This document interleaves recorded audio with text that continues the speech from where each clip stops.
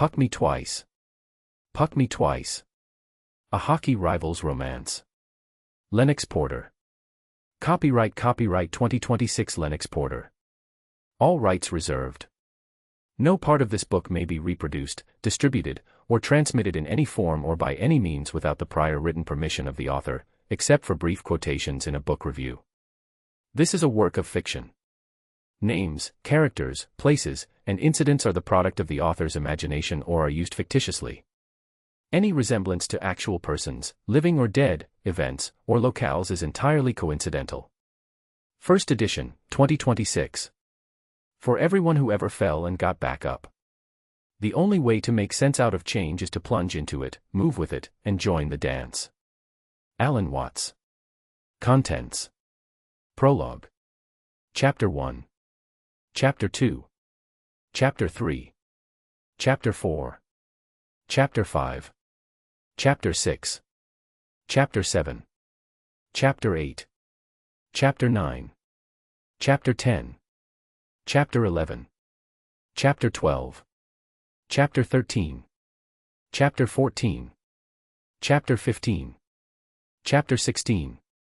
Chapter 17. Chapter 18. Chapter 19. Chapter 20. Chapter 20. Chapter 20. Chapter 20. Chapter 20. Epilogue. Prologue. 3 months earlier, the Aldermore Hotel Masquerade Gala. I want to be clear about something before this story goes anywhere. I am not the kind of woman who does things like this. I grade papers on Sunday mornings with a cup of tea that goes cold before I remember to drink it. I have an emergency contact folder in my desk drawer at school, color-coded, alphabetized, laminated. I once drove back to a parking meter at 10 p.m. because I thought I'd underpaid by 20 cents. I had not underpaid by 20 cents. I just needed to know for sure. So when I tell you that on a Thursday night in October, I followed a masked stranger across a charity gala and let everything happen that happened, I need you to understand that this was not me. This was someone who borrowed my face and my body and my apparently very poor judgment for one night only, and then quietly handed them back before sunrise. I'm blaming the dress. It belonged to June.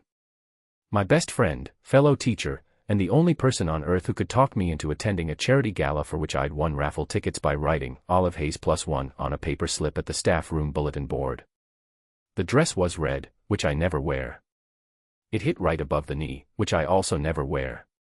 It had a neckline that June described as tasteful, and I described as, why does the wind feel different? You look like a whole other woman, she said, zipping me in with the particular delight of someone dressing a doll. I look like a woman who's about to catch pneumonia. You look like a woman who might actually have fun for once in her 33rd year. 28th. Whatever. Wear the mask. Stop arguing. The mask was gold. Venetian style, painted along the edges with something that caught the light when I tilted my head. It covered my eyes and the top of my nose and gave me, June promised, an air of mystery. I looked at myself in her bathroom mirror and thought, I look like a teacher who's been glued into a costume by a woman who missed her calling as a costume director. But here's the thing about masks. They work. Not because they hide your face. Half your face is still right there, your mouth, your jaw, the nervous way you hold your shoulders. They work because wearing one tells your brain a lie. Your brain looks at your own reflection and thinks, that's not quite you. And for one night, you believe it. You walk a little differently. You hold your chin up. You stop worrying about whether you left the stove on because the woman in the gold mask would never be anxious about a stove. She probably doesn't even own a stove. She floats above such things. So I floated into the Aldermore Hotel, which was the most beautiful room I'd ever stood in, and I had stood in a lot of nice rooms in a professional capacity because nice rooms like to hold charity events for literacy and literacy like to invite elementary school teachers to make them feel virtuous. The ballroom had ceilings I'd need a stepladder to paint. Chandeliers that cost more than my apartment. Flowers in arrangements that looked like they had been placed by people with degrees specifically in flower placement. And everywhere, masks. Women in elaborate plumage. Men in sleek half-masks, some silver, some black, some theatrical and some barely there. The whole room had been turned into a game of recognition. Who are you really, behind that pretty covering? June lasted approximately 45 minutes before she was absorbed into the event like she'd been born to it. She had a laugh that carried across rooms, June did, and it wasn't long before I heard it from somewhere behind a pillar, followed by a man's laugh, and I thought, well, there goes my +1. I didn't mind. I had champagne, my second glass, and I was being careful, and I had a quiet corner near a window and a view of the whole room from a sensible distance, which is exactly how I preferred to observe most things in life. That's when I saw him. He was standing across the ballroom near one of the tall windows, and he was doing the same thing I was doing. Watching. Not performing, not working the room, not laughing too loudly at something to make sure people noticed. He was just looking at the party the way you look at a film you're trying to follow, with the particular stillness of someone whose attention actually costs something. He was tall. That registered first, because he was taller than most of the men in the room in a way that wasn't accidental. He carried it like someone who had learned to manage extra height from an early age, shoulders slightly forward, spine easy. Dark hair. Strong jaw. A black half-mask that covered his brow and the bridge of his nose and somehow made him look like someone who should be in a film rather than a children's literacy gala in Boston on a Thursday. He had a drink he wasn't touching. He looked up and caught me looking. I looked away immediately. I looked at my champagne. I looked at the window. I looked at a woman near the dance floor whose gown was doing something architecturally impressive. I looked anywhere that was not him, with the practiced efficiency of someone who had been accidentally making eye contact with attractive men and immediately panicking since approximately age 14. 10 seconds later, he was beside me. I didn't hear him move. He was just there. Standing next to my corner like he'd always been planning to end up in it. "You're doing the same thing I am," he said. I looked up. Close up, the jaw was worse. There should be warnings about jaws like that. Some kind of public safety measure. His eyes, above the mask, were dark, not black, but the kind of dark brown that looked almost black in low light, and they were steady in a way that most people's eyes are not when they are talking to a stranger. "I'm standing in a corner," I said. "That's not exactly an activity. You're clocking exits." "I'm, what?" "You've looked at that door 3 times in the last 2 minutes." He tilted his head slightly toward the far end of the room. "And that one once. The door nearer to us. You're not planning to leave. If you were planning to leave you'd have left. You're just checking." I stared at him. That's either very observant or very strange. Probably both. He picked up his drink, whiskey, I noticed now, and looked at it. I do it too. I don't know why. Old habit. Paranoia. Awareness. A pause. Or paranoia. Hard to tell the difference after a while. I didn't say anything for a moment. Here was the thing, I had a system at parties, a script I ran whenever someone I didn't know started talking to me. Polite opener. Redirect to something general. Identify common ground. Exit gracefully within 4 minutes, citing the need to refresh my drink. It worked beautifully. It had worked at every work event and dinner party and birthday gathering I had attended in the past several years. I didn't run it. I don't know why. Maybe the champagne. Maybe the mask. Maybe the fact that he was watching the room the same way I was, with the same low-grade vigilance I'd had since I was 9 years old, and my father taught me, by leaving, that you always had to know which way was out. "What are you doing here?" I asked instead. It came out more direct than I intended. He glanced at me. A small thing shifted in his expression, something that might have been surprise, or amusement, or both. "Donating money," he said. "You." "I won raffle tickets." "At work." "What do you do?" "I teach. 4th grade." I watched his face for the reaction I usually got, the slight brightening, the "oh, how lovely," the rapid pivot to some other topic because people didn't know what to do with 4th grade as a conversation. I got none of that. He just nodded, the way you nod when someone tells you something true and you're filing it. "I build things," he said. "What kind of things?" He looked at the room. "Depends on the season." It was such a strange answer that I laughed. Actually laughed, not the polite version. He looked at me when I did it, and his mouth curved, not quite a smile, something slower and more considered than a smile, and he said, "There it is." "There what is?" "You've been holding that in since you walked in." I closed my mouth. He was right, which was annoying. I'd been careful all evening. June called it my public olive face, the composed, capable, nothing rattles me expression I'd developed over years of parent-teacher nights and principal meetings and the entire fourth year of university when everything was falling apart and I decided nobody needed to see that. "You don't know what you're talking about," I said. "Probably not." He held out his hand. "We haven't done this part." No, the word came out before I thought it. He stopped. I cleared my throat. "Sorry. No names. Not tonight." I looked at my champagne glass and tried to think of a way to explain that didn't sound unhinged. "I borrowed this dress," I said finally. "And I'm wearing a mask. And I'm not usually here, in rooms like this, being this version of a person. So I'd rather just be that version. Without the name part." Silence. I kept my eyes on my glass. "Okay," he said. "Just that." "Okay." I looked up. He wasn't laughing. He wasn't making the face people make when someone says something eccentric, the polite but concerned face, the one with the micro-frown. He was looking at me with that same steady attention, like I'd said a completely reasonable thing and he was simply adjusting accordingly. "Okay," I said.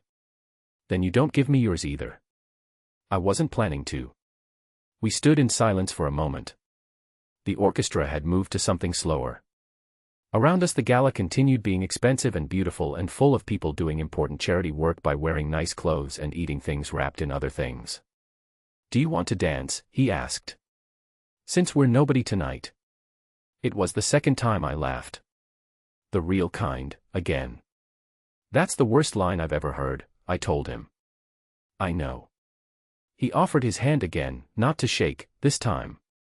Extended. An actual invitation. "Is it working?" Here is what I know about dancing with a stranger at a charity gala: it should be awkward. There should be the question of where to put your hands and the miscommunication about which direction to step and the general social static of two bodies trying to negotiate space politely. None of that happened. He put one hand on my waist and held my hand with the other and he moved like someone who had absolutely no anxiety about where his body was in space. Like someone who had learned, somewhere along the way, to be completely at home in his own physical self. And I, who had approximately 11 opinions about where my arms should be at any given social event, just stopped thinking about it. Stopped managing. The mask was doing its lie again. The woman in the gold mask didn't worry about where her arms were. We didn't talk through the first song. The second, he said. "Tell me something true." "About what?" "Anything." "I don't know." "Just something true. Not party conversation." I thought about it. The champagne was soft in my blood and the room was beautiful and he smelled like cedar and something warmer underneath, and I had the peculiar feeling of being very safe with someone I would never see again. "I have a cactus on my desk at school," I said. "His name is Gerald. I talk to him between classes. I know he can't hear me. I still think he appreciates it." Silence. Then, carefully, "What do you tell him?" "Whatever I can't say in front of 24 9-year-olds. I paused. "Sometimes it's frustration. Sometimes it's something funny that happened that I can't laugh at in front of the class. Sometimes I just say, okay. Today was hard and tomorrow will be better." The usual. He was quiet for a moment. His hand was warm at my waist. "That's not sad," he said, like he'd considered whether it was and decided. "That's just honest." "What about you?" I said. "Something true." He looked out over my head at the room. Whatever expression was on his face, it was behind the mask, and in the low light of the ballroom I could only see the corner of his mouth and the line of his jaw. "I've been in rooms like this 100 times, he said. "This is the first one that didn't feel like work. We danced 3 songs. Then we weren't dancing anymore. We were at the bar with drinks we didn't finish, talking, and this is the part that I think about more than anything else when I let myself think about it, which I try not to, because it's the most dangerous part. Not the dancing. Not what came after. The talking. 3 hours of conversation that felt like a sentence, like a single breath, like no time at all. He asked questions and actually waited for the answers. He didn't interrupt unless he was excited about something, which happened twice, when I was describing the way children learn to read, the exact progression, the moment a page becomes language becomes story, and both times he caught himself and said, "Sorry, keep going," and he meant it. He made me laugh 4 times in ways I didn't see coming. I made him laugh twice. He didn't throw them away, those laughs. He gave them like they were real currency.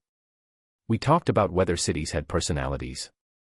We talked about the particular loneliness of being good at something that other people don't understand.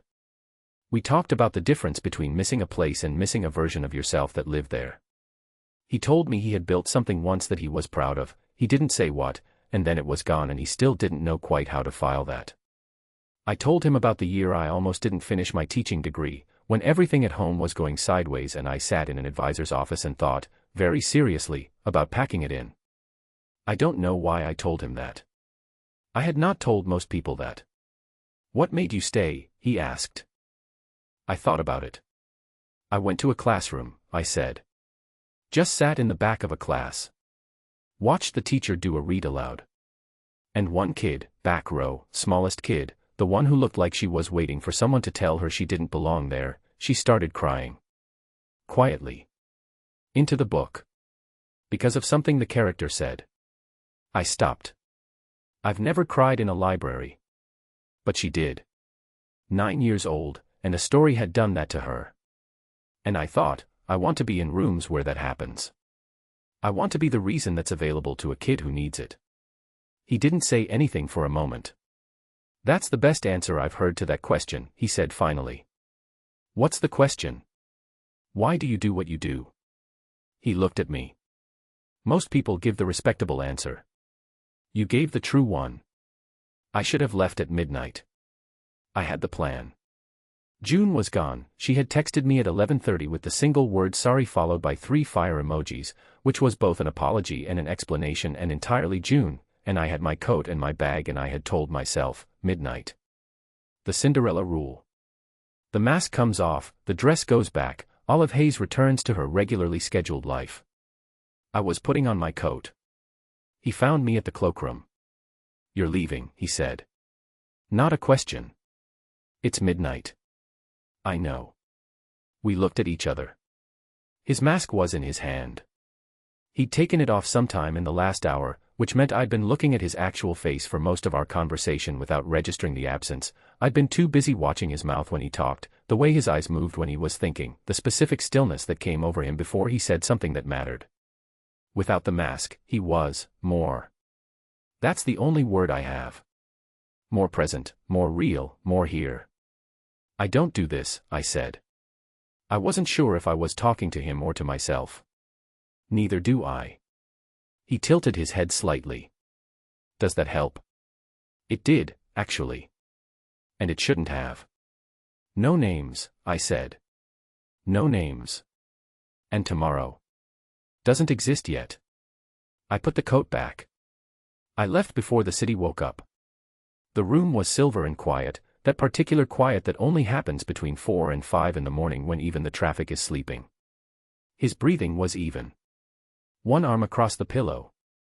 He'd taken up exactly as much space as he needed and not more, which I noticed because it was the kind of detail that lodged itself in me for no reason. I found my shoes. My bag. June's dress, which I stepped into in the hallway because I was not going to disturb the quiet of that room for anything. On the nightstand, there was hotel stationery and a pen. I thought about writing something. A note, some small gesture, something that acknowledged that 3 hours of conversation and one night in a stranger's room had been something real. More real than most of the things I arranged very carefully around myself. I didn't write anything. I left. In the elevator, the gold mask was still in my hand. I looked at myself in the mirrored door, the borrowed dress, the chalk-pale face, the hair I'd given up controlling around 2 a.m. I looked like someone who had done something reckless and was now performing the act of returning to her senses. Good, I thought. That's exactly what this is. The taxi was warm and quiet and the driver didn't ask me anything and the city slid past the window in that early gray light that makes everything look like a promise that hasn't decided if it's going to keep itself. I pressed the back of my hand to my mouth. That never happened, I said, quietly, to no one. The driver didn't look up. Outside, Boston kept moving. I watched it go. I almost believed it. 3 months later, I walked into a classroom in Westbrook Elementary and a small boy with dark, careful eyes looked up at me from the front row, and behind him, in the doorway, stood the man who had no name. He had my hotel note in his pocket. I found that out later. He'd been looking. Monday. First day at Lincoln Park Elementary, Olive arrives at her new school with 2 tote bags, a color-coded seating chart, and the specific, contained optimism of someone who has rebuilt herself from scratch. She loves first days. They're clean. Principal Marsh gives her a tour that's really a list of rules disguised as a tour. She meets Danny, who immediately hands her a coffee and says, Marsh is what happens when a spreadsheet becomes a person. Olive is laughing for the first time in weeks. Then her students file in. She reads the roster. Second to last name, Mackenzie, Finn, she doesn't register it yet. Finn walks in last, small, quiet, serious eyes for an 8-year-old. He looks at her like he's deciding whether she's worth trusting.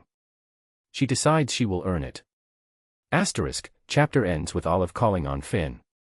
He answers in a voice that sounds, somehow, familiar. The same Monday. United Center practice, Cole Mackenzie is 20 minutes into the worst practice of his preseason when his phone explodes with 12 texts from Marta. He reads the last one, she's lovely. Really lovely. Finn likes her, his new son's teacher. He fires off a polite reply and ignores the small, absurd pang in his chest, probably nothing. Probably exhaustion. The coach screams at him for daydreaming. He refocuses. The ice is the only place his life makes sense anymore.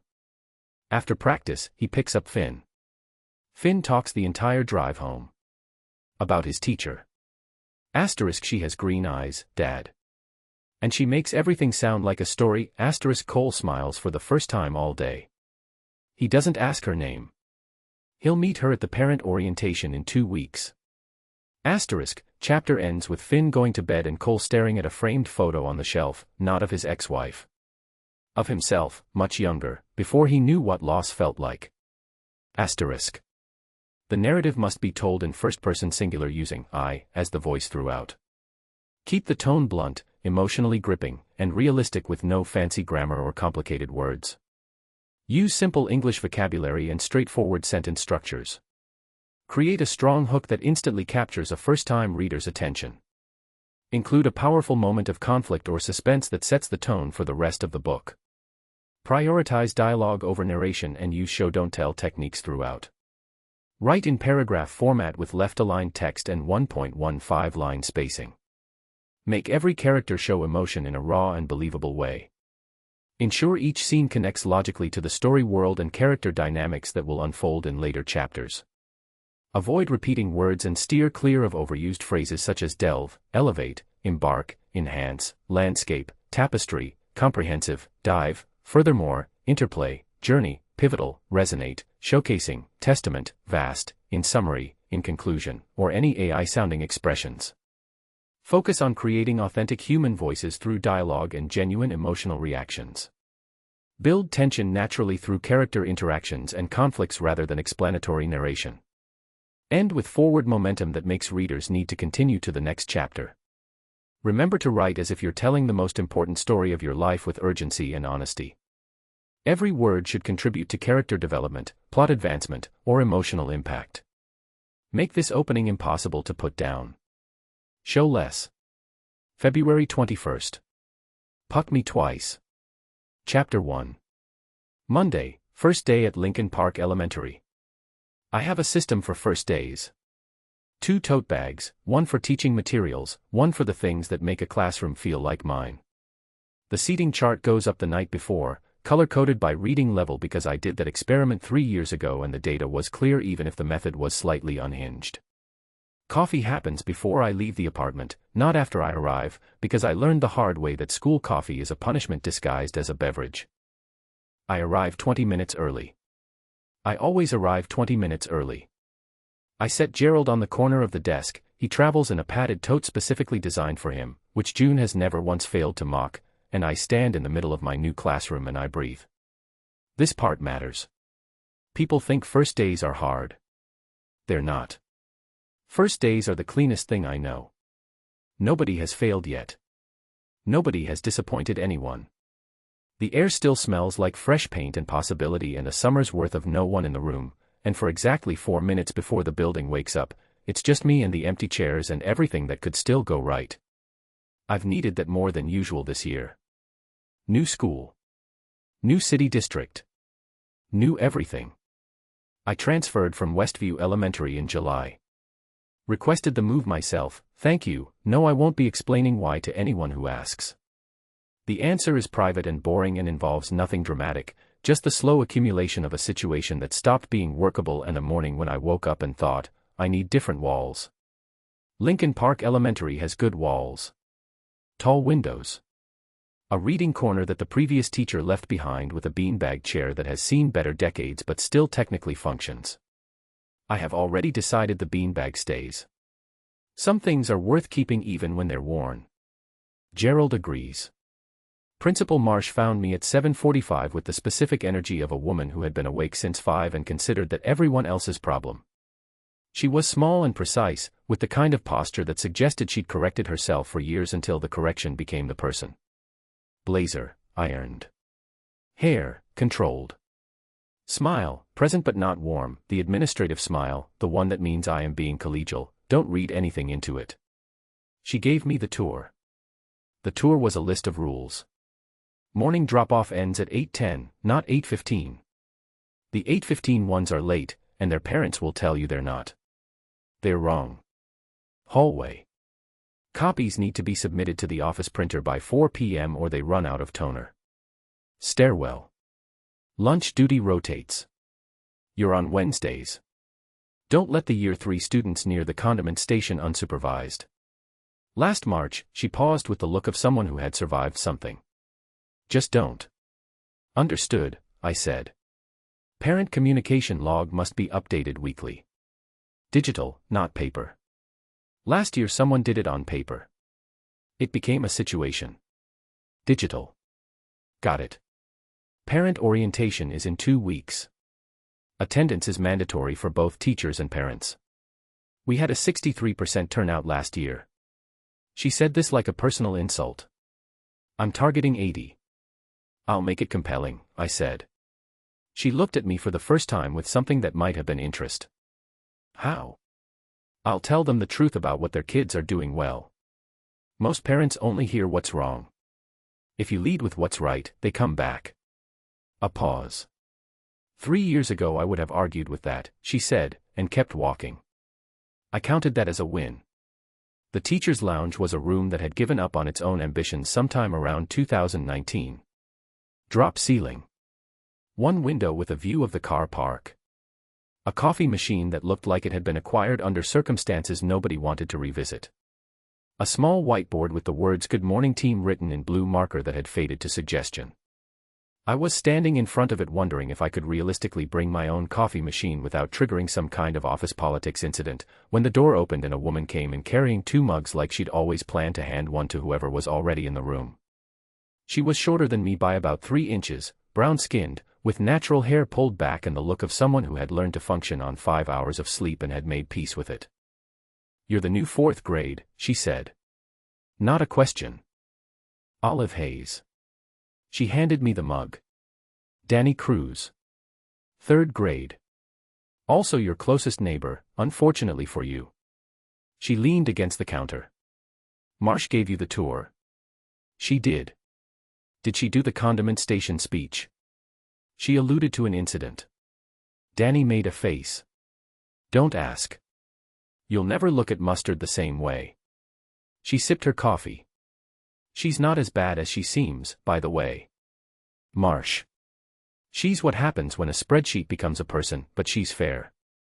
And she actually goes to bat for her teachers when parents get difficult, which, at this school, she tilted her head, you'll appreciate by October.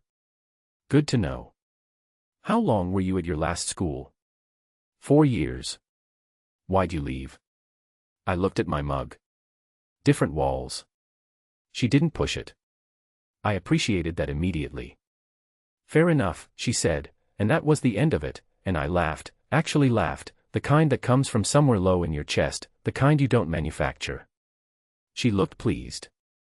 Good. You can laugh. Last year's 4th grade teacher didn't laugh until April. It was grim. What happened to her? Different walls, Danny said, and smiled at me over her mug. The bell rang at 8. I stood at the door of room 9 with my hands loose at my sides and the seating chart in my head and the specific readiness that only comes from actually loving this part, the intake of breath before 20-something small people walk into a room and decide whether it's safe. They came in the way kids always do on the first day, in clusters, then pairs, then the solo ones. The clusters are usually the kids who've been friends since kindergarten, the ones who have already claimed each other and don't need the room to give them anything. The pairs are the ones working with something, a friendship that's being tested, a new alliance, a summer that changed the dynamic. And the solo ones. The solo ones are the ones I watch. There's always a moment, right as the last one comes through the door, where I run the room.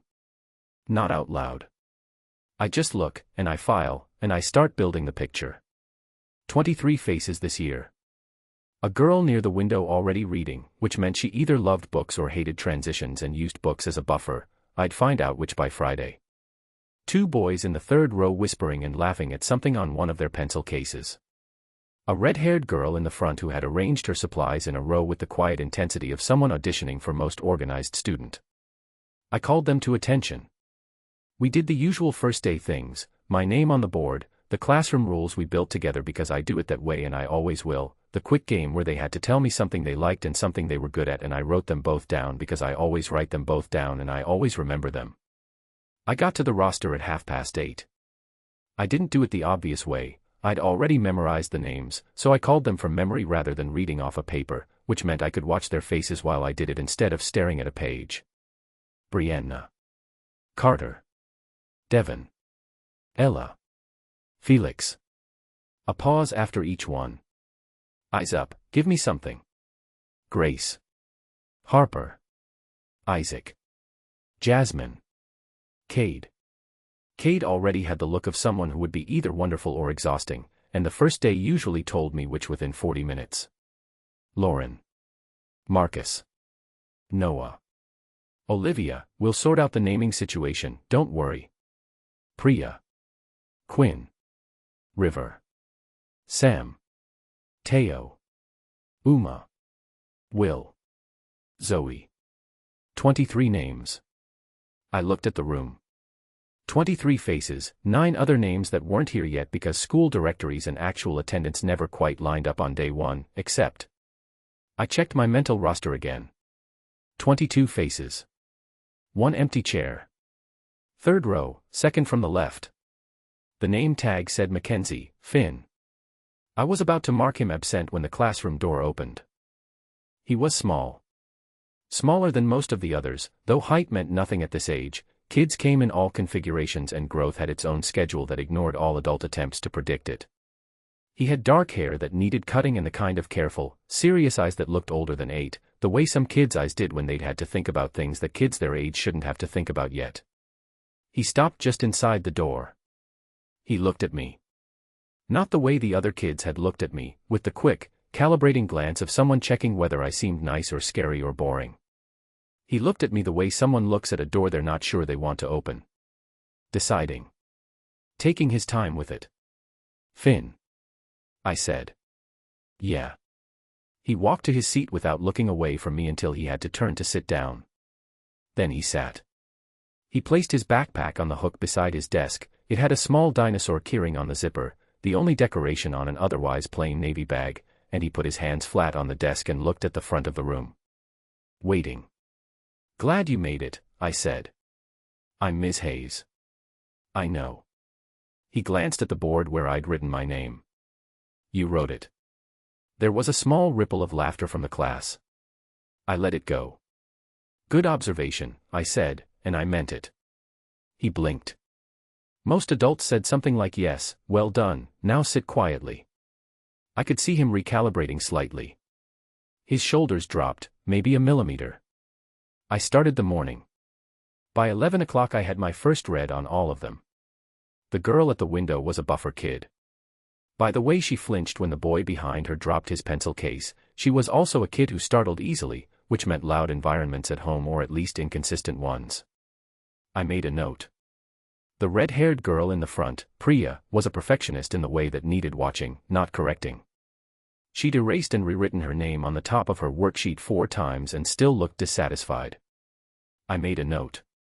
The 2 boys with the pencil case, Marcus and Cade, as I'd suspected within the 40-minute window, were hilarious in a way that would work for me as long as I managed the energy properly. And Finn. Finn sat quietly and worked carefully. He read the instructions twice before he started writing, which was unusual for boys his age, most of whom treated instructions as an optional starting suggestion. His handwriting was slow and deliberate, like he was deciding each letter before he committed to it. When I walked past his desk, I saw he'd finished the first activity and moved on to the extension question without being told.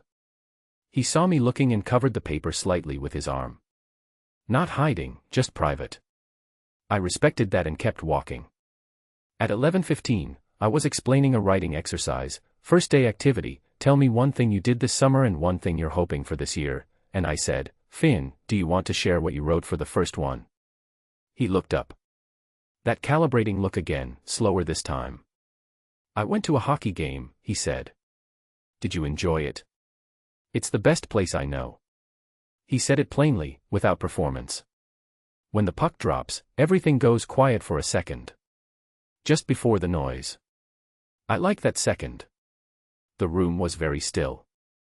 22 kids and 1 teacher, quiet. That's a beautiful way to describe it, I said. He looked down at his paper.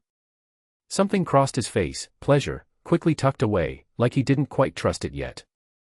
And here is the thing I will not be able to explain properly. It was the voice. Not what he said. Not the words or the observation, though both of them landed in me in ways I'd think about later. It was something in the voice itself, a particular quietness, a specific weight, that moved through me like a note I'd heard before but couldn't place. Like the echo of something I was supposed to remember. I put it down to first day tiredness. I put it away and moved on and stood at the front of room 9 and taught, because that is what I was there to do. The voice stayed where I'd put it until the end of the day. Then it came home with me anyway. Chapter 2. The same Monday, United Center Ice. I will tell you exactly what kind of morning it was. The kind where the ice feels wrong before I'm 3 strides onto it. Not wrong in a way I can point to, the surface is fine, the skates are fine, my body is doing what I've trained it to do for 22 years. Wrong in the way that happens when your head is somewhere else entirely and your body is on the ice pretending it isn't. Walters blew the whistle at 6:15. Mackenzie. Again. I reset at the blue line. The drill was a standard line rush, something I had done so many times I could do it in a blackout. Take the pass, drive the middle, shoot high glove. 3 seconds from receipt to release. My personal best was 2.4 seconds and I'd done it at slower speeds than this since I was 20 years old. I fumbled the pass. It hit my stick wrong and skidded wide and I watched it slide into the boards with the specific helpless feeling of someone watching a mistake happen in slow motion while their body fails to catch up. Silence on the ice. Walters didn't say anything. That was worse. I've got it, I said. Take 5, he said. Get your head wherever it went and bring it back. I went to the boards. I took off my helmet and pressed the back of my hand against my eye and breathed. 12 texts from Marta. Marta had been Finn's school liaison since we moved to Chicago in June. Technically she was my assistant, but the role had expanded organically into something closer to the person who manages every part of my life that isn't hockey or Finn directly. She'd handled the enrollment paperwork, the uniform order, the lunch account setup, the permission slip for the before-school program. She was more organized than I had ever been and she made no secret of that. The texts came in chronologically, which meant I had to scroll up to read them in order, which I did standing against the boards with my skates on and Walters watching me from the center line with his arms folded. 7:42 a.m., drop-off went smoothly. 7:44 a.m., he went in without looking back. That's new. 7:45 a.m., asked his teacher's name when we parked. I don't know why. 8:01 a.m., left. Feeling good about this school. 8:52 a.m., Marta follow-up, chatted with the office admin on my way out. They say the new 4th grade teacher is supposed to be excellent. She transferred from another district. Good reputation. 9:14 a.m., I looked her up. Her name is Olive Hayes. Masters in Education, 4 years experience. 1 teaching award, regional level. School review sites say students love her.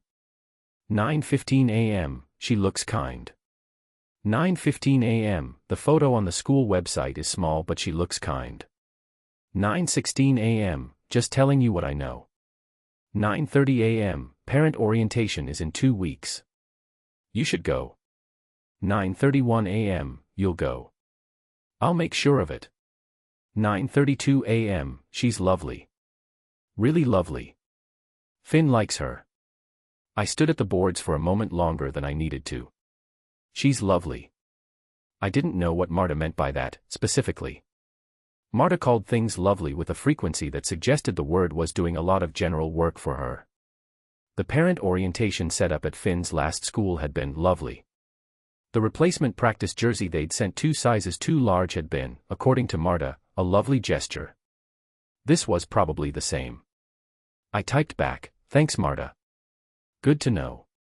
Helmet on. Back to the ice. Welcome back, Walters said. Sorry, I said.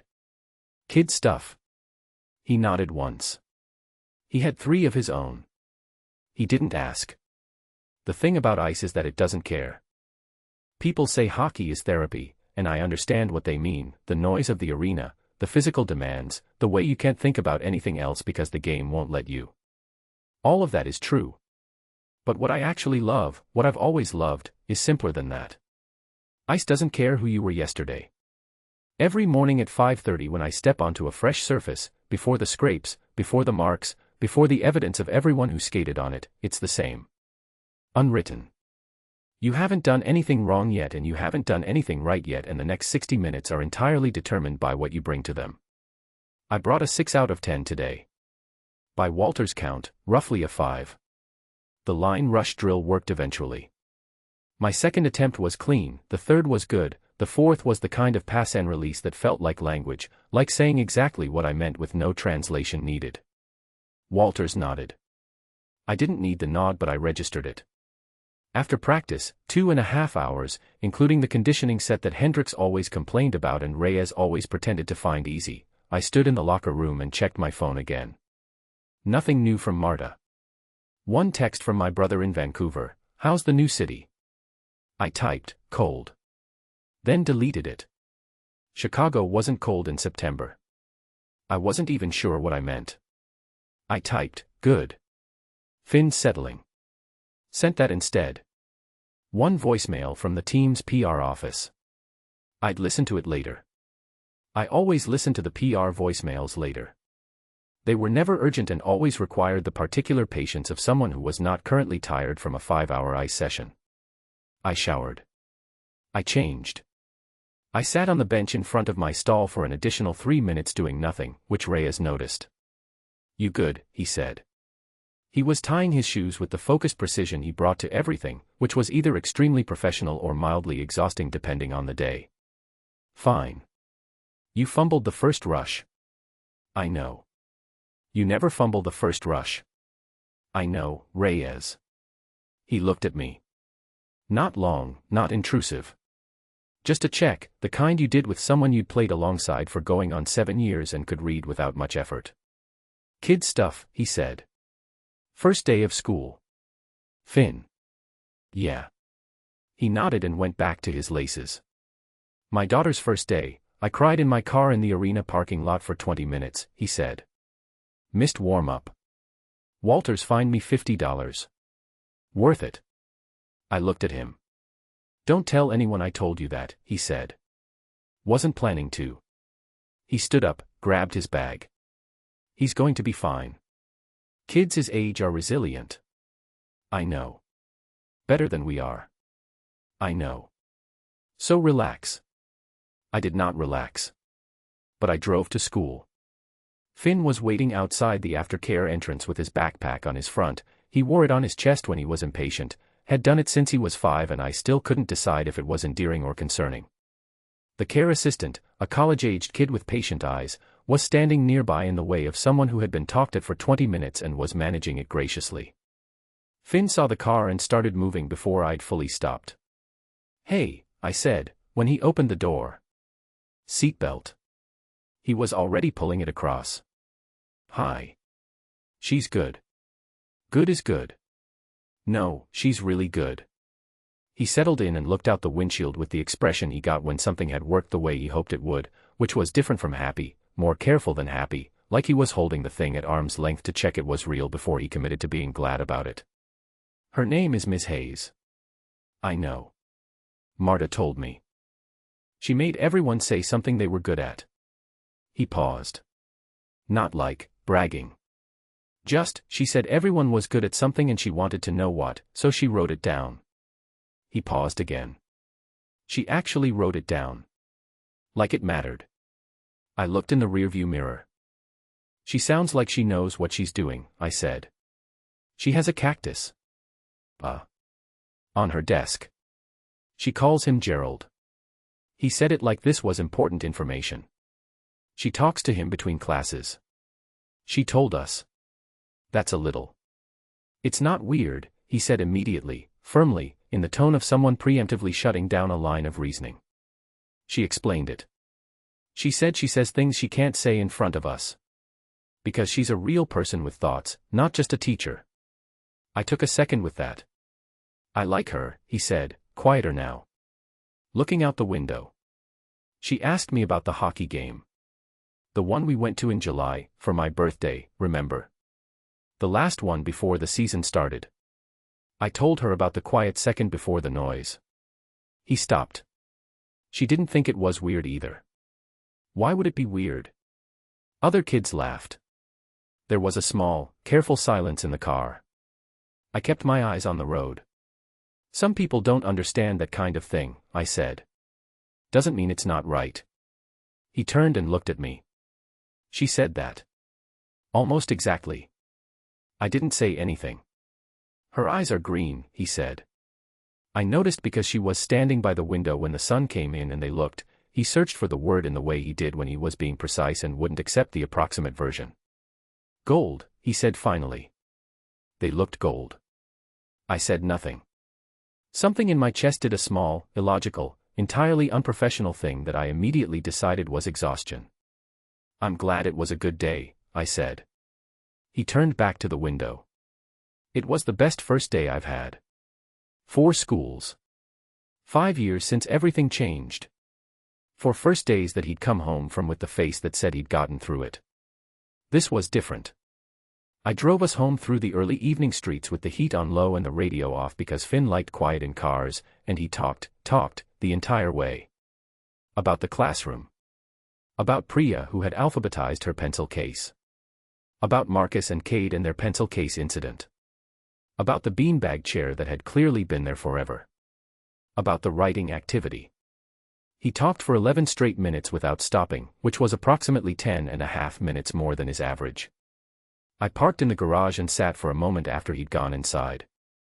"She has green eyes." I made a mental note to not think about green eyes, and I did not ask myself why I needed to make it. After dinner, pasta, the simple kind, the kind I'd learned to make in the weeks after everything fell apart because Finn would eat it without complaint and I needed at least one thing in my life that worked without difficulty. I stood at the kitchen counter and let the quiet be what it was. The house was clean. Marta handled the cleaning twice a week and I handled it badly on the days between, but the kitchen at least was always right. I needed the kitchen to be right. Don't ask me why. I couldn't explain it. Some things you just know about yourself. Finn was in bed. I'd been in to say goodnight twice, once because he called me back to ask whether the hockey season would start before Halloween, which it would, and whether he could come to the home opener, which he could, and whether Ms. Hayes would think it was cool that his dad played, which I said I didn't know. "I'm not going to tell her," he said. "Not yet." "Why not?" He thought about it. "I want her to like me first. Like me as just Finn. Not as the kid whose dad is," he gestured vaguely. "Okay," I said. "Is that weird?" "No," I said. "That's smart." He settled back into the pillow with the satisfied look of someone who'd had a thing confirmed that they already suspected. "Okay. Night. Night, bud." I stood outside his door for a moment after I pulled it to. The house was quiet. I went to the living room and stood in front of the shelf on the far wall, the one I'd been careful about packing and unpacking every time we moved, which was 3 times in 4 years.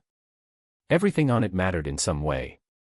A small trophy from my first year in the juniors, beat up at the base from being dropped once.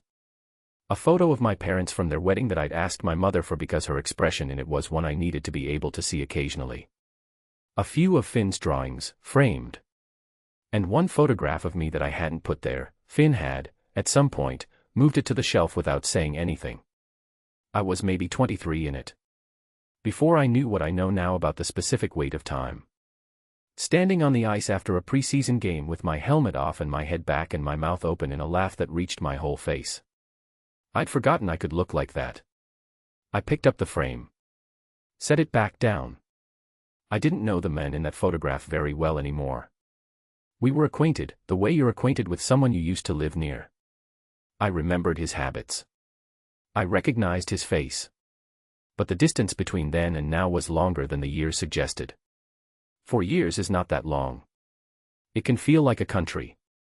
I turned off the kitchen light and went to bed at 10:15, which was an hour later than I needed and I knew it, and I lay in the dark and thought about practice tomorrow and the line rush drill and what Walters was going to say about my left side positioning. I did not think about green eyes. I was almost sure of it. 2 weeks later, I walked into Lincoln Park Elementary for the parent orientation night, and a woman with honey-colored hair turned from the whiteboard where she'd been writing something, and I stopped walking before my brain had finished understanding why. She went white. I felt the floor move. "Mr. Mackenzie," said Principal Marsh, from somewhere to my left. "Ms. Hayes will be your son's teacher this year." Ms. Hayes looked at me like someone who had just been told a joke they did not find funny. "We've met," she said. Her voice was very even. "We have," I said. Marsh looked between us. Neither of us explained. Parent orientation night. Olive is in full professional mode, teacher dress, neat hair, laminated handouts. She's worked for this feeling of competence all her adult life. Parents filter in. She smiles, shakes hands, is charming and warm without being familiar. Then the door opens late. She knows him before she sees his face. Something molecular shifts in the room, or in her chest, which is the same thing. She turns. The mask is gone. But the jaw is unmistakable. Cole Mackenzie stops in the doorway, and the recognition hits them both at the same time like a puck to the glass. Crack. Asterisk, cliffhanger. Cole looks at her name placard on the desk. Then back at her.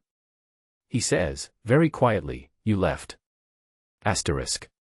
The morning after orientation. Cole doesn't sleep. He runs at 5 a.m. through freezing Chicago and processes the completely insane fact that the woman he spent 3 months convincing himself to forget is his son's teacher. He can't ask for a transfer, Finn is finally settled. He can't avoid her, there are 12 months of school events ahead. He calls Rev, who laughs for a genuinely unacceptable amount of time and then says, asterisk, "Man. You are so completely cooked." Asterisk. Cole hangs up.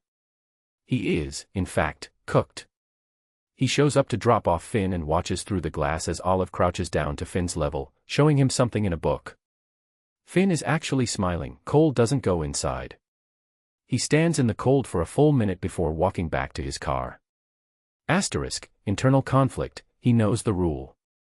He just isn't sure he cares anymore. Asterisk. Week 2. Olive establishes the ground rules with herself. He is a parent. She is a teacher. Whatever happened at the gala was a beautiful mistake that will not be repeated. She is a professional. She is fine, she tells Danny. Danny does not react like a professional. Danny reacts like a woman who has read 400 romance novels and is watching one happen in real time.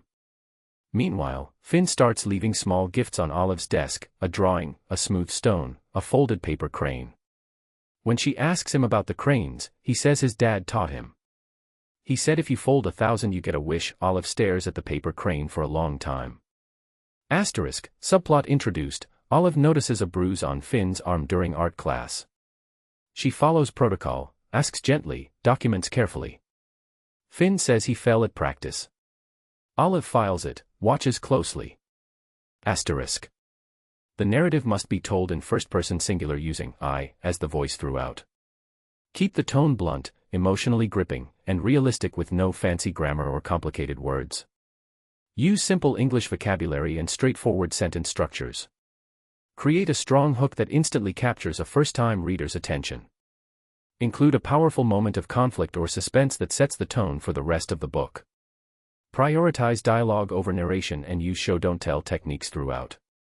Write in paragraph format with left-aligned text and 1.15 line spacing. Make every character show emotion in a raw and believable way. Ensure each scene connects logically to the story world and character dynamics that will unfold in later chapters. Avoid repeating words and steer clear of overused phrases such as delve, elevate, embark, enhance, landscape, tapestry, comprehensive, dive, furthermore, interplay, journey, pivotal, resonate, showcasing, testament, vast, in summary, in conclusion, or any AI-sounding expressions. Focus on creating authentic human voices through dialogue and genuine emotional reactions. Build tension naturally through character interactions and conflicts rather than explanatory narration. End with forward momentum that makes readers need to continue to the next chapter. Remember to write as if you're telling the most important story of your life with urgency and honesty. Every word should contribute to character development, plot advancement, or emotional impact. Make this opening impossible to put down. Show less. February 21st. Puck Me Twice. Chapter 3. Parent Orientation Night, Lincoln Park Elementary. I am good at this. I need you to understand that before anything else happens in this chapter. I am good at standing in front of rooms full of adults who are nervous about their children and making them feel like everything is going to be fine. I am good at laminated handouts and clear explanations and the particular warmth that isn't fake but also isn't personal, the professional warmth, the kind that says I see your child and I take them seriously without saying and also I have opinions about your parenting, even when I do. I have been doing this for 4 years. I am excellent at it. I want that on the record. The classroom looked good. I'd spent an hour after dismissal making it look good, which I do every year and which I will not apologize for. The student work was up on the walls, first week pieces, so nothing too revealing yet, just the name poems and the summer drawings and the one from Marcus that was technically supposed to be self-portrait but appeared to be a large shark in a hockey jersey, which I had displayed without comment because it showed commitment to a vision. The seating arrangement was the horseshoe formation I used for parent nights. It said we are equals in this conversation in a way that rows of chairs facing a single teacher at a board did not. I'd learned that from a mentor teacher in my first year and never stopped. The handouts were in a neat stack at each chair. My name placard was on the desk at the front, MSO, Hayes, black letters on white card, professional, clear. I was wearing the orientation dress. It was navy, fitted, hit at the knee. I'd had it for 3 years and it had never once failed me at a professional event. It said I am serious about what I do and also I made a reasonable effort with my appearance without saying anything that could be interpreted as trying too hard in either direction. My hair was up. Gerald was on the desk. I was ready.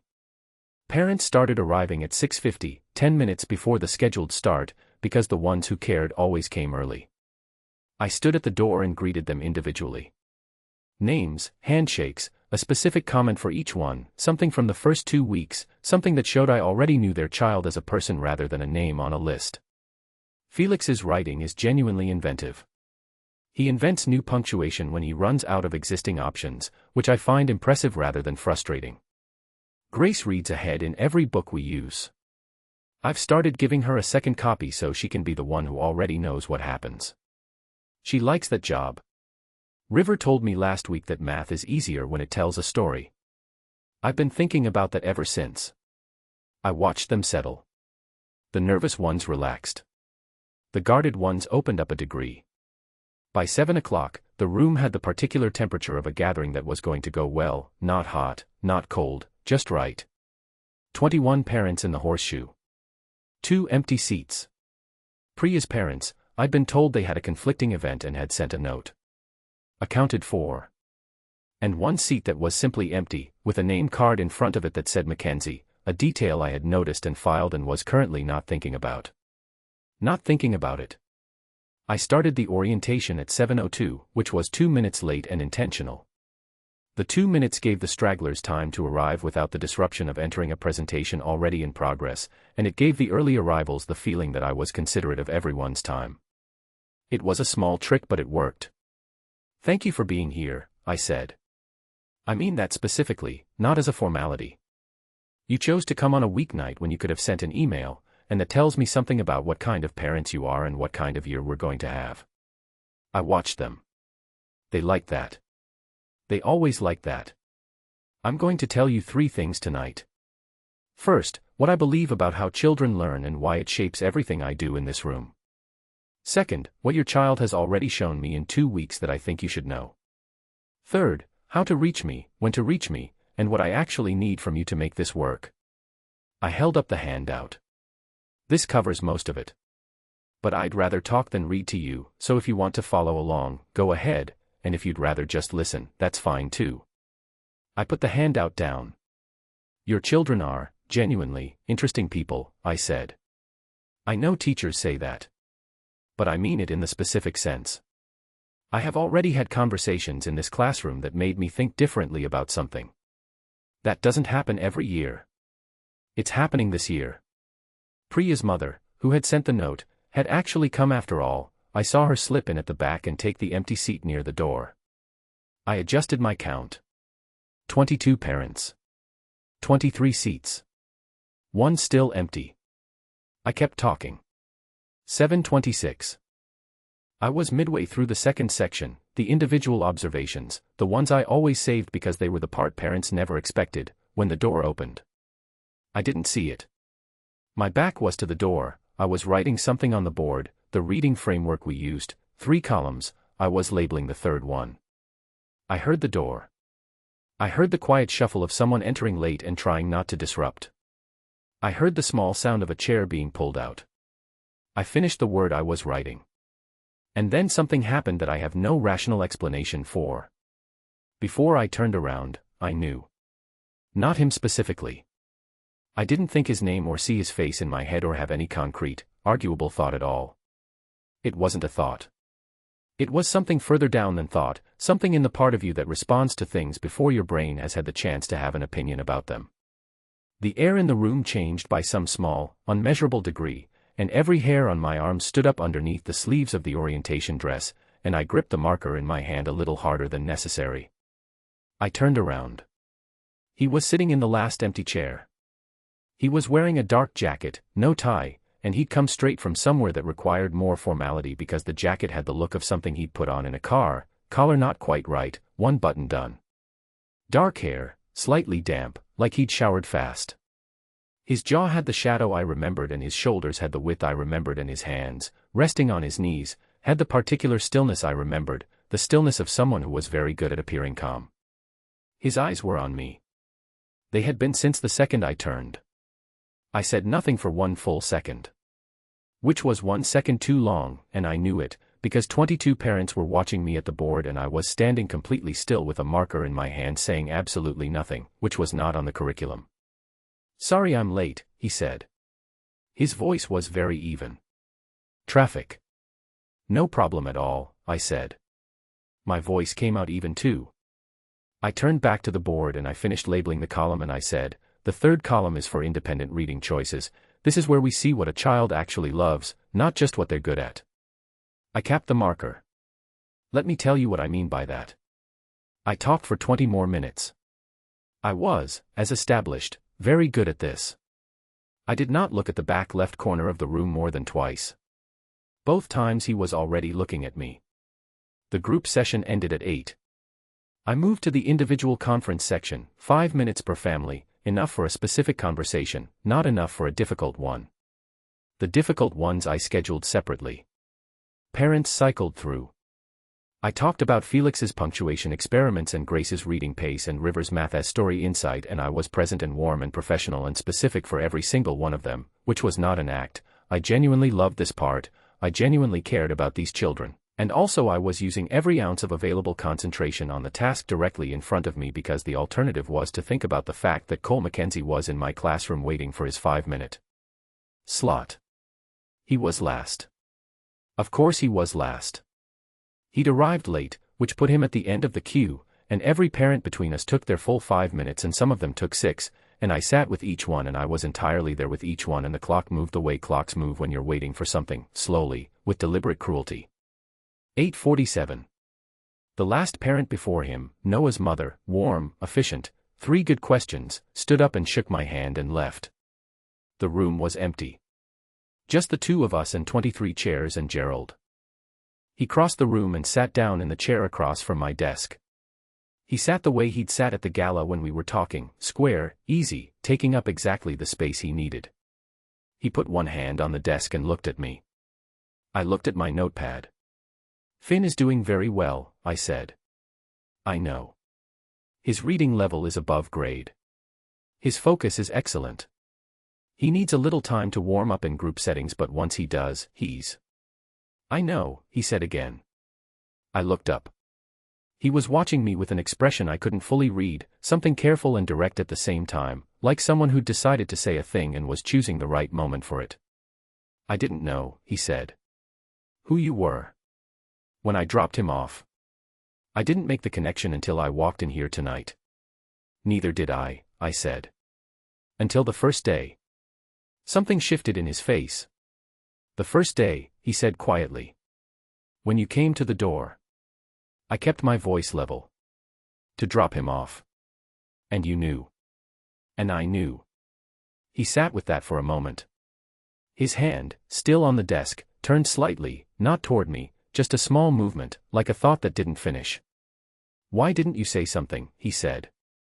I looked at him directly. Because you're the parent of a student in my classroom. Because whatever happened at that gala was real, he said. The word sat between us like something that had been in the room the whole time and had just gotten tired of waiting. Something that happened outside this context, I said. And this context is the one that matters. His jaw moved. He looked at the desk between us. Then at the name placard. MSO, Hayes, black letters, white card. Oh, he said. Olive. He said it. Just my name. Once, quiet, like he was checking how it fit. I picked up my pen. Finn is bright and perceptive and genuinely kind to the other students, I said. He needs to know he's allowed to get things wrong. He holds himself to a standard that's quite high. I'm working on that with him. Cole looked at me for a long moment. He gets that from me, he said. I thought so. Another moment. I should go, he said. He didn't move. Yes, I said. He stood up slowly. He straightened his jacket. He picked up the handout from the table and held it without looking at it. He looked at my name placard one more time. Then he looked at me, and his voice dropped to something that barely reached across the desk, something meant only for the space between us and the empty chairs and Gerald, who was minding his own business in the corner and deserved better than to witness this. You left, he said. It wasn't an accusation. It was worse than an accusation. It was just a fact, said plainly, by someone who had been carrying it quietly and had decided, in this small empty room with the laminated handouts and the horseshoe chairs, to set it down. I said nothing. He held my gaze for 3 more seconds. Then he nodded once, the smallest possible nod, and he walked to the door and he left. I sat at my desk. The room was quiet. Well, I said to Gerald. Gerald had nothing to offer. I put my head in my hands. Chapter 4. The morning after, Cole's POV. I ran 5 miles at 5 in the morning through streets that were doing their best to freeze, and I still couldn't sort out how I felt about any of it. My breath came out in clouds. My shoes hit the pavement in the specific rhythm I'd run for years, not fast enough to race, not slow enough to think too clearly, the exact pace that usually sorted things out. Usually, by mile 3, whatever was knotted up had started to loosen. The problem identified itself. The approach became obvious. I arrived home cleaner than I left. Mile 4. Nothing. Mile 5. Less than nothing. I stood outside my front door with my hands on my knees and my lungs working hard and the early Chicago morning being gray and indifferent around me, and I thought. She left. Not the helpful thought. Not the constructive analysis I needed. Just that, again, the same thing I'd been thinking since I drove home from Lincoln Park Elementary at 9:15 last night with my hands too tight on the steering wheel and the radio off. She left. She had been in my city for, what? 2 weeks. She'd been 20 minutes away and teaching my son 4 days a week, and she had known since the first morning and she hadn't said a word. The rational part of my brain, which showed up late and undercaffeinated, offered the following: she is a professional. She was doing the right thing. You are the parent of a student in her classroom and she was protecting her job and also probably you and also Finn and also the situation from becoming exactly as complicated as it has now become. The rational part of my brain was correct. I found this deeply unhelpful. I went inside. I called Rev at 6:15, which was 7:15 his time in New York, which was fine because Rev had never in our combined 30 years of friendship slept past 7. Devereaux Campbell. Right wing. My closest friend from our years together in the juniors, long before either of us understood what we were building toward. We'd played together for 3 seasons and then gone our separate ways through the draft and the trades and the particular geography of professional hockey, and we'd stayed close in the way you stayed close with someone who had seen you at 21 and forgiven you for it. He picked up on the second ring. Bit early for a crisis, he said. How do you know it's a crisis? You never call before noon unless something's on fire. What's burning? I was sitting at the kitchen table with a cup of coffee I hadn't touched yet. I looked at the table. I said, you know how I told you about the gala? Silence. Then, the woman. Yeah. The one you spent 3 months trying to get over. I wasn't trying to. Cole. I was there for that. We don't need to revisit the terminology. The woman from the gala. A pause. What about her? She's Finn's teacher. There was a silence that lasted approximately 4 seconds and felt considerably longer. Then Rev started laughing. Not a polite laugh. Not a contained laugh. The full version, the one that started low and built, the one that meant he had genuinely lost it and was not in a hurry to find it again. I held the phone away from my ear and waited. 22 seconds. I counted. Are you done? I said. No, more laughing. Sorry. Give me a, he pulled himself together with effort. Okay. Okay. She's Finn's teacher. Yes. At the new school. Yes. The school you specifically chose because Marta said the 4th grade teacher had excellent reviews. I had not previously connected those 2 pieces of information in that particular sequence. I connected them now. Oh, I said. The excellent reviews, Rev said, still with the particular tone of someone fighting back another round, were apparently accurate. This isn't funny. It is a little funny. Rev. It's genuinely, objectively, cosmically funny. I say that with love. I say that as your closest friend.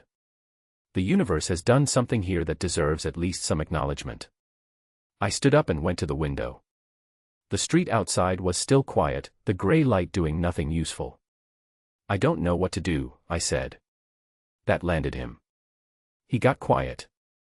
The real quiet, the one that meant he was actually thinking. What happened last night, he said. I told him. The orientation. Walking in late. The moment she turned around. The 5-minute conference that ran over. The way she said his name. What I said at the end. You left, he repeated. I know. Why did you say that? I don't know. Yes, you do. I pressed 2 fingers against the bridge of my nose. Because I needed her to know that it mattered. That she didn't just walk out of a room. She walked out of, I stopped. Something that mattered, Rev said. Yes. And you've been carrying that for 3 months. I didn't answer. Cole. He said it carefully. You know what you're about to say. I'm not about to say anything. You're going to say you can't do anything about this. You're going to say she's Finn's teacher, it's a conflict, there are rules, it's complicated. Those things are true. All of them are true, he agreed. And you're still going to call me in 2 weeks in the same state you're in right now, and the week after that, and the week after that, because that's what happens when. Don't.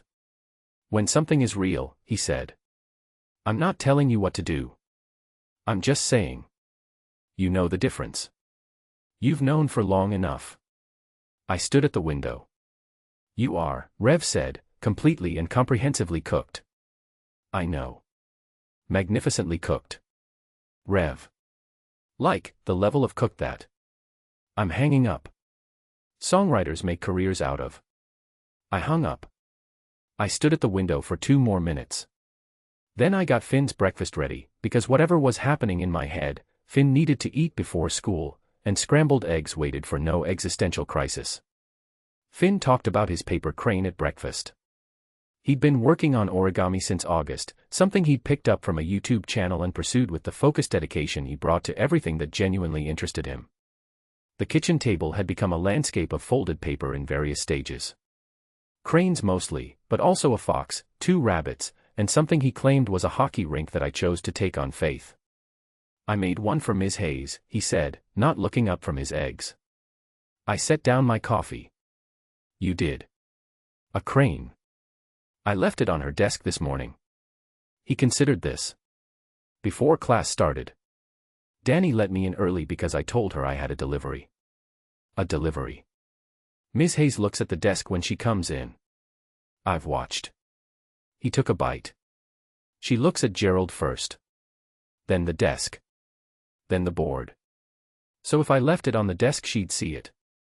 I looked at my son for a moment. That's very observant, I said. He shrugged. I notice things. He did notice things. He always had. It was one of the things that made him, a lot, sometimes. Too much in rooms that didn't know how to handle it. But in the right room, with the right person paying attention. Did she say anything? I asked. Carefully. I wasn't there when she found it. I'll ask her today. He finished his eggs. Dad. Do you know about the 1,000 cranes thing? The wish. If you fold 1,000 cranes you get a wish. He was matter-of-fact about it, the way he was matter-of-fact about most things he'd decided to believe in. I'm on 63. Long way to go. I know. He pushed back from the table and picked up his backpack. I'm not in a hurry. It's not a small wish. I didn't ask what the wish was. Some questions you leave alone. I pulled up to Lincoln Park Elementary at 7:55 and sat with the engine running for a minute while Finn got his things together. The school was already moving, cars pulling in and out, kids streaming through the front entrance, teachers at the doors doing the morning intake. The organized chaos of a school morning, familiar from every drop-off I'd done at 4 different schools in 4 years. I knew the rhythm of it. Okay, Finn said. He had his pack on his chest again. Impatient. Okay, I said. Have a good day, I know. He was already opening the door. You have practice? Yeah. Don't fumble the puck. I looked at him. Excuse me. Marta says you fumbled it at the last practice. He was climbing out, not looking at me, very casual. She talks more than she thinks she does. He shut the door. I watched him walk up the path. He didn't look back. At the entrance, a teacher was crouched down talking to a kid who'd stopped in the doorway, and I recognized, before I'd consciously decided to look, the navy of a dress I'd seen the night before. She was at Finn's level, which meant she'd crouched, which meant the kid who'd stopped was not going to feel talked down to, was going to feel met. Finn reached her. She looked up from the other child, saw him, said something. He said something back. She laughed. It wasn't her professional laugh, I'd heard that last night, warm and calibrated and exactly appropriate. This was faster, unguarded, the kind that comes before you can decide whether to let it. Finn reached into his bag and said something else. She looked at what he handed her. A paper crane, I guessed. Another one, or the same one back to thank him for, I couldn't tell from here. She said something to him, still crouched. He nodded with the careful, trying not to show it expression he wore when something pleased him that he wasn't sure he was allowed to be pleased about yet. Then he went inside. She straightened up. For 1 second, from halfway across the car park, I was certain she was going to look in my direction. The absolute certainty of it held me still. She didn't look. She turned back through the door and was gone. I sat in the car in the school car park for 63 seconds. I know because I counted. Then I drove to practice. The rule existed for good reasons. I knew every one of those reasons. I could have listed them without effort: professional ethics, conflict of interest, fin stability, the school year stretching 12 more months ahead of us with parent-teacher conferences and report cards and events I would need to attend with a clear head and a professional distance. The rule was right. I just wasn't sure anymore that being right was the same as being something I could actually do. Chapter 5. Week 2, Olive's POV. I have rules. I know that's not a surprise, given everything you know about me already. The color-coded folders, the emergency laminator, the cactus who serves as my emotional regulation support system. I am a woman who functions best inside structure. It's not a flaw. It's architecture. So after the orientation, I made new rules. The rules were as follows. Rule 1, Cole Mackenzie is a parent. I am a teacher. Those two roles exist in a professional relationship that is defined, bounded, and not complicated. Rule 2, what happened at the gala happened to two people in masks who agreed to be nobody for one night. Those people do not work at Lincoln Park Elementary. They never did. Rule 3, I will be warm, professional, and consistent in all interactions relating to Finn's education. I will not be anything else. Rule 4, I will not think about the word Olive said in that particular quiet way in that particular empty room. Rule 5, I am absolutely, completely, structurally fine. I wrote them down. Not in a permanent place. I'm not unhinged. I wrote them on the back of a post-it and put them in my desk drawer next to the emergency contact folder, and I looked at them once, and then I closed the drawer, and I started week 2. I lasted 4 days before I told Danny. In my defense, 4 days is a reasonable amount of time to hold a secret that is actively affecting your ability to make decisions about simple things like whether to go near the front entrance at drop-off time. On day 3 I started using the side entrance, which added 4 minutes to my commute from the car park and took me past the Year 6 portable classroom where Mr. Okafor played jazz music between lessons. On day 4 I realized I had eaten lunch at my desk every day that week specifically to avoid the staff room, which was not sustainable. I told her on Thursday. We were on lunch duty together, which meant standing at the boundary of the playground watching children behave like very small, very chaotic weather systems. Danny had a coffee. I had a coffee. It was cold. Both of them. I need to tell you something, I said. Okay. It's professional. Okay. And also personal. They're the same thing, which is the problem. She turned to look at me. I told her. Not everything, not the talking, not the 3 hours, not the specific quality of the silence in the hotel room before dawn. I gave her the shape of it. The gala, the masks, the men, the morning. The transfer, the new school, the first day. The door opening. The face. When I finished, Danny was very still. His name is Cole Mackenzie, she said. Yes. Cole Mackenzie the. Yes. She looked at the playground. A child was attempting to eat a sandwich while running, which was going to end badly. She didn't intervene yet. She was processing. You slept with Cole Mackenzie, she said. Carefully, like she was checking the sentence for structural integrity. We don't need to. At a gala. With masks. And then he turned out to be Finn's father. Yes. Olive. I know. Olive. Danny, I know. Cole Mackenzie. She said his name a third time like she was trying to believe it. He's been on the Wolves for 6 years. He got traded to Chicago in June. The Chicago Wolves, Olive. I looked at her. I don't follow hockey. I don't either, but I follow news, and Cole Mackenzie being traded to Chicago was news because, she stopped. Never mind. The point is I have a problem. The point, Danny said slowly, is that you are living inside a situation that I have read approximately 400 fictional versions of and never expected to encounter in real life. She turned to look at me fully. Are you okay? I'm fine. Olive. I made rules. She stared at me. I wrote them down, I said. She kept staring. On a post-it, I said. Oh no, said Danny. They're good rules. Honey, she said, which was the first time she'd called me that, and it landed somewhere soft. You wrote rules on a post-it. That's not fine. That's the opposite of fine. That's what fine looks like when it's desperately pretending. I thought about arguing. I didn't argue. The child with the sandwich fell over, as predicted. We both moved toward it automatically, the lunch duty instinct kicking in, and by the time we'd sorted it out, sandwich partially salvaged, no injuries, minor drama resolved, Danny was back beside me with the look of someone who had made a decision. You're not going to do anything, she said. Because you can't. I know. And he's not going to do anything. I know. And at the end of the school year, Finn goes to 5th grade and none of this is a problem. That's 9 months away. I know. She paused. Have you looked up the school's ethics policy? I have the school's ethics policy memorized. She looked at me.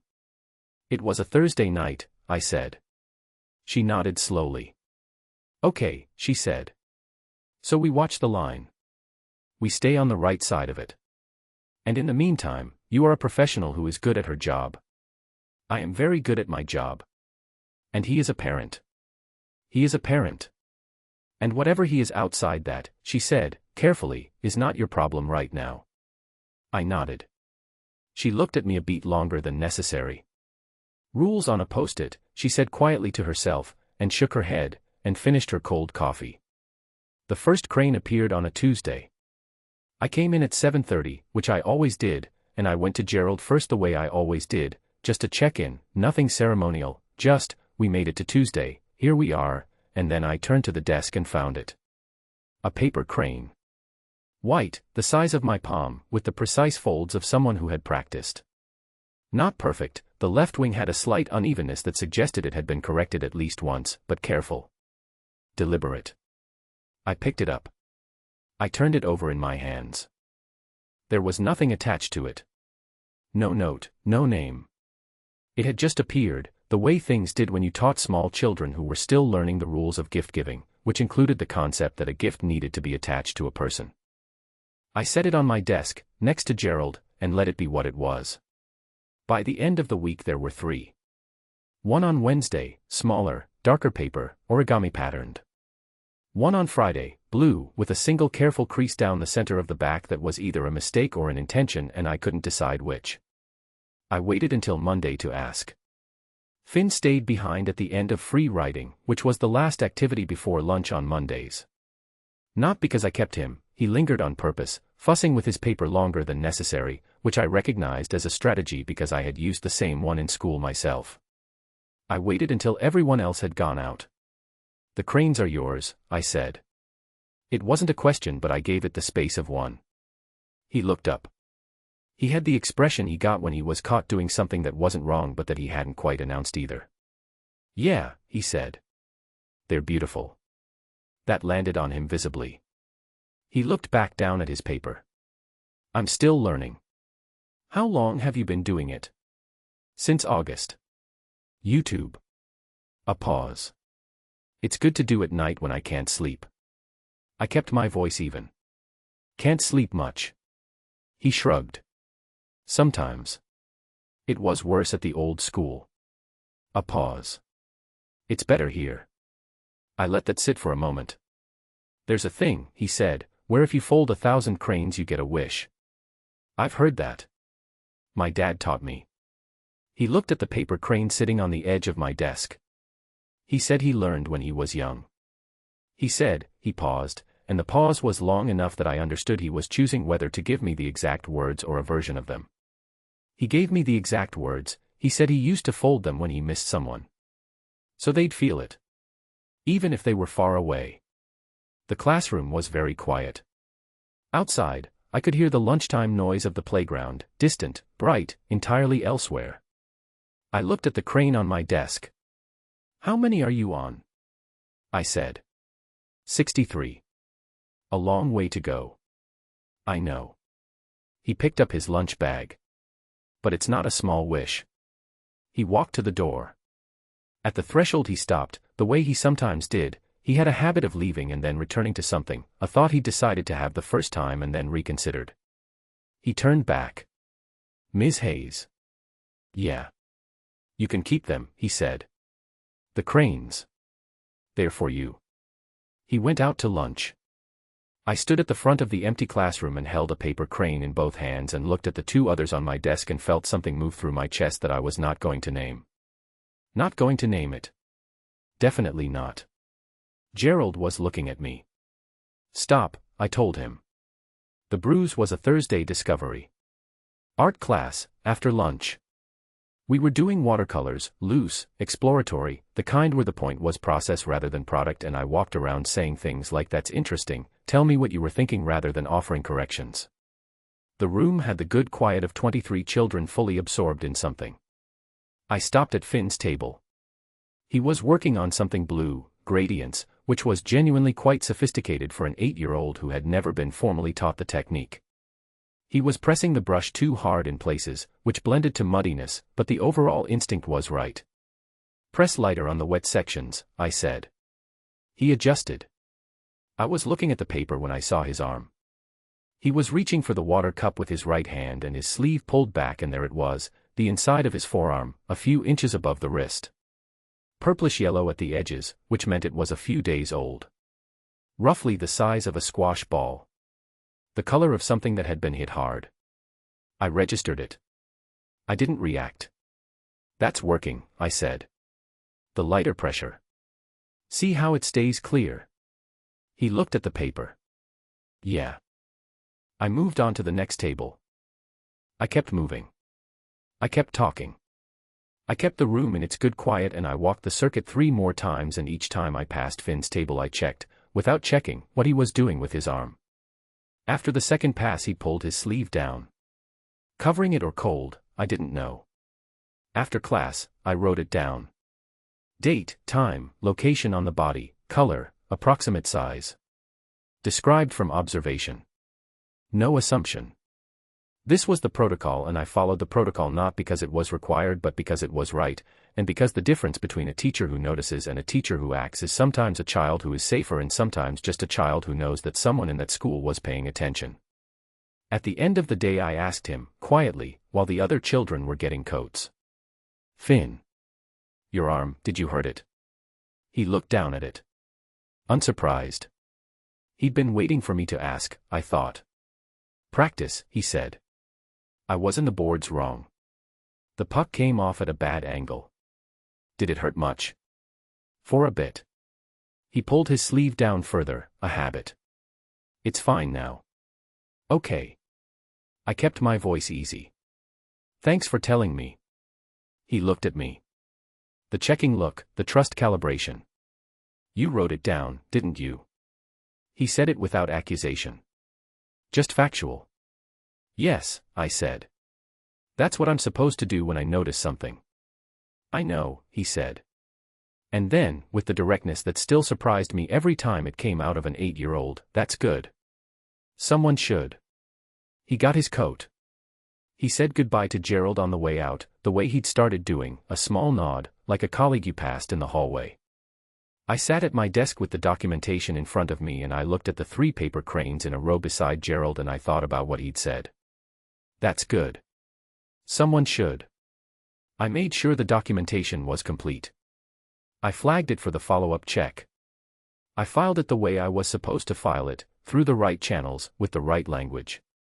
And then I sat quietly for a moment with the weight of what this job actually was. Not the curriculum, not the reading levels, not the parent orientations and the laminated handouts. The actual thing. Showing up, eyes open, in a room where 23 children spent 5 days a week and calling it safe. Outside, the school was emptying. Cars, voices, the sound of a day ending. I picked up the blue crane. I turned it over. Someone should. Yeah. Someone should. On Friday morning, Cole Mackenzie appeared at my classroom door at 7:45, a full 30 minutes before drop-off, and knocked once and waited, which told me he'd thought about whether to come and had come anyway. He wasn't there about the bruise. He didn't know about the bruise yet. He was there about something else. He stood in my doorway and looked at the 3 paper cranes on my desk and then at me, and he said, "Can we talk about the rule?" And I thought, here is the exact moment everything gets harder. "Come in," I said. The confrontation. Cole is called in for a routine check-in that is actually Olive asking him about the bruise. She is careful and professional and entirely non-accusatory, and it somehow makes it worse, because he can see her doing her job perfectly while being personally uncomfortable, and it's impressive, he explains. Finn skates. Finn falls. Finn refuses to wear the wrist guards Cole buys him. He watches her write it down. He watches her trust him enough to close the file. Then they're just 2 people in a small room with too much history. Cole says, asterisk, "I looked for you that night." Asterisk, she doesn't answer immediately. The silence does all the work. Asterisk, cliffhanger, she looks up from her desk. "What would you have done if you'd found me?" Asterisk. The first real conversation. They don't plan it. The school is empty after a late staff meeting. Cole is waiting for Marta, who is stuck in traffic. Olive is packing up her classroom. It just happens, the talking, the laughing, the accidental honesty. He tells her about the gala. His agent made him go, he hated it, he was leaving when he saw her across the room. She tells him about the gala. She was trying to prove something to herself, she almost turned around 3 times, she stayed because of the champagne. Asterisk, she doesn't mention her ex. Not yet. Asterisk, Cole says, asterisk, I haven't talked like that, like we talked that night, in years. Asterisk, she wants to say me neither, she doesn't.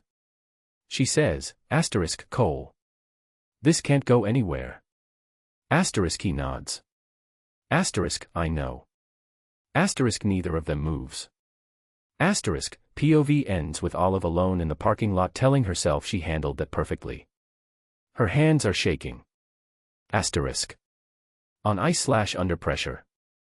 The team has noticed Cole is distracted. Rev puts it together during film review. Cole keeps checking his phone on nights Finn has school events. Rev corners him, asterisk, is she the one from the gala? Asterisk, Cole doesn't answer, which is an answer. Rev says he's the worst liar in the NHL. Cole says that's not true, he's easily the 3rd worst. The banter covers the fact that Cole is genuinely scared, because what he feels isn't residual attraction from one night. It's growing. He goes to Finn's school play. He sits in a tiny plastic chair in the back row. Olive is stage managing it from the wings. She glances at him once. Just once. He forgets what the play is about. Asterisk, subplot escalation, Rev mentions that a photographer from the gala posted a gallery online. Cole's agent calls, there might be a photo. Asterisk. The narrative must be told in first-person singular using I as the voice throughout. Keep the tone blunt, emotionally gripping, and realistic with no fancy grammar or complicated words. Use simple English vocabulary and straightforward sentence structures. Create a strong hook that instantly captures a first-time reader's attention. Include a powerful moment of conflict or suspense that sets the tone for the rest of the book. Prioritize dialogue over narration and use show-don't-tell techniques throughout. Write in paragraph format with left-aligned text and 1.15 line spacing. Make every character show emotion in a raw and believable way. Ensure each scene connects logically to the story world and character dynamics that will unfold in later chapters. Avoid repeating words and steer clear of overused phrases such as delve, elevate, embark, enhance, landscape, tapestry, comprehensive, dive, furthermore, interplay, journey, pivotal, resonate, showcasing, testament, vast, in summary, in conclusion, or any AI-sounding expressions. Focus on creating authentic human voices through dialogue and genuine emotional reactions. Build tension naturally through character interactions and conflicts rather than explanatory narration. End with forward momentum that makes readers need to continue to the next chapter. Remember to write as if you're telling the most important story of your life with urgency and honesty. Every word should contribute to character development, plot advancement, or emotional impact. Make this opening impossible to put down. Show less. February 21st. Puck Me Twice. Chapter 6. Cole's POV, the check-in. She'd emailed at 4:30 on Wednesday. Professional email. School address. Subject line, Finn, brief check-in request. The body of it was 3 sentences. She'd noticed something during art class that she wanted to discuss in person, standard procedure, nothing alarming, would I have 20 minutes before the end of the week? Nothing alarming. That's the sentence that alarmed me. I called Marta before I replied. She found the bruise, Marta said, without preamble. You knew about the bruise. He told me about it Monday. He said he caught a puck wrong at the boards. I watched him use his arm normally all evening, so I assessed it as minor. A pause. I should have told you. It's fine. I knew about it too. I told him, again, about the wrist guards. He won't wear them. I know he won't wear them. That's the problem. Cole.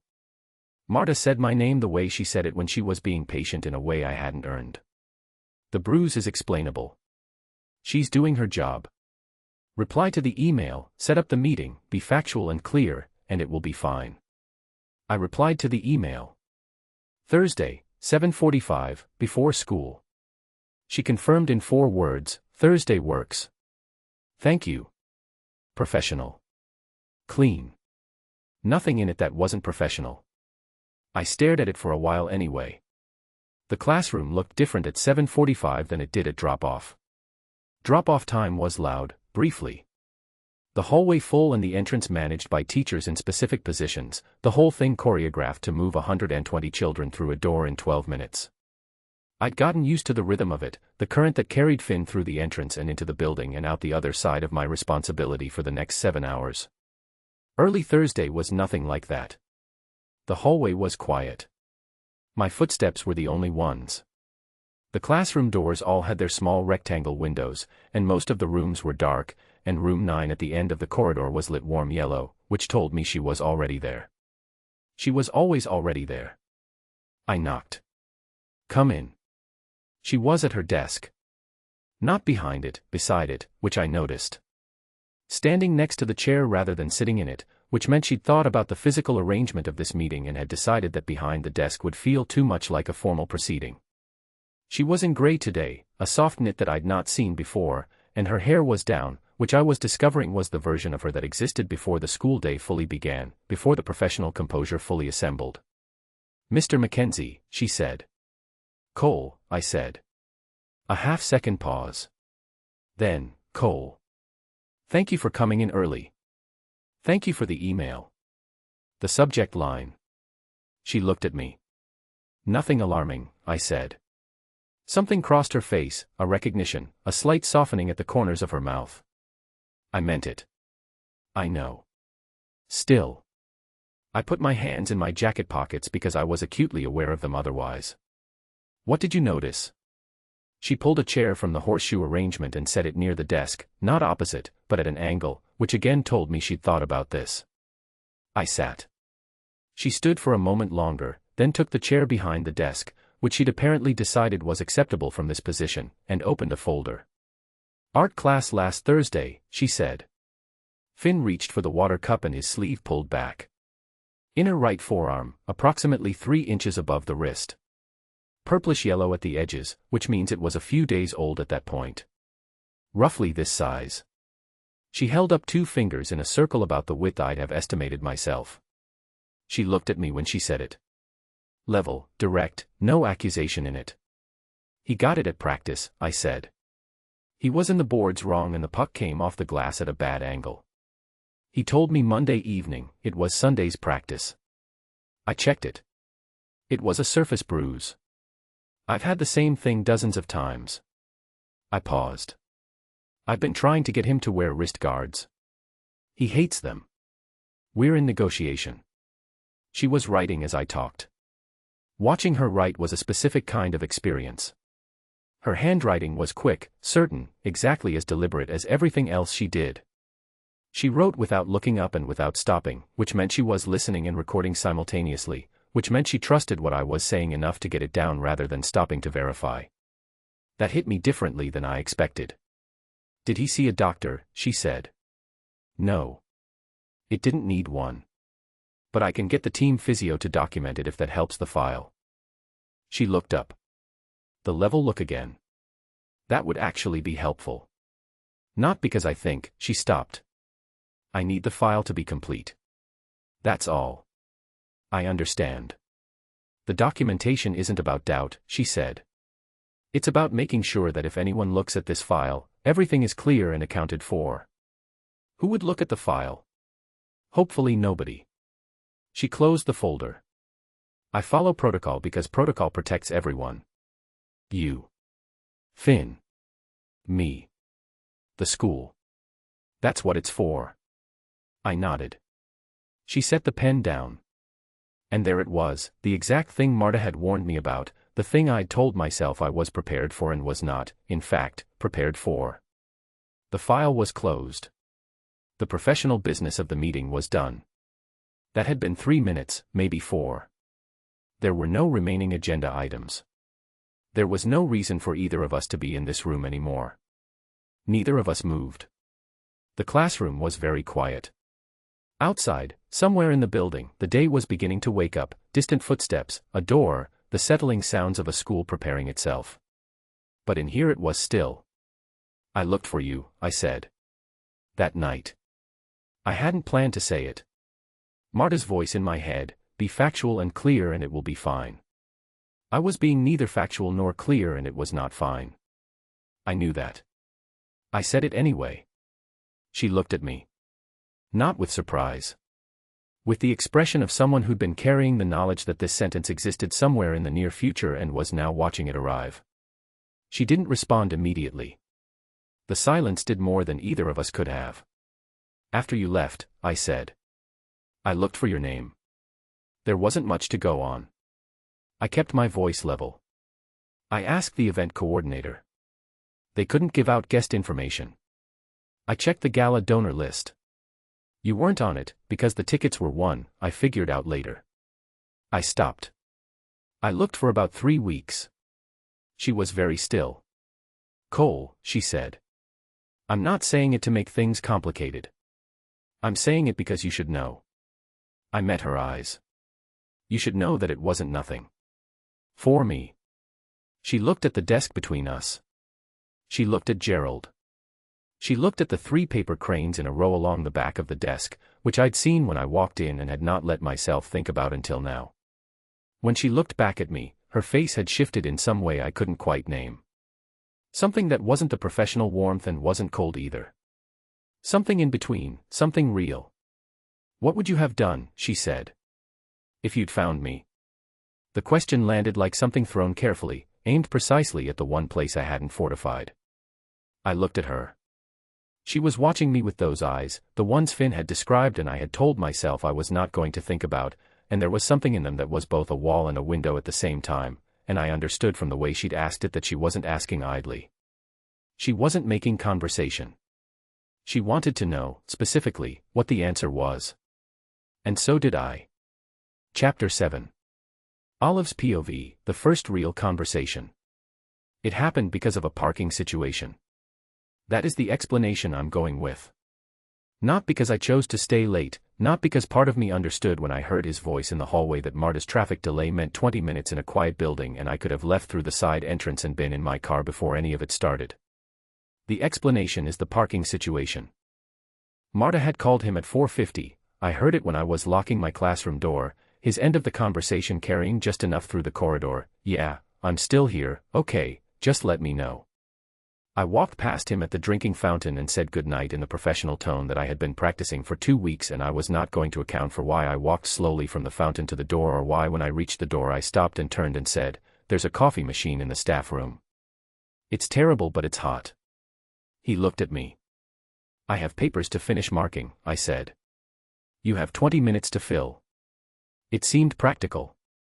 Practical, he said. Yes. A pause. Okay, he said. The staff room at 5 p.m. was a different country from the staff room at midday.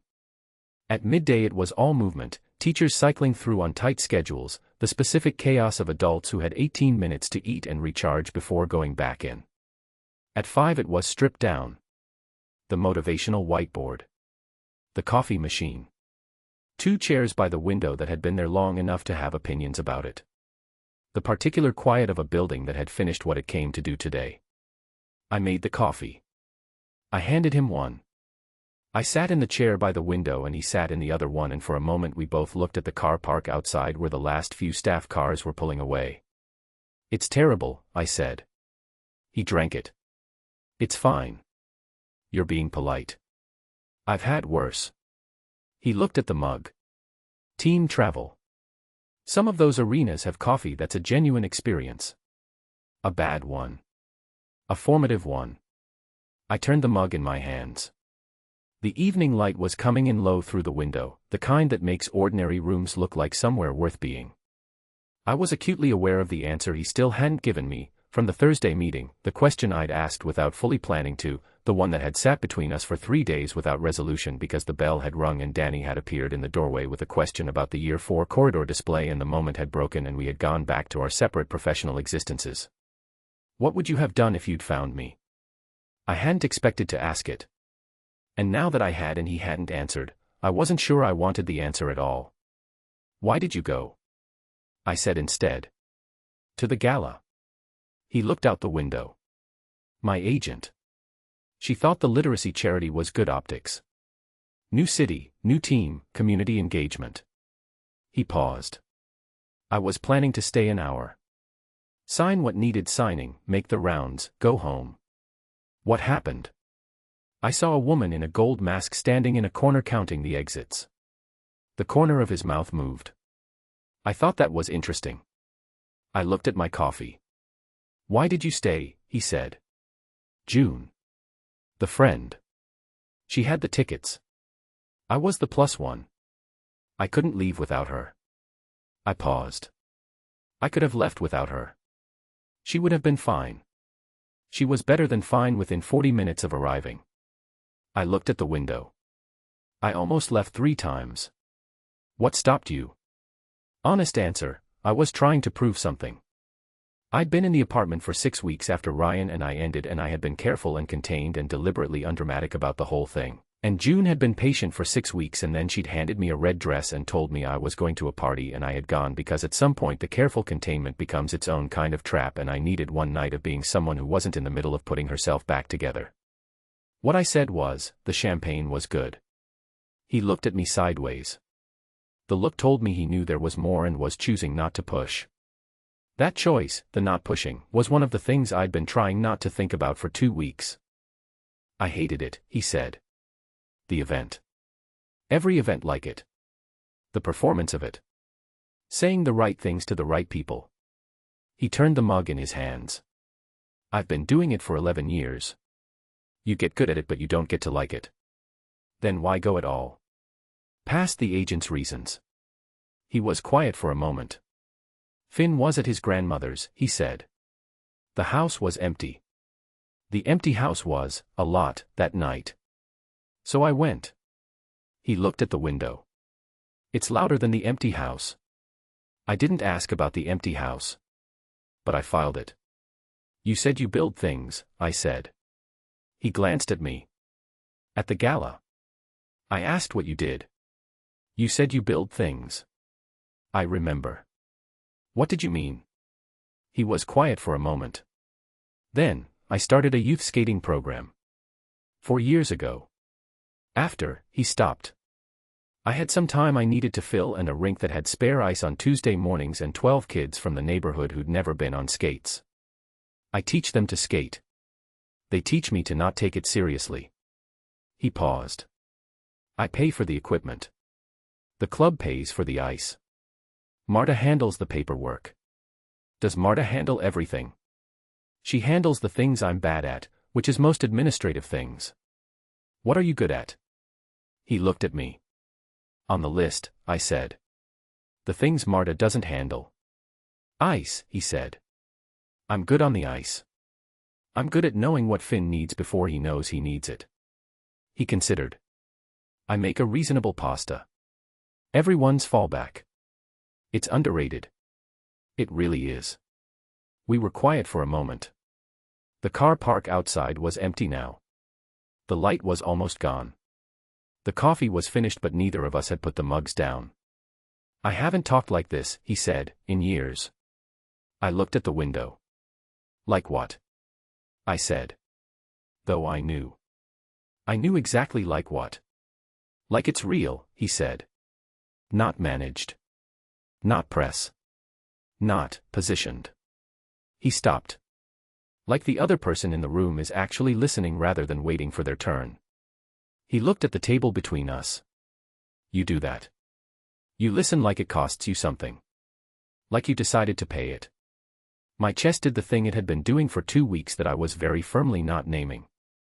Cole, I said. I know. This can't. I know. He said it before I finished. Quietly. Without the edge I might have expected from someone hearing it. He said it like someone who had already worked through the argument on his own and had arrived at the same conclusion and was carrying it the same way. Neither of us moved. The room was still. The building was still. Outside, Chicago was doing what Chicago did, indifferent and enormous, and in here it was just 2 chairs by a window and 2 empty coffee mugs and the specific, careful weight of 2 people sitting on the right side of a line they were both very aware of. I should go, I said. Marta's probably close. Probably. I stood. He stood. We picked up the mugs and put them in the sink, and I rinsed mine out of habit and he rinsed his without being asked, and that small ordinary thing did something I hadn't prepared for. We walked to the car park. At the door we stopped. I went right, he went left. His car was by the entrance. Mine was in the far corner, the consequence of arriving early and taking the spot furthest from the building out of the side entrance habit I hadn't shaken. Thank you for the coffee, he said. Thank you for staying for it, I said. He nodded once. He walked to his car. I walked to mine. I got in. I put my hands on the steering wheel. They were shaking. Both of them, a fine, barely visible tremor, the kind that only shows up when the adrenaline has been running quietly under everything for hours and has finally run out of quiet. I pressed them flat against the wheel until they stopped. I had handled that perfectly. I was completely, structurally, architecturally fine. I sat in the empty car park until I believed it. It took a while. Chapter 8. Cole's POV, on ice. The problem with being a professional athlete is that your body tells on you. You can manage your face. You can manage your voice, your posture, the words you put in front of people. But your body runs on its own clock, answers to its own logic, and when something is wrong it does not consult your preferences before announcing it. Tight shoulders. Slow first step. The half-second late read that used to be automatic. Walters noticed by Wednesday. He didn't say anything Wednesday. He said something Thursday, a quiet word after the session, just the 2 of us at the boards while the rest of the team cycled off, in the way Walters had of making important conversations feel like logistics. You're in your head, he said. I'm fine. You're leaving your feet on the forecheck. You've done it 4 times this week. You never leave your feet on the forecheck. I'll fix it. I know you'll fix it. I'm asking why it needs fixing. He looked at me. He had the eyes of someone who had been watching hockey players for 30 years and had learned to read them the way mechanics read engines, by the quality of the sound, the location of the leak, the particular way something ran wrong. Kid okay? Finn's great. You okay? Fine. A long pause. Okay, he said. He picked up his clipboard. Fix your feet. He walked away. I stood at the boards for a moment. Fixed my feet. Rev figured it out during film review. We did it on Thursdays, the coaching staff ran it, 50 minutes of the previous game broken down into sequences, paused and annotated. I found it useful when I was fully present and tedious when I wasn't, and the tedium served as an accurate diagnostic. I checked my phone twice. The second time, I looked up and Rev was looking at me from across the room with the expression he used when he'd worked something out that I hadn't told him. I put the phone away. After the review, in the hallway. "You're checking your phone during film," Rev said. I had a message. "You check it the same time every Thursday." He fell into step beside me. Not accusing, just presenting the evidence the way someone lays cards on a table. "And Tuesday evenings. And Monday morning, first thing."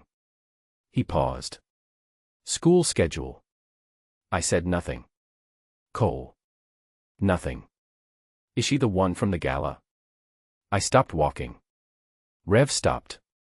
We stood in the corridor outside the film room and I looked at the wall for a moment and then I looked at him, and he saw my face, and he closed his eyes briefly. "Oh, man," he said. "Don't. She's in Chicago." "Rev."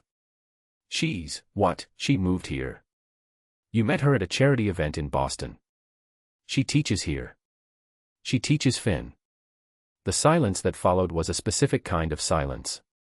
The kind that arrives when a situation has escalated past what language can immediately handle. Rev opened his mouth. He closed it.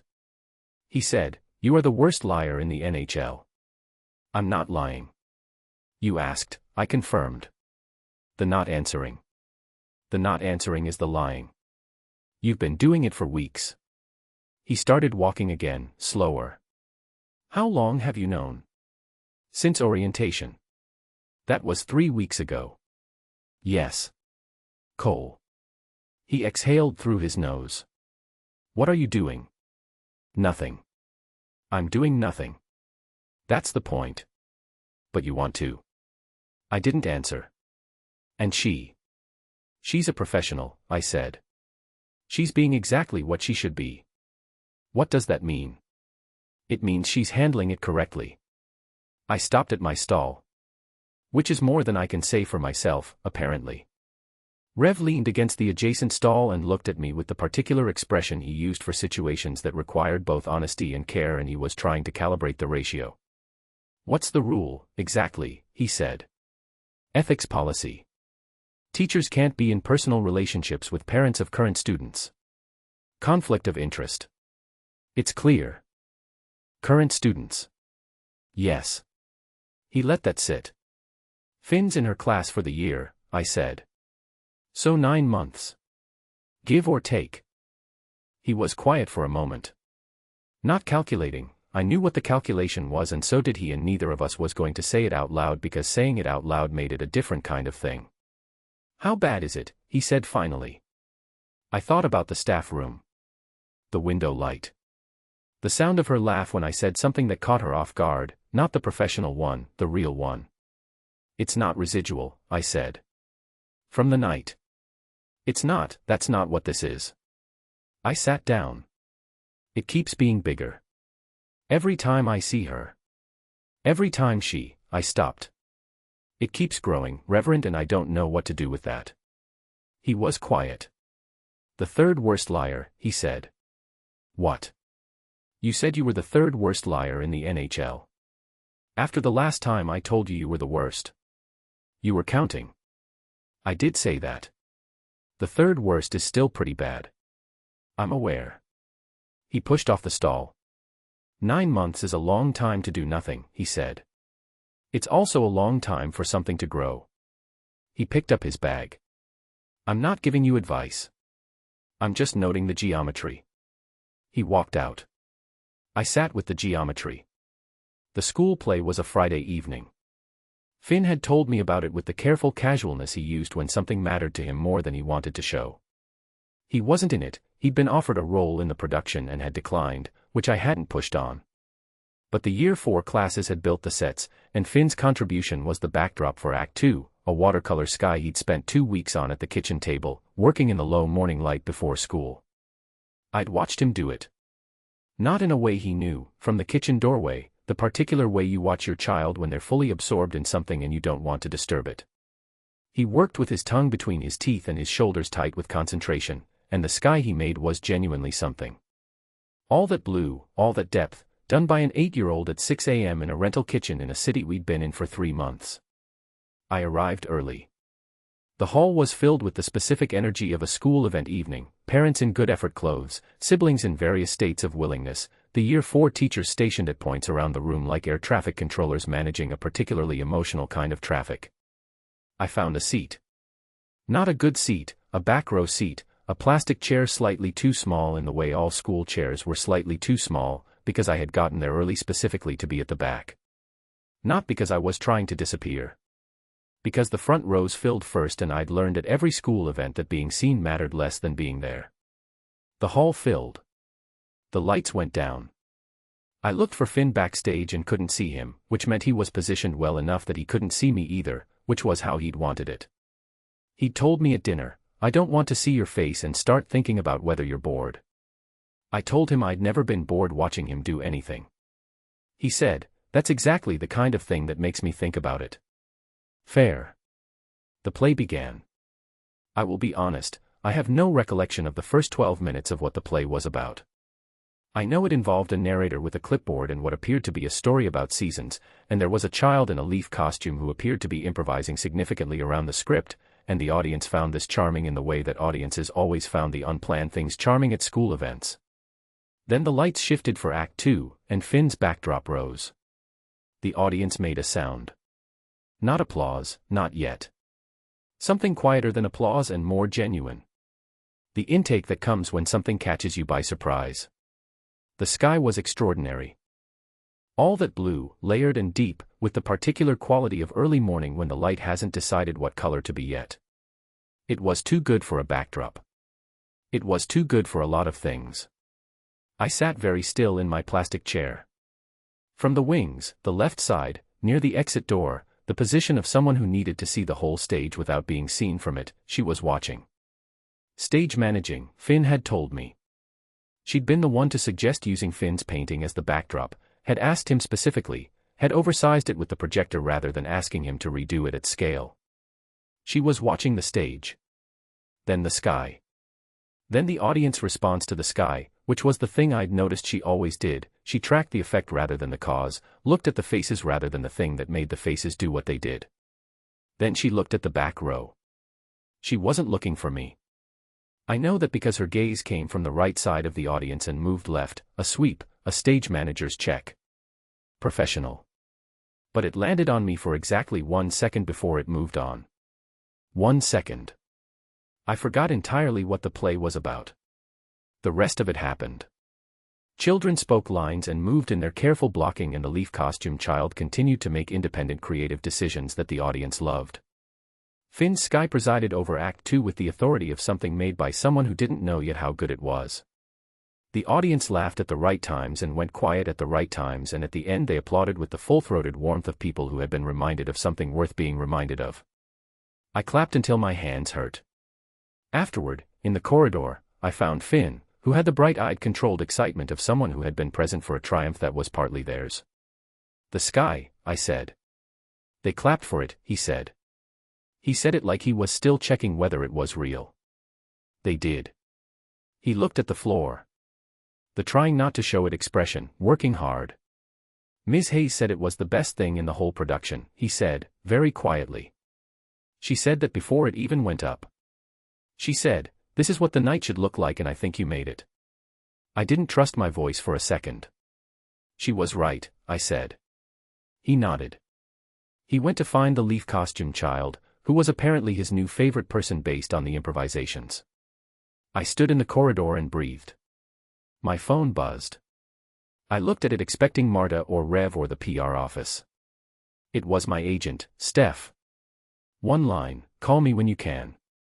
Photographer from the gala uploaded a gallery this week. We need to talk about what's in it." I read it twice. I put the phone in my pocket. In the hall behind me, parents were collecting coats and children, and teachers were breaking down chairs and winding cables, and somewhere in the organized end-of-evening movement, in the warm noise of a school that had done something good tonight, I could hear her voice, not the words, just the sound of it, that particular note, talking to a parent near the door. I didn't go toward it. I found Finn's coat. I texted Steph, "Available tomorrow morning." "What kind of photo?" 3 dots. Then, the dancing kind. I stood in the corridor for a moment with the school noise around me and the text on my screen and the specific cold feeling of something you've been hoping wouldn't catch up with you turning around on the road ahead. The dancing kind. There was only one dance. I typed back, "How clear is it?" She replied in under 10 seconds, "Clear enough." I didn't sleep that night. Not because of Steph. Not because of the photo, that was a problem with the shape, a problem I could see the edges of, a problem that Steph was paid to manage and that I would deal with in the morning with a clear head and a plan. I didn't sleep because of 1 second in a school hall. 1 second, her eyes crossing mine in the back row, and the curtain going up on Finn's sky, and 23 parents making that sound, that involuntary, unguarded, real sound, because an 8-year-old had painted the morning. 3 months of telling myself it was residual. 3 months of the rational argument, the right reasons, the clean professional line.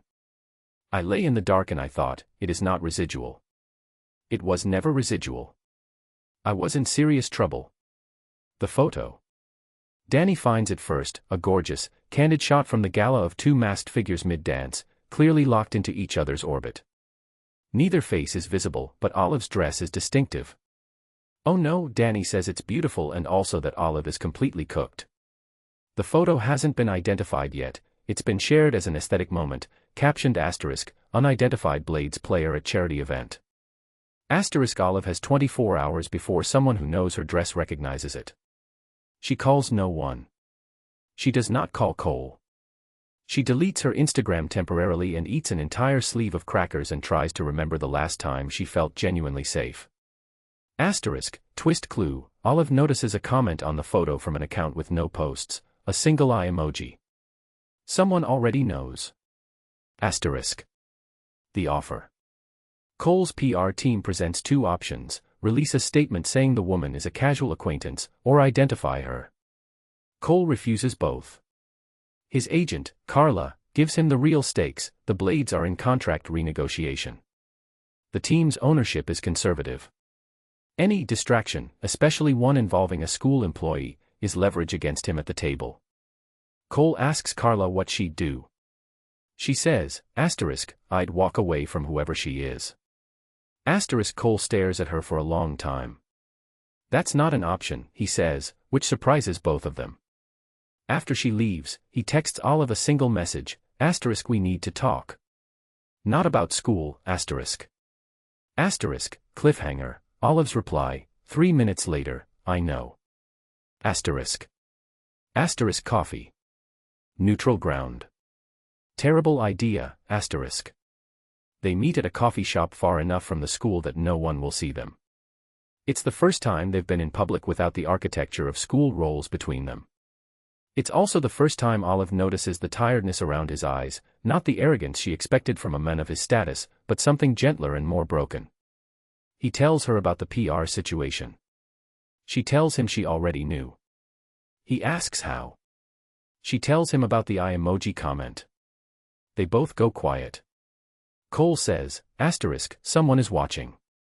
Olive wraps her hands around her cup and says, "Cole, if this gets out," he says, "I know." She says, "My job," he says, "I know, Olive." Her name in his mouth sounds different than she remembered. Emotional beat, for 1 second, she lets herself want something she can't have. Then she orders a to-go cup and asks for the check. The narrative must be told in first-person singular using I as the voice throughout. Keep the tone blunt, emotionally gripping, and realistic with no fancy grammar or complicated words. Use simple English vocabulary and straightforward sentence structures. Create a strong hook that instantly captures a first-time reader's attention. Include a powerful moment of conflict or suspense that sets the tone for the rest of the book. Prioritize dialogue over narration and use show-don't-tell techniques throughout. Write in paragraph format with left-aligned text and 1.15-line spacing. Make every character show emotion in a raw and believable way. Ensure each scene connects logically to the story world and character dynamics that will unfold in later chapters. Avoid repeating words and steer clear of overused phrases such as delve, elevate, embark, enhance, landscape, tapestry, comprehensive, dive, furthermore, interplay, journey, pivotal, resonate, showcasing, testament, vast, in summary, in conclusion, or any AI-sounding expressions. Focus on creating authentic human voices through dialogue and genuine emotional reactions. Build tension naturally through character interactions and conflicts rather than explanatory narration. End with forward momentum that makes readers need to continue to the next chapter. Remember to write as if you're telling the most important story of your life with urgency and honesty. Every word should contribute to character development, plot advancement, or emotional impact. Make this opening impossible to put down. Show less. February 21st. Puck Me Twice. Chapter 9. Olive's POV, the photo. Danny found it at 7:18 on a Tuesday morning. I know the exact time because I was in the middle of updating the reading log and she walked into room 9 without knocking, which she never did without knocking, and she set her phone face up on my desk without saying a word. I looked at her face first. Her face said, "Brace yourself." I looked at the phone. It was a photograph. Black and white, which was the first thing. Someone had filtered it that way, or shot it that way, and the effect was that it looked less like a candid and more like something deliberate. Something composed. A ballroom, blurred and bright at the edges. Chandeliers out of focus in the background, reduced to soft scattered light. And in the center, two figures mid-dance. Him, tall, broad, one hand at a waist, head tilted slightly down. The black half-mask visible even in monochrome. Her, turned in toward him, one hand at his shoulder, face lifted. Gold mask catching the light. Red dress, even filtered to gray. That dress had a particular quality of red that existed even without color, a depth, a weight. My dress. The dress I'd given back to June 3 days later, neatly folded, and not spoken about since. The figures weren't facing the camera.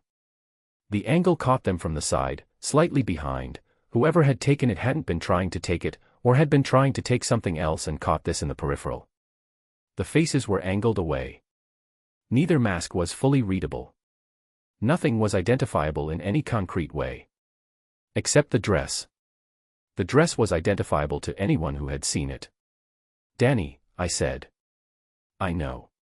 "Where?" "Photography account. Instagram.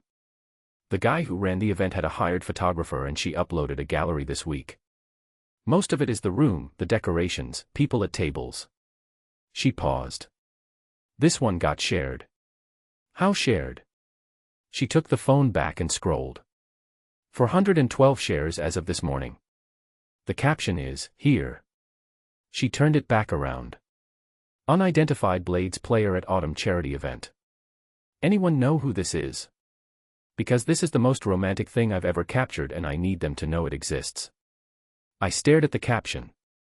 Unidentified Blades player. "The Blades are in New York," Danny said. "Somebody at the event must have assumed." "He plays for Chicago," I said. "I know. But they're both masked."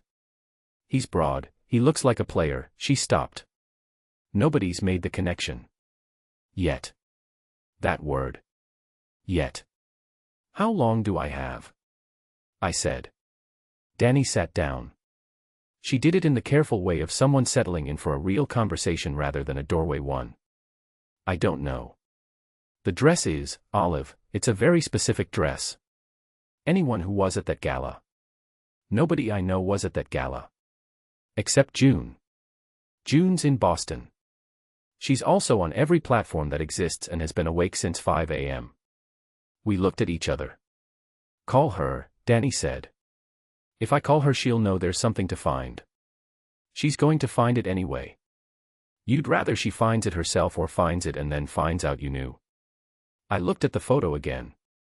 Here is what I didn't say to Danny, because I was managing the practical problem and not the emotional one, which was the only way I knew how to manage anything. It was a beautiful photograph. Whatever it was and whatever it cost me and however much I needed it to go away, it was a genuinely beautiful photograph. We looked like two people who had forgotten the room. We looked like two people who had found each other in the middle of a crowd and made their own quiet. We had been those people. For one night, we had been exactly those people. I handed Danny back her phone. "The comment section," I said. "What about it? Is there anything? Has anyone started to?" She was already scrolling. "Mostly people saying it's beautiful." A few guesses at who he is, all wrong. Some people tagging friends. She scrolled further. Some debate about whether this is staged. It wasn't staged. I know. Is there anything else? Any comment that seems, I stopped. I wasn't sure what word I was looking for. Specific. Targeted. Knowing. Danny scrolled. Here's one, she said slowly. She turned the phone. The comment was from an account with no profile picture.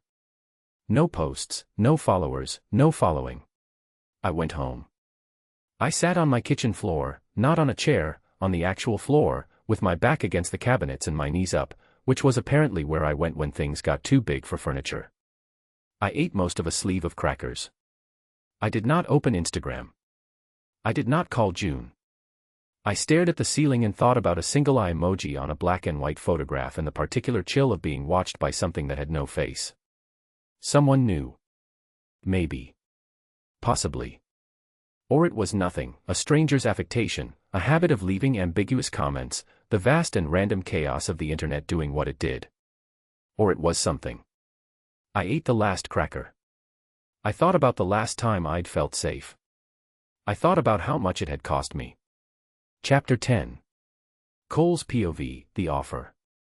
Steph had a corner office on the 42nd floor and a view that she had never once mentioned because she was the kind of person who considered views a distraction from the work. She was at her desk when I arrived at 9. Coffee on the right, contract papers on the left, her reading glasses on top of her head in the position they occupied whenever she was between tasks. She had been my agent for 9 years. In that time she had negotiated 4 contracts, managed 2 public incidents, restructured my endorsement portfolio twice, and once talked me out of a trade request at 2 in the morning by presenting a spreadsheet so thorough I forgot I'd been emotional. She stood when I walked in. She did not hug me, Steph did not hug clients, considered it a conflict of professional interest, had explained this once at length in a way I found entirely reasonable. Sit down, she said. I sat. She turned her computer monitor to face me. The photograph. I had seen it already, she'd sent it at 7 a.m. with the subject line "We need to discuss this today," but seeing it on a full screen was different. Larger. More honest about what it was. 2 people dancing. The black mask. The gold mask. The red dress. I looked at it for a moment. It's been shared 400 times, Steph said. The caption identifies you as an unidentified Blades player. That's incorrect and also fortunate, it's bought us time. But the event's ticketed guest list is public record, and if any journalist connects the charity to the Wolves Community Engagement Program, which is searchable, the identification takes approximately 45 minutes. Okay. I've been on the phone with the team's comms director this morning. Already. It's my job to be ahead of this, not behind it. She sat down and folded her hands on the desk. There are 2 options. The first is a statement from you confirming the woman is a casual acquaintance, a brief social interaction at a charity event, no ongoing relationship, nothing significant. We pair it with a redirect to the youth skating program, something community-minded, it becomes a 2-day story. No. She didn't blink. The second option is proactive identification. We get ahead of it. You control the narrative by naming her first, framing it appropriately. No. A pause. Cole. Neither of those, I said. I'm not releasing a statement about her, and I'm not naming her. Those are both off the table. Steph looked at me with the expression she used when a client was being emotional and she was deciding whether to address the emotion or work around it. Let me tell you about the contract, she said. I settled back in the chair. The Wolves renegotiation starts in January. The ownership group has 3 priorities this season: the playoff run, the stadium naming rights deal, and optics. She held up 3 fingers and put each one down as she named it. The naming rights deal specifically, the corporate partner's family office is conservative. They've flagged any reputational concerns in the standard due diligence language. What's a reputational concern? Anything that generates sustained media attention that isn't hockey-related. She looked at me. A relationship with a school employee, a teacher with access to minors in your son's class, is not inherently a scandal. But in the hands of a journalist who wants to make it one, the language gets uncomfortable. I looked out the window. Chicago was cold and flat and enormous below us, doing what it did. And the team? I said. The team cares about the contract. The contract cares about the naming rights. The naming rights care about optics. She said it without inflection, just the chain of it. It's that simple and that circular. So what you're saying is that my personal life is leverage against me. Your personal life has always been leverage. Mine would be too if I were public-facing. She opened her palms. This is the structure you signed up for. I said nothing. She looked at me for a moment. Then she said, "What is she to you?" The question landed differently than she'd intended it to. Or maybe exactly as she'd intended it to. Steph asked precise questions for precise reasons. Why does that matter? I said. Because the answer determines whether this is a manageable complication or something more durable. She met my eyes. Is she someone you saw once who ended up in your life by coincidence? We solved this in a week. If she's something else, she stopped. Then the strategy is different. I looked at the photograph on the screen. Two people who had found each other in the middle of a crowd and made their own quiet. What would you do? I said. If you were me. She answered without hesitating. That was Steph's particular skill. She had thought through every position before you got there. I'd walk away from whoever she is, she said. Cleanly, quietly, now, before it becomes something the contract can't absorb. I looked at her. She held my eyes. That's your recommendation, I said. That's my professional assessment of the path of least resistance. Silence. Cole. That's not an option, I said. The words came out before I'd fully constructed the sentence in my head. Just there, present, already said, hanging in the corner office with the 42nd floor view that Steph never mentioned. I heard them. So did she. She sat back slightly. The small movement of someone recalibrating. You just told me. I know what I told you. That's a significant. I know, Steph. She looked at me for a long time. Not with judgment, with assessment. The way she looked at contracts and spreadsheets and the spreadsheet she'd used at 2 in the morning to talk me out of the worst decision I'd made in 4 years. She's the teacher, she said. Quietly. Not a question. I didn't answer. She closed her eyes for half a second. Cole. I know. Her position. I know. The school's ethics. I know, Steph. She stood up. She went to the window and stood with her hands behind her back and looked at Chicago for a moment, which was the only time I had ever seen her look at a view. The photo hasn't been identified yet, she said finally. If it gets identified before you say anything, I'll deal with that. No. We'll deal with that, and I need you to understand that my ability to manage it drops significantly when I'm working from behind instead of ahead.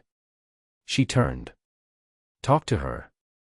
Whatever this is, the two of you need to have an understanding about what happens if this breaks. I was going to.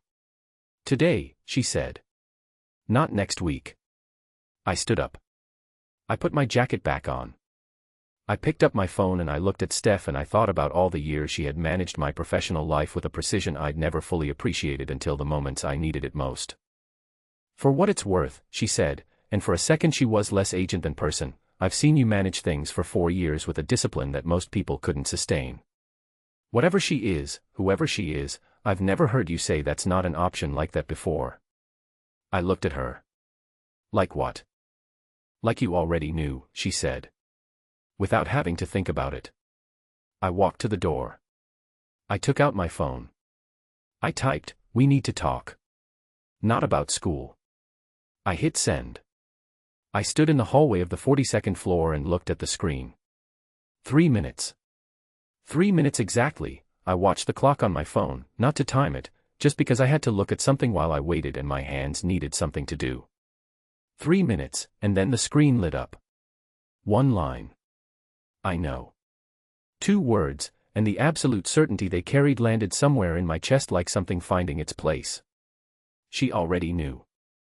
Of course she already knew. I put the phone in my pocket and walked to the elevator and thought, this woman is going to be the end of me and the beginning of something, and those two things are probably the same thing, and I am too far in to be afraid of either. Chapter 11. Olive's POV, coffee, neutral ground, terrible idea. The coffee shop was called Marlowe's.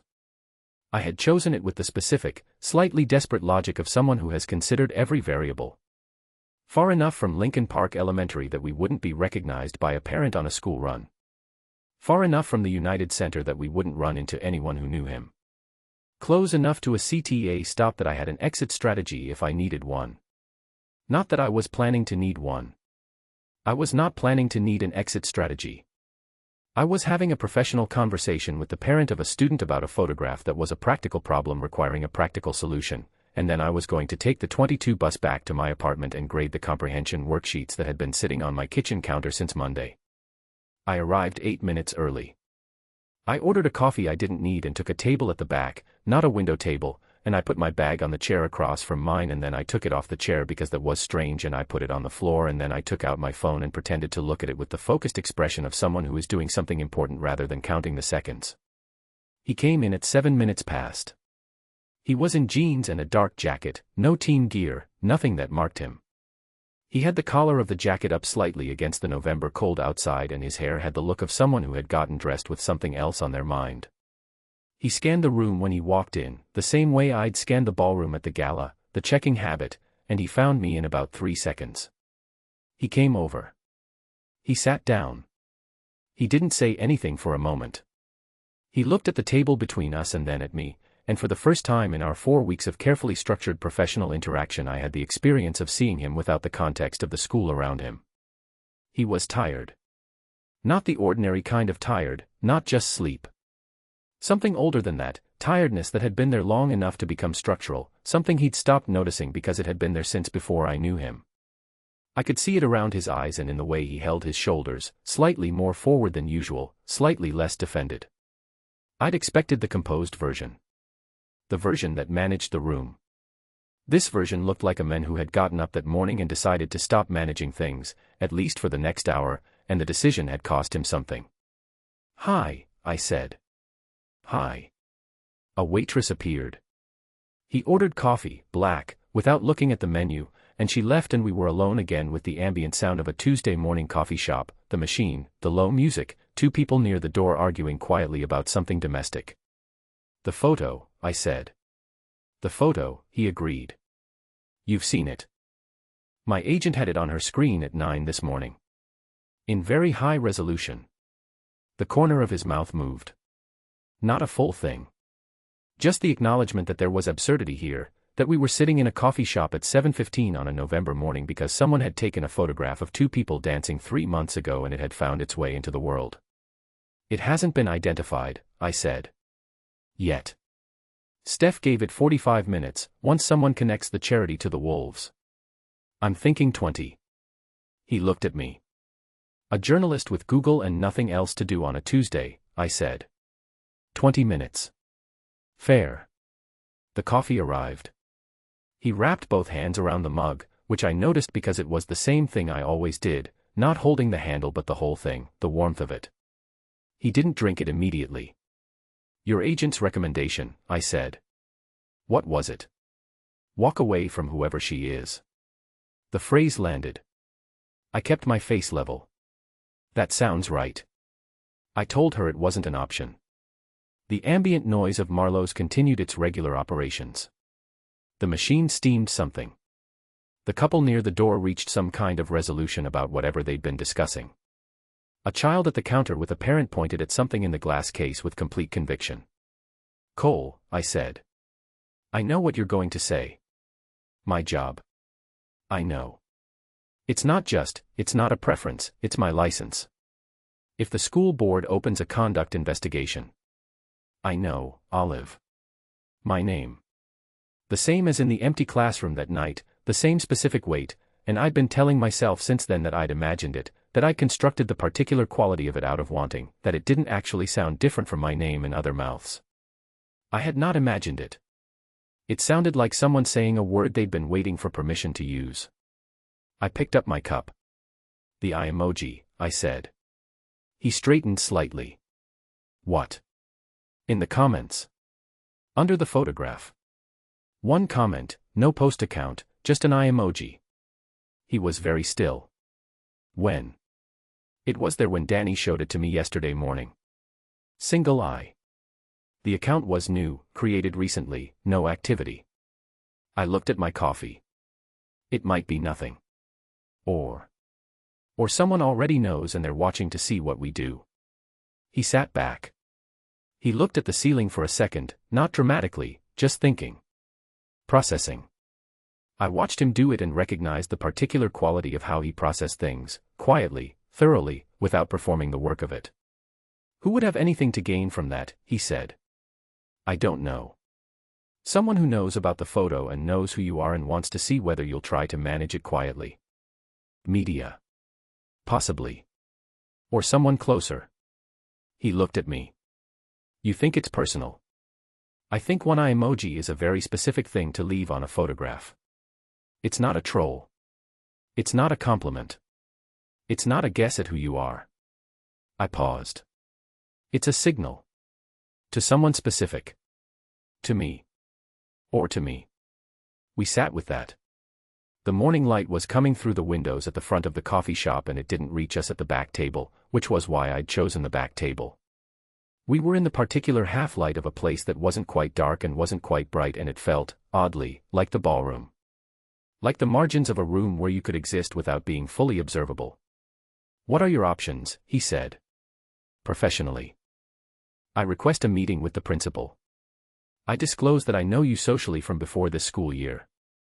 I frame it as a transparency measure, not an ethical concern, because there is no ethical concern, we haven't done anything, and the photograph is ambiguous at best. I had thought through this at some length on the kitchen floor last night. She makes a note of it, it's in the record, and if the photo does get identified and someone makes a complaint, I have already been transparent. That protects you. It protects the school. Which protects me. He nodded slowly. What does it cost you? I looked at my cup. It starts a conversation, I said. It puts us on the record as a known quantity. Which means anyone watching the record has a new piece of information. Is that worse than the alternative? Depends on who's watching. He turned his mug. Once, then back. The small motion of a man thinking through something he'd rather not have to think through. I should have, 3 months ago, he said. When I found out who you were. I should have talked to you then. Instead of just, he stopped.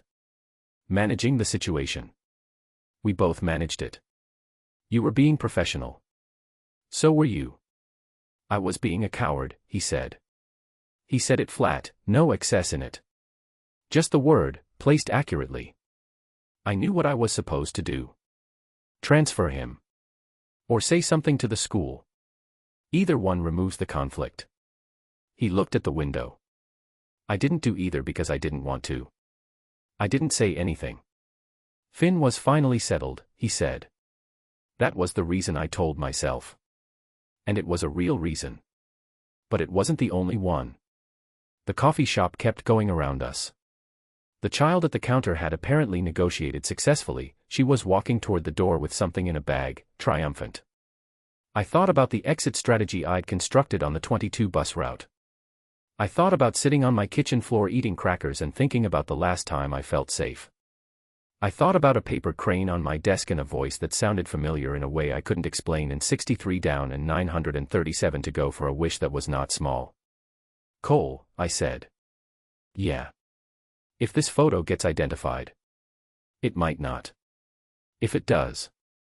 I made myself finish it. My principal is reasonable. But the school board isn't her. And above the school board is the district ethics committee, which exists specifically to make decisions that reasonable individuals find painful. I kept my voice even. I love my job. I have worked for this job for 6 years and I am good at it, and it is the thing I built myself around, after everything fell apart, and I am not prepared to lose it. I stopped. I'm not saying that to hurt you. I'm saying it because you should know what the real weight of this is. He looked at me. His eyes were dark and steady and tired, and something else that I wasn't going to name any more than I was going to name the thing in my chest. I know, he said. I need you to actually know. Not to manage me. Actually no. I actually know, Olive. There it was again. I held his gaze for 3 seconds. Then I looked down at my cup and I let myself, just for 1 second, just the length of one breath, I let myself want the thing that was right there in the space between us. The thing that existed in the parallel version of this where the photograph hadn't happened and the school year didn't exist and there was no rule and no ethics committee and just two people who had found each other twice. I let myself want it. One breath. Then I picked up my cup and I flagged the waitress. "Can I get this to go?" I said. "And the check, please." She nodded and left. I put my hands flat on the table and I looked at him and I said, "I'll talk to Principal Marsh. This week, before the photo breaks." I made my voice practical. Clear. "You should talk to your agent about whether there's a proactive statement that doesn't involve naming me, something ambiguous, something that satisfies without confirming." And the eye emoji. We watch it. If that account posts again, or comments again, we know it's targeted. And if it is targeted, then we figure out who, and why, and what they want. He nodded. He didn't move. "Cole." "I know," he said. He said it quietly. He said it like someone receiving information they'd already worked through and had accepted, and the acceptance was carrying something heavy, and he wasn't going to put that down where I could see it. I picked up my to-go cup when it arrived. He walked me to the door. Outside, Marlowe's faced a street that was bright with mid-morning cold, the kind of cold that arrived in Chicago in November like a verdict. People moved past with purpose, with coats, with their eyes down against the wind. We stopped on the pavement. "Olive," he said. I looked at him. "I know what you said about the parallel version," he said. "The one where this is simple." I had not said that out loud. He looked at me like he knew that, like he'd heard it anyway. 9 months isn't forever, he said. Very quietly. Not a pressure, not a push. Just a fact, stated plainly and left on the pavement between us. I looked at him for a moment. Then I pulled my coat closed against the November air. "Get the statement sorted," I said. "And make Finn wear his wrist guards." I walked to the bus stop. I did not look back.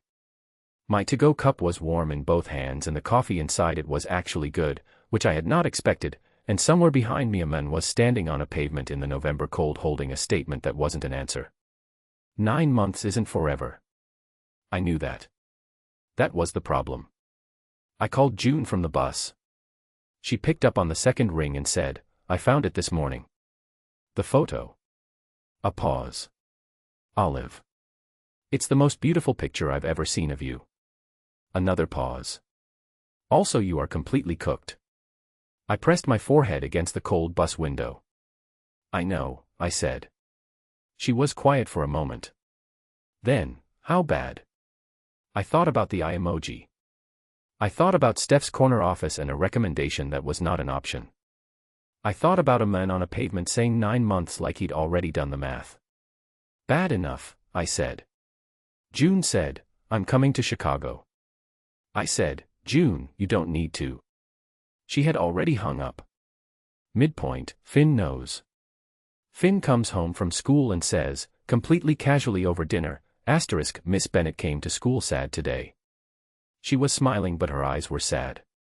I made her a crane. *, Cole puts down his fork.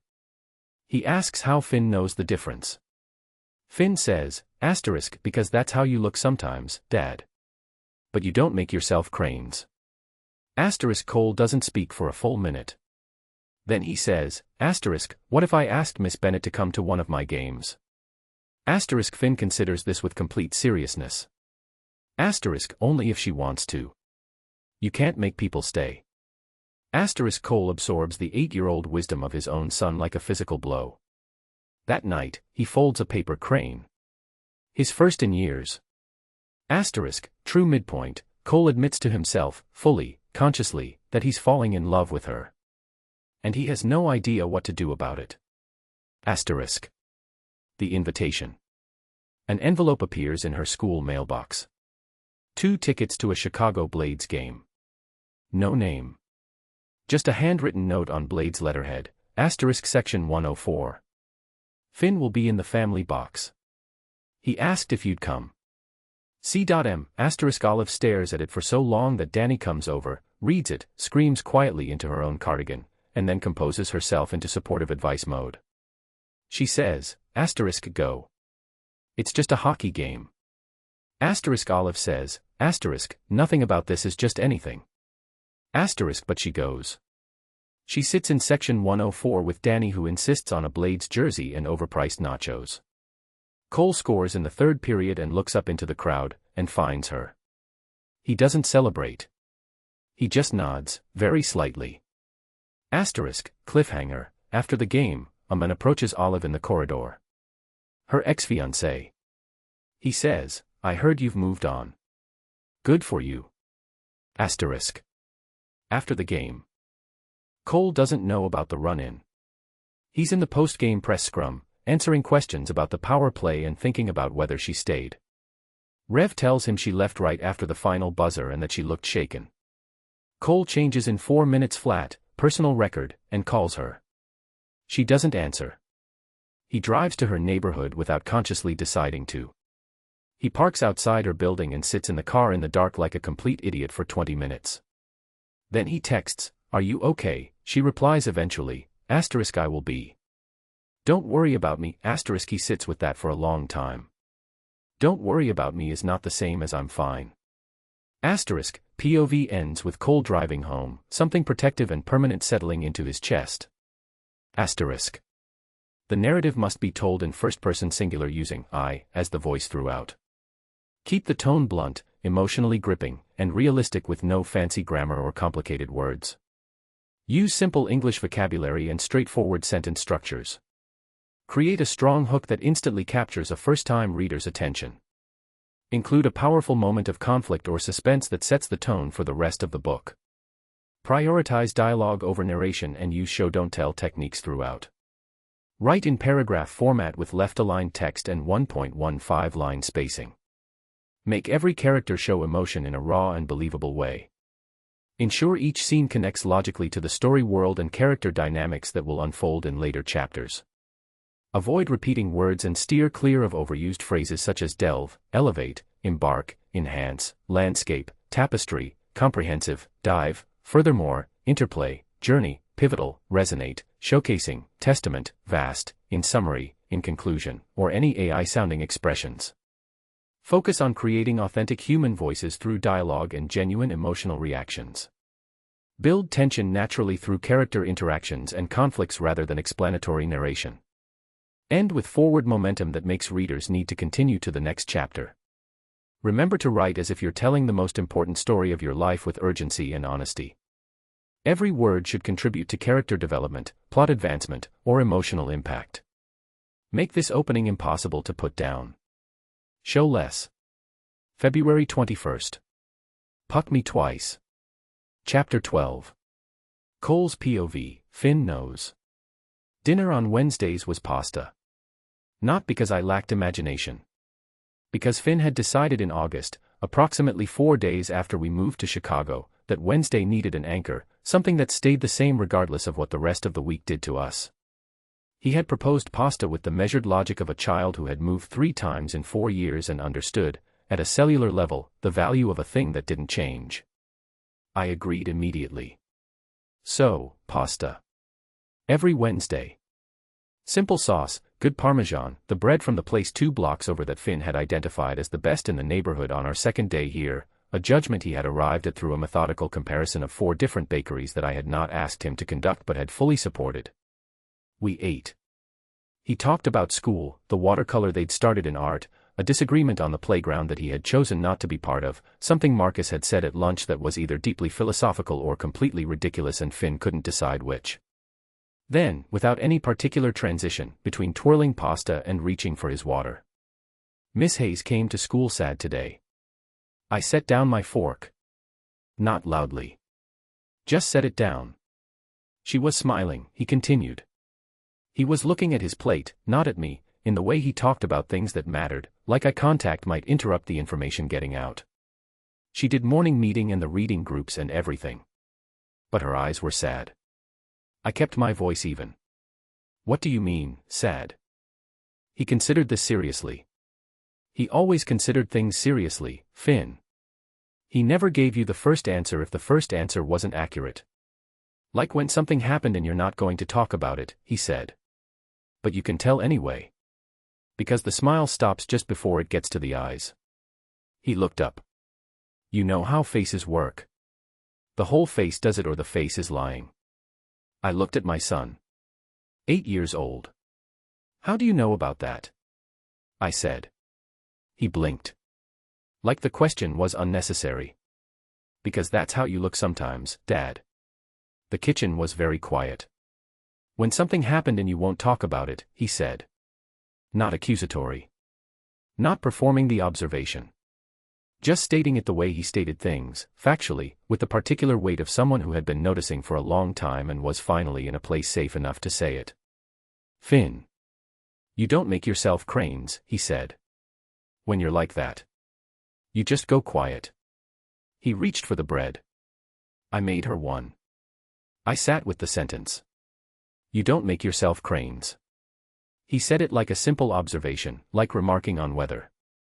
He had been watching his father manage grief with the quiet discipline of a man who had decided visible sorrow was a burden he wasn't going to distribute, and he had watched it long enough to name it, and he had named it the way you named a thing you'd already accepted, plainly, without drama, a simple fact. What kind of sad? I said. I don't know. He chewed. Not like crying sad. The other kind. Like when everything is fine and also something isn't. I thought about Wednesday morning.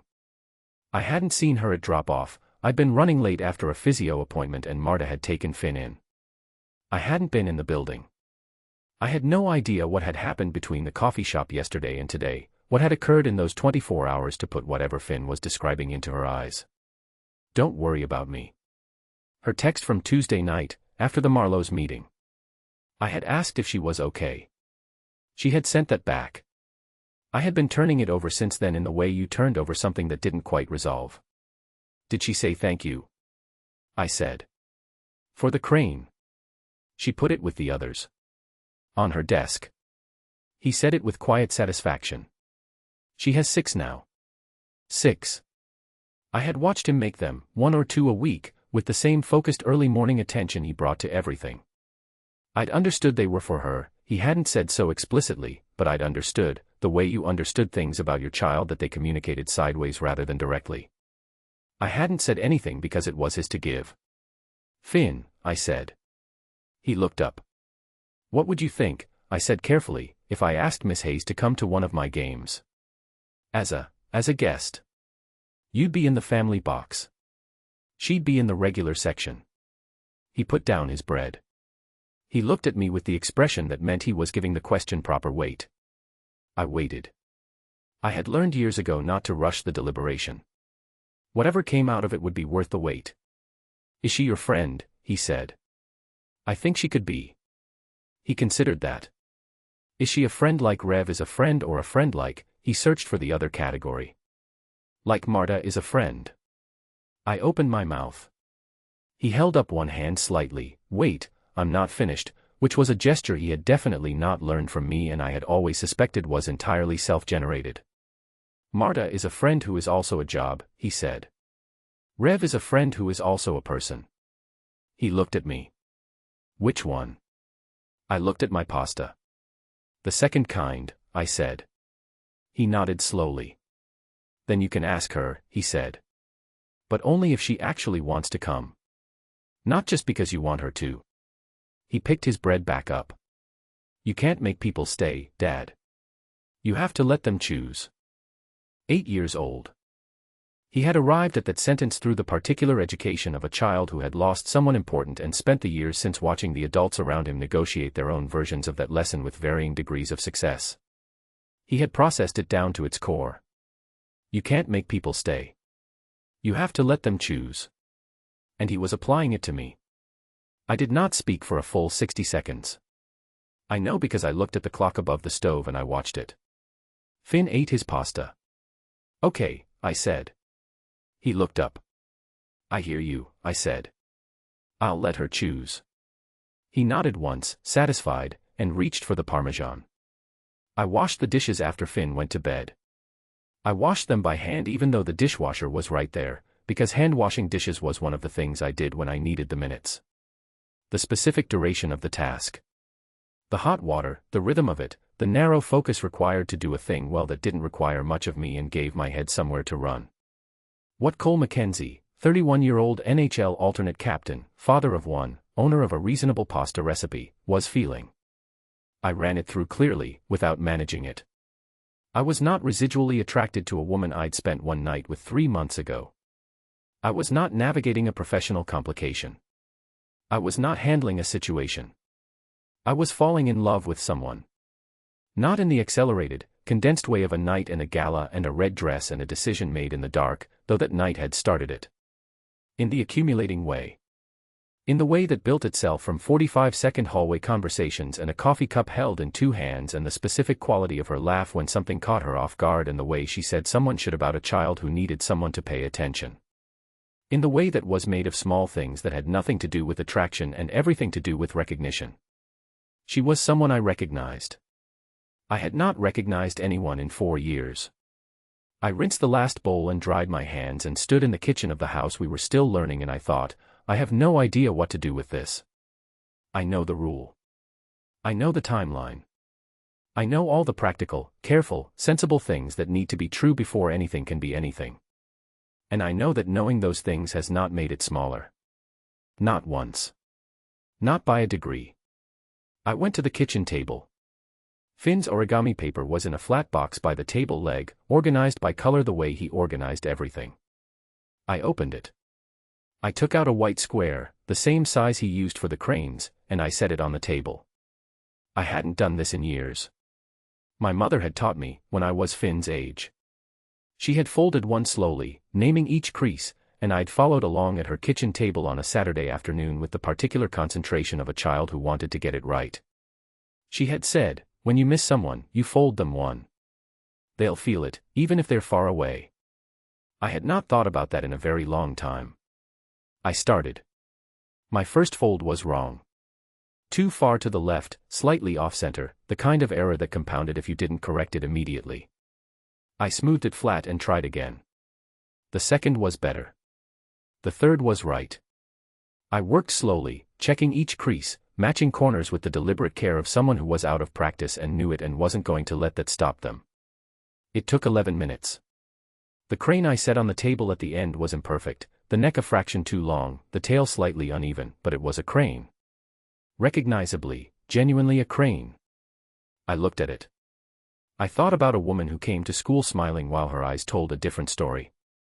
I thought about whatever had made her sad yesterday, whatever had happened that Finn had seen in 45 seconds that she had hidden from the rest of the room. Don't worry about me. I thought about 7 cranes in a row on a teacher's desk and an 8-year-old who had decided, before either adult had the language for it, that she was worth showing up for. My son was smarter than me by a significant margin. I picked up the crane. I was not going to mail it. I was not going to leave it anywhere or give it to anyone tonight. I was going to put it on my nightstand and sleep, and tomorrow I was going to drop Finn at school and go to practice, and I was going to fix my feet on the forecheck, and I was going to give this the time it needed. But I made it. I made it because she had gone to school sad and the person who taught me about cranes had said they'll feel it, even if they're far away, and I had decided, somewhere between washing the dishes and sitting down at the kitchen table, that I was done pretending I didn't want her to feel something from me. 9 months. I was going to be patient. I was not going to stop. Chapter 13. Olive's POV, the invitation. The envelope was in my school mailbox on Thursday morning. My mailbox was in the main office, the small row of cubbies above the sign-in sheet where the administrative team sorted the incoming post each morning. I stopped by every day between parking and my classroom, habit, and also because Marsh occasionally left handwritten notes that were easier to absorb before the school day began than after. The envelope was white, business-sized, my name written on the front in handwriting I didn't recognize. Not Marsh's precise print. Not the round, looping hand of the school secretary. Something more compact. Spare. I stood at the mailbox and looked at it. I turned it over. Nothing on the back. I put it in my bag and walked to room 9 and said good morning to Gerald and put the kettle on the travel hot plate I'd smuggled in during week 2 and sat down at my desk. I opened the envelope. 2 tickets. Home game, Friday evening. Section 104, row C, seats 7 and 8. I turned them over and back. A card, plain, unbranded except for the Wolves logo embossed small in the top corner. 4 lines of handwriting. Section 104. Good view of the ice. Finn will be in the family box. He asked. He asked, not me. I want to be accurate about that. CM. I read it 3 times. Then I put it on my desk and looked at it. Then I turned it face down. Then I turned it face up again because turning it face down was a choice I was making about what the card meant, and I wasn't going to make that choice by flipping a piece of paper over. I was going to make it consciously and in full possession of all available information. He asked. Not me. I want to be accurate about that. Finn had asked. Finn, who made paper cranes for a woman he had decided was worth showing up for. Finn, who said you can't make people stay, you have to let them choose. Finn, who had somehow arrived at an understanding of this situation that both adults in it were still struggling to find. Finn had asked. I sat with that for 3 minutes, which was 2 minutes longer than I'd intended and 47 minutes shorter than I needed. Then Dani walked in. She did not knock, she had stopped knocking around week 3 on the grounds that we had passed the stage of our friendship where knocking served any purpose. She came in with 2 coffees, which was her Thursday offering, and she set one on my desk and then her eye landed on the card. She picked it up. She read it. She read it again. Then she held it against her chest and looked at me with the expression she got when something she'd read in a novel was happening in front of her in real time and she was trying to contain the response to a socially appropriate level. Dani, I said. She made a sound. Quiet. Controlled. Into her cardigan collar, which she pulled up briefly over her mouth and then released. Okay, she said. Her voice was slightly higher than normal. Okay. I'm fine. I'm composed. You're not. I'm becoming composed. She set the card down. She picked up her coffee. She drank it. She breathed. Right. So. It's just tickets to a hockey game. Olive. Finn asked. That's all this is. A child of 8 asked, Dani said slowly, his NHL player father to invite his teacher to a game. Because the child wanted her there. She looked at the card. And the father, who is also the man from the gala, wrote you a note clarifying that it was the child's idea and not his, which is, Olive, which is the most careful, considered thing I have ever seen someone not ask. I looked at the card. He's telling you it's your choice, Dani said. Without putting any weight on it. The ticket is the invitation. The note is him stepping back so you have room to decide without pressure. Or it's just informational. Dani looked at me. Fine, I said. Go, she said. Dani. It's a hockey game. Finn will be in the family box. You'll be in section 104. There is 40 feet and 40 rules between you the entire evening. She picked up her coffee. Go. Bring me. I've never been to an NHL game and I'd like to go. I looked at her. She was already nodding. I'm going with you, she said. This is not negotiable. You're not doing this alone, and also I would genuinely like to see what a hockey game is like. I've heard things about the energy. The energy is overwhelming. Perfect. I'll buy a jersey. You are not buying a jersey. She was absolutely going to buy a jersey. She bought a jersey. Mackenzie, 19, on the back, in the Wolves blue and white, from the merchandise stand inside the United Center entrance with the particular satisfaction of someone completing a task they had already decided on before arriving. I was wearing my own coat. A sensible gray wool coat that said nothing about hockey or allegiance or any emotional state I was experiencing. I was here because a child had asked and I had considered the offer and made an informed, considered choice. I was here professionally adjacent. I was here because Finn's sense of safety mattered to me and he had wanted me to come and I had come and I was, as established, completely fine. Section 104 had a clear view of the ice. He had been accurate about that. The United Center was enormous in a way that photographs didn't prepare you for. The sound of it, even before the game started, just warm-up noise, the skates and the pucks and the crowd finding its level, had a physical quality. It sat in your chest and asked questions. Dani had both nachos and opinions before the first period ended. The skating is incredibly fast, she said, watching warm-up with her eyes wide. I knew it was fast, but I didn't understand how fast until right now. Wait until the game starts. She turned. Does it get more intense? Significantly. She looked at the nachos like she was reconsidering whether they were sufficient preparation. I found the family box from section 104 without trying to. It was above and to the right, glass-fronted, and I could see the gathering of people in it, the particular cluster of family members who occupied that space at every home game. I scanned it without meaning to. I found Finn. He was in a Wolves jersey with his own name on the back. I'd never seen that one before, must have been recent, and he was standing at the glass with the focused attention of someone who had been watching this sport since before he could name what it was. As I watched, he turned and said something to the woman next to him, older, the kind of put-together that came with years of practice, looking at the ice with an expression I couldn't quite read from this distance. I looked away. The game started. Dani abandoned the nachos by the second period. She was leaning forward with her elbows on her knees and the jersey she'd bought doing exactly what she'd wanted it to do. She looked like someone who had always been here, who understood the choreography, though I knew she'd never watched hockey before tonight. He was number 19. I'd known that from the jersey and the tickets and the general available information, but knowing a number and tracking a number in a game were different things. I found 19 by his skating first, the particular way he moved on ice, the quality I'd tried to describe in the staff room and failed to find the exact words for. The way he occupied space on the ice, the same way he occupied space everywhere, completely, without apology, with the specific kind of presence that meant the people around him were always slightly aware of where he was. He was fast in a way that looked effortless, which I knew was the opposite of effortless. Third period. Wolves down 1. 4 minutes left.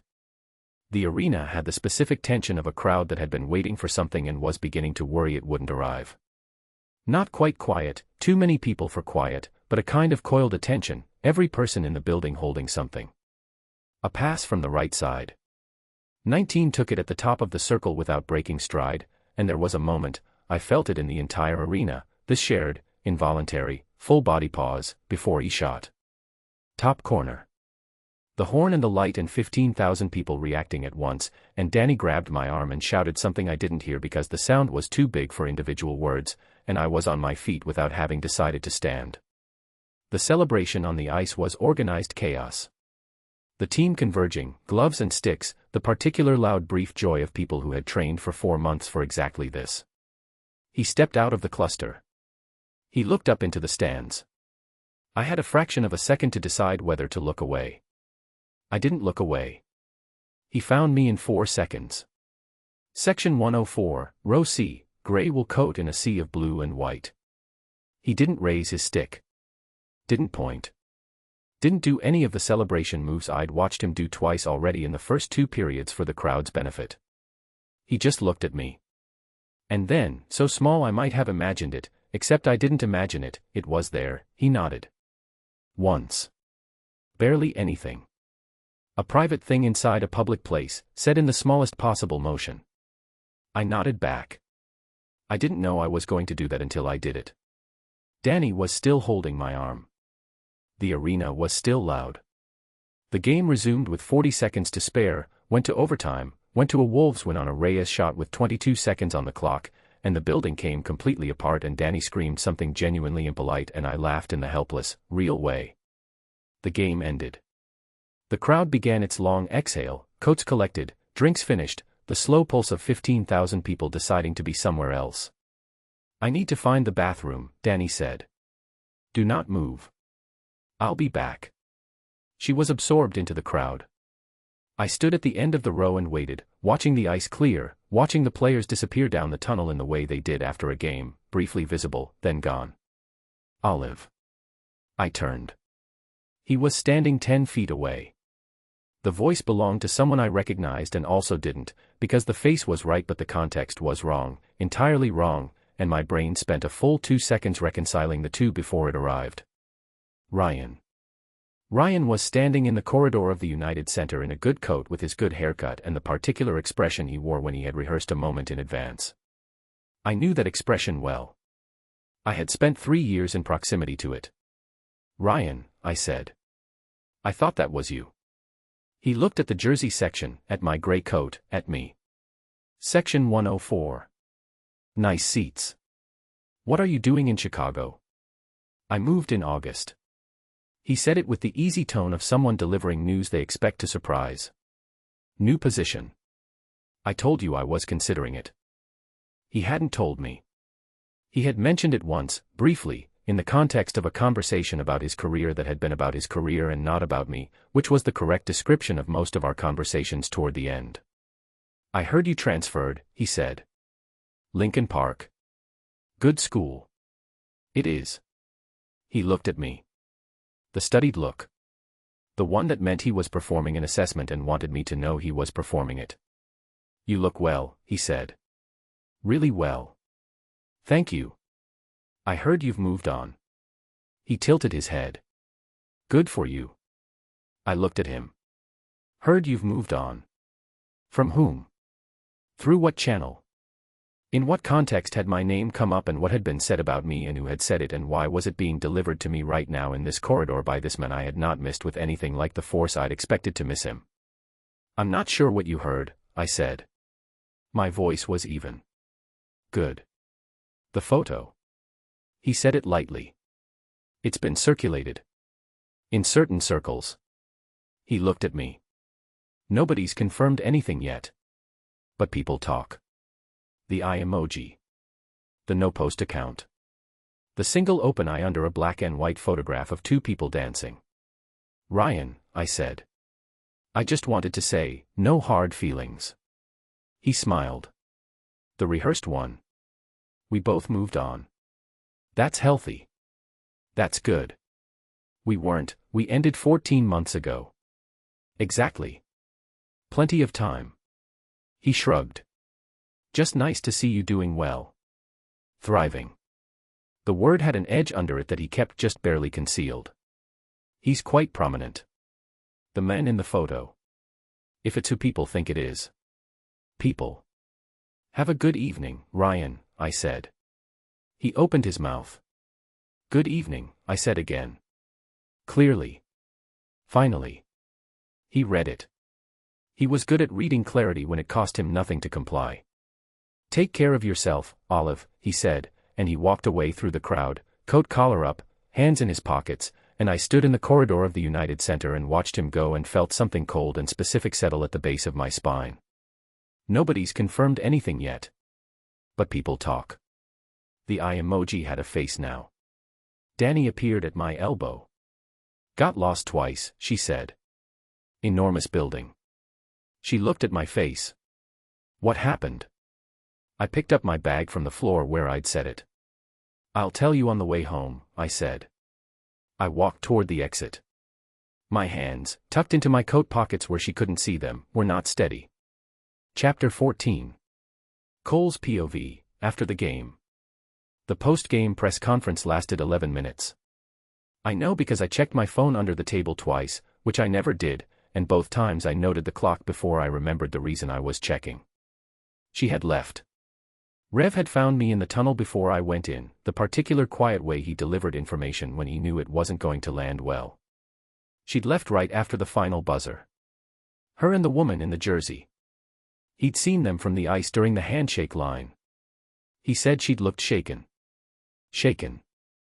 I sat in front of 3 cameras and 6 journalists and I answered questions about the overtime sequence and Reyes' positioning and what the win meant for the standings, and I gave them everything they needed without giving them any of what I was actually thinking, which was, what happened after I went to the tunnel, what happened in the 11 minutes between the final buzzer and now, and why did she leave looking shaken when she had looked at me across the ice 4 periods earlier with something in her eyes that was nothing like shaken. She had nodded back. That small thing. I had been looking for her in the crowd because Finn had been looking for her in the crowd. He had found me before the first period and pointed to section 104 and I had scanned it and found the gray coat and the undisguised attention of someone who was watching the game honestly rather than watching it to be seen watching it. And when I scored, when I turned from the boards, I had looked for her before I consciously decided to. She had nodded back. I was still holding that. I answered the last question. I thanked them. I walked out. In the locker room, Rev was at his stall. He looked up when I walked in.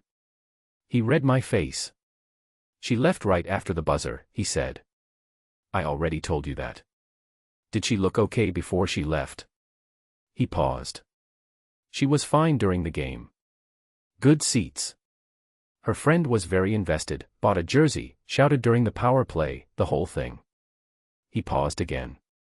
After, honestly, I only saw her for a second as she was leaving. She moved like something had happened. Not during the game.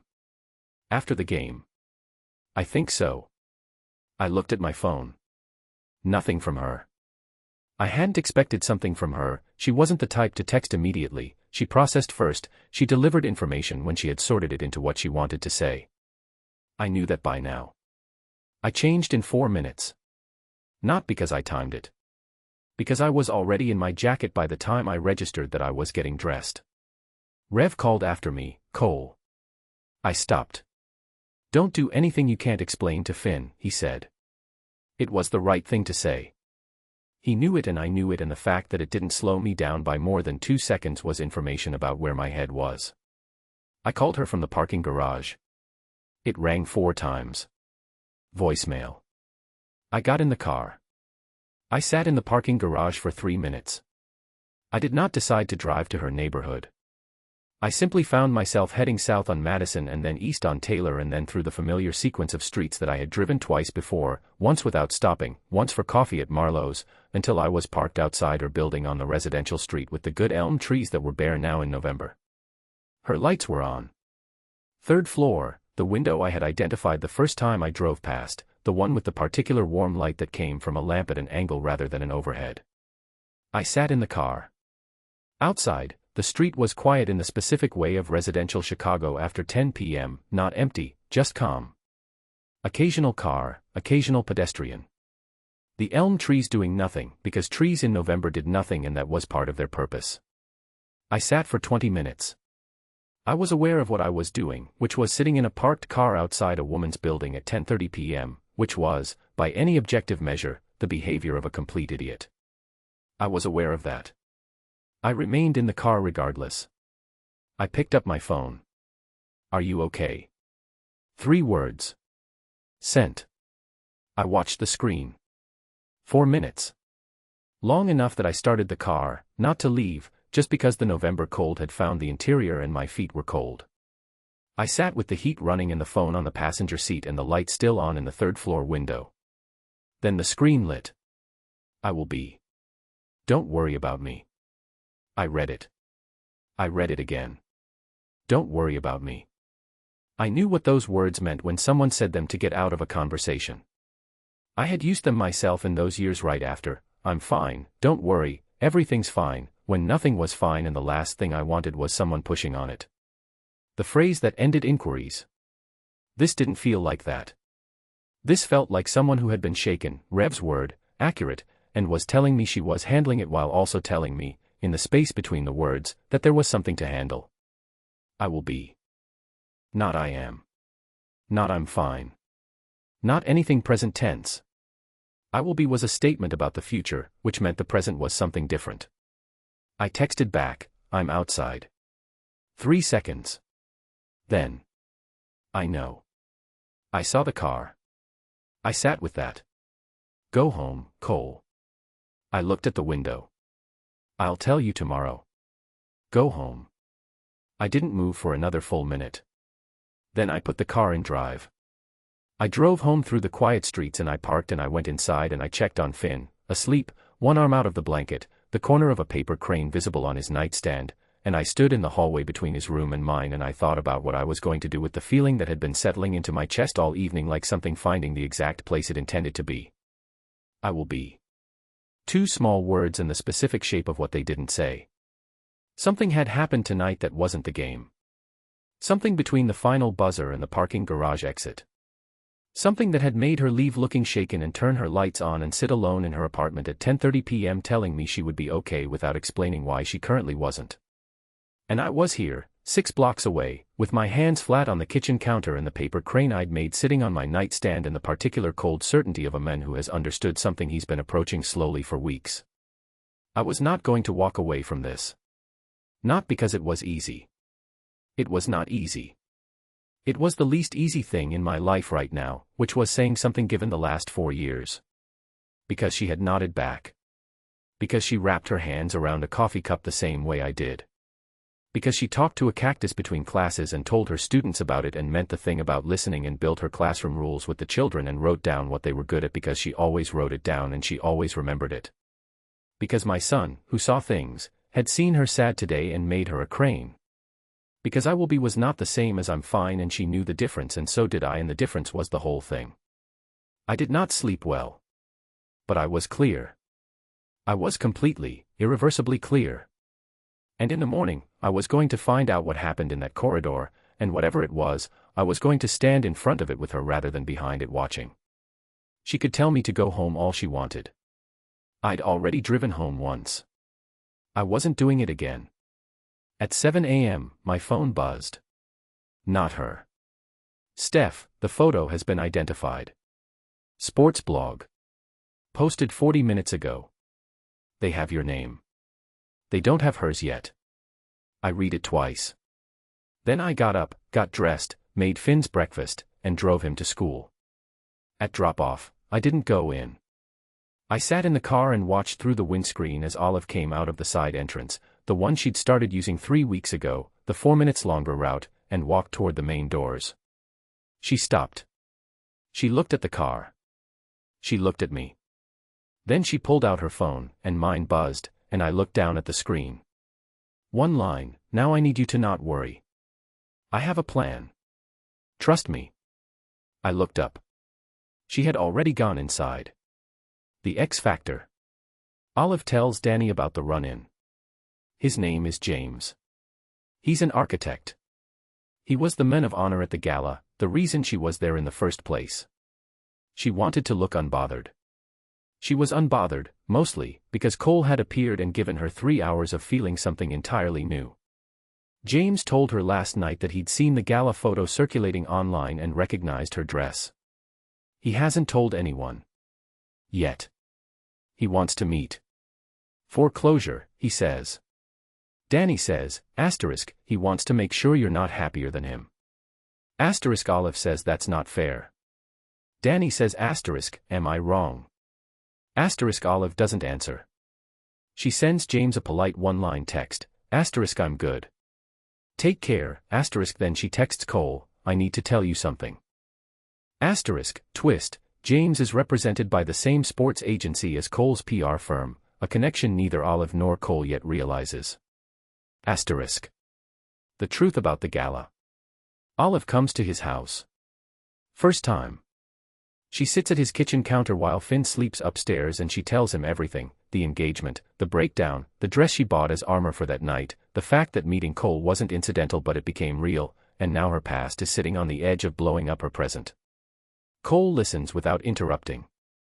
Then he says, asterisk, did you love him? Asterisk long pause. Asterisk, I loved who I thought he was. Asterisk Cole nods slowly.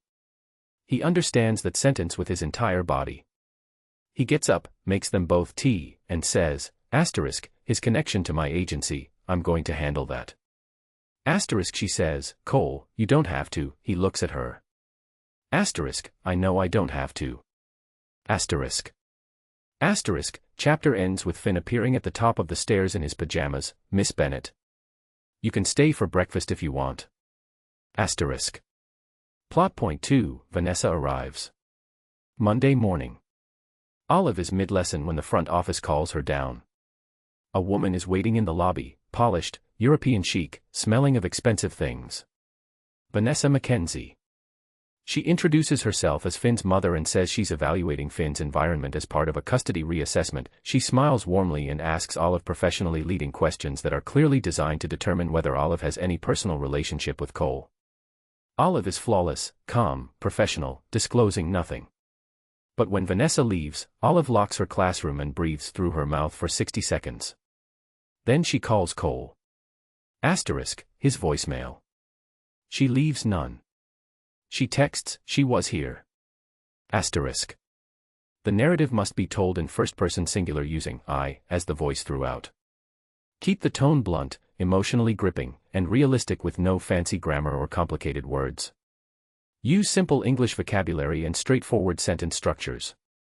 Create a strong hook that instantly captures a first-time reader's attention.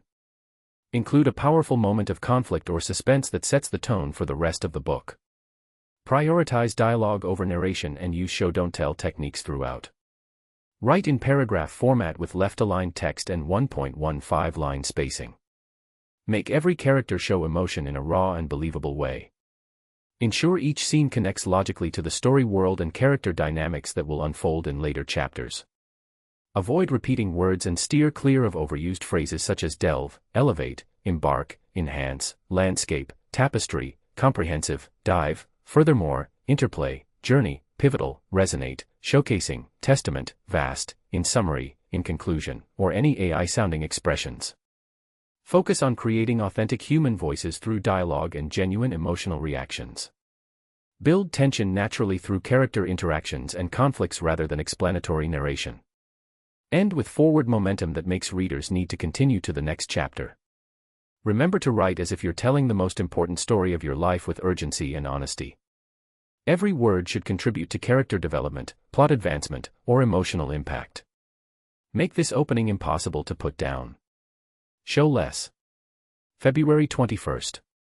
Puck Me Twice. Chapter 15. Olive's POV, the X Factor. His name was James. I told Danny on Friday morning, which was 22 hours after the United Center and 11 hours after I'd sat on my kitchen floor, not the cereal floor this time, just the floor, back against the cabinets, coat still on, because sometimes you don't have the energy to make it all the way to the furniture, and processed the fact that my past had appeared in a corridor in a good coat and told me people were talking.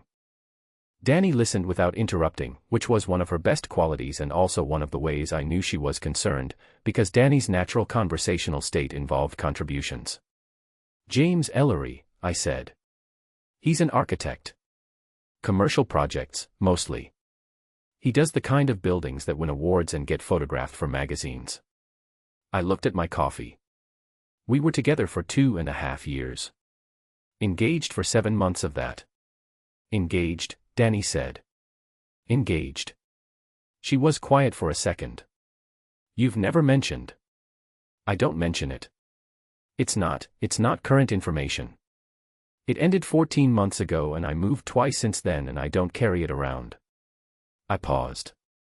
I thought I'd left it in Boston. But he moved to Chicago. In August. He didn't tell me. I don't know why I expected him to tell me. I stopped. I didn't expect anything from him. That's the point.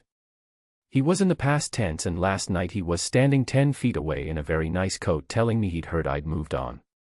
From the photo. He said he recognized my dress. I looked at the window. He recognized it because he was at the gala. He was at the gala because the charity was one of his firm's clients. He was the reason I was there at all. June got the tickets through a contact of his, though she didn't know he'd be there. I stopped. I didn't know he'd be there. Danny processed this. Did he see you, she said. At the gala. In October. I don't know. I didn't see him. I was in a corner and then I was in a conversation and then I stopped. I wasn't looking for him. Were you hiding from him? I thought about it honestly. I was hiding from the version of myself that had spent 7 months engaged to him and 6 months unraveling that. I was hiding from the person who had agreed to marry someone because he was the right shape and the right kind and made the right amount of sense and then discovered that sense wasn't the same as. I was hiding from all of that. Not from him specifically. Danny turned her coffee cup in her hands. What did he want last night? Closure, he said. He wants to make sure you're not happier than him, Danny said. Danny. Am I wrong? I opened my mouth. I closed it. You're not wrong, I said. She nodded. Not with satisfaction, with the particular expression of someone who has been watching people make sense of each other for long enough to recognize the patterns. He hasn't gone to anyone with the photo, I said. He said that. He hasn't confirmed it to anyone, hasn't put names to the image. I looked at my hands. He wanted to meet. Said he had things to say. I told him I was good and to take care, and I sent it before I talked myself out of it. Good. It was the right thing. It was absolutely the right thing. She looked at me. And Cole. I had texted him from the bus on the way home. I need to tell you something. He had replied immediately, whenever you're ready, and I had sat with my phone in both hands for the rest of the ride thinking about what whenever you're ready sounded like when it meant exactly what it said. I'm going to tell him tonight, I said. Tell him what, specifically? Everything, I said. The engagement. The reason I was at the gala. The fact that James is in Chicago and had the photo and hasn't used it yet but might. Why might he? Because Cole is public and visible, and if James is looking for a way to make himself feel like the story ended on his terms, identifying the men in the photograph is a very efficient one. I looked at the window. And because the eye emoji had his energy all over it, and I didn't want to admit that until now. Danny looked at me steadily. Are you scared? She said. Not about James. I heard what she was actually asking. Of telling Cole. Of everything that telling Cole means. I looked at Gerald. Gerald was in his usual position, doing his usual excellent work of requiring nothing from me and surviving anyway. Yes, I said. Good, Danny said. That means it's real. Real things end, I said. Real things go wrong. Real things require you to actually be in them and not standing at a sensible distance managing the view. Yes, she said. That's what they do. That's terrifying. Completely, she agreed. And you're going anyway. She said it the way she said things when they were facts rather than questions. I looked at her. I'm going anyway, I said. She picked up her coffee. Obviously, she said. Chapter 16. Cole's POV, the truth about the gala. She texted at 7:40. Are you home tonight? I need to tell you something. Not by text. I was at the kitchen counter finishing the last of Finn's lunch prep for tomorrow. I read it twice. I looked at the time. I looked at the ceiling. Yes. Come whenever. She arrived at 9:15, which was 40 minutes after Finn had gone to bed and 20 minutes after I'd stopped pretending to read the contract documents Steph had sent and accepted that I was just sitting in my own kitchen being aware of the clock. I heard her car. I heard the specific sound of her walking up the front steps, which I recognized and then registered the recognizing and filed it without comment. I opened the door before she knocked. She was in the coat she always wore, the gray wool one, and her hair was down the way it was at the beginning of school days before the professional version fully assembled, which meant she'd come straight from her apartment without reconstructing anything. She had a tote bag over one shoulder and her hands in her pockets and her eyes doing the thing where they were taking in the exterior of the house with the particular attention of someone who was using the observation to buy themselves a few extra seconds before whatever was coming next. Hi, she said. Hi. I stepped back. Come in. She came in. She stood in the hallway and looked at the house. Not intrusively, in the way she looked at everything, with genuine interest, filing. I watched her eyes move to Finn's coat on the hook by the door, the hockey sticks in the stand, the small row of his shoes lined up on the mat with the careful organization he applied to his own things without being asked. He's asleep, I said. Has been since 8:30. She nodded. I led her to the kitchen. She sat at the counter, the high stools on the far side, the ones Finn used for homework. She set her bag on the stool beside her and put her hands flat on the counter and looked at them for a second, like she was organizing something. Tea. I said. Please. I filled the kettle. I set it on. I took down 2 mugs and the tea and I stood on the kitchen side of the counter and waited. His name is James, she said. I set the mugs down. She told me. She told me all of it, not in the way of someone performing a confession, not building towards something or managing the delivery. Just chronological. Clear. The way she handled everything that required precision, directly, without decoration. The 2.5 years. The engagement that made sense on paper and in practice and in every logical way and also in none of the ways that had turned out to matter. The 7 months of that. The 6 months of unraveling it, which she described in 3 sentences that covered a year's worth of damage with the compression of someone who had done the actual work of processing it and was now capable of the summary without getting lost in the full version. The gala had been a dare she'd made to herself. She had been careful and contained for 6 months, and June had handed her a red dress, and she had needed one night of being someone who hadn't just spent a year making sense of a mistake she'd dressed up as a decision. It became real, she said. That night. That wasn't the plan. The plan was one night of anonymity and then back to my regular life. She looked at the counter. But it was real. From the first conversation. That was real. I said nothing. The kettle started to build. James was at the gala, she said. His firm was a client of the charity. He was there. I didn't know he'd be there. I don't know if he saw me. But he recognized my dress in the photo. She looked up. He came to Chicago in August. New firm, new city. He has the photo, he knows what's in it, and he says he hasn't told anyone. She paused. I believe he hasn't. Yet. Yet, I said. He wants a meeting. For closure. I told him I was fine and to take care. She said it flatly. He's the eye emoji, Cole. I'm almost certain. I stood still for a moment. The kettle reached its point. I made the tea. I set hers in front of her without saying anything. She wrapped both hands around it, which she always did. Did you love him? I said. The question came out quiet. Not aggressive, not loaded. I needed to know the shape of it, not for any territorial reason, not to compare or to position myself. Because she had just told me about a year of her life that had mattered and I wanted to understand what it had cost her. She looked at the mug. A long pause. Not evasion. Actual thought. I loved who I thought he was, she said. I absorbed that. The full weight of it. Not the words alone, the understanding inside them. I loved who I thought she was. I loved who I thought he was. The specific grief of discovering that the version you chose was constructed, that the real person was either unwilling or unable to become the one you'd been building your life around. I knew that sentence.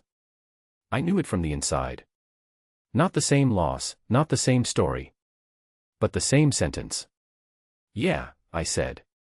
She looked up. I know that sentence, I said. Something moved in her face. I got up. I moved to her side of the counter and I filled the kettle again because I wanted more tea and also because I needed the action, something for my hands. I stood beside her rather than across from her and I said, the agency connection. What? James's firm.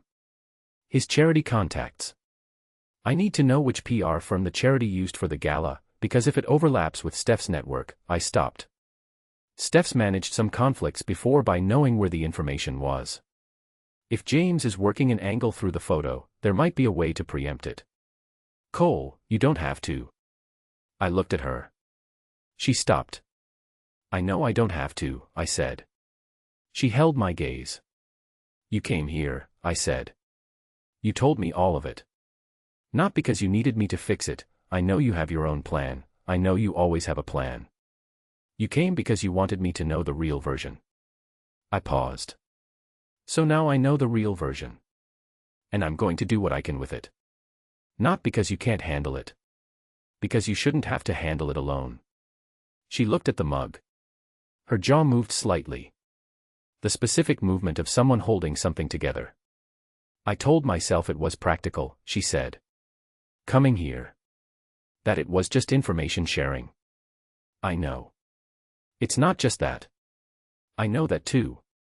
The kitchen was quiet. The house was quiet the way houses were quiet when a child was sleeping upstairs, a particular kind of still, not empty, full of the specific weight of someone small nearby. She put her hands flat on the counter again. Looking at them.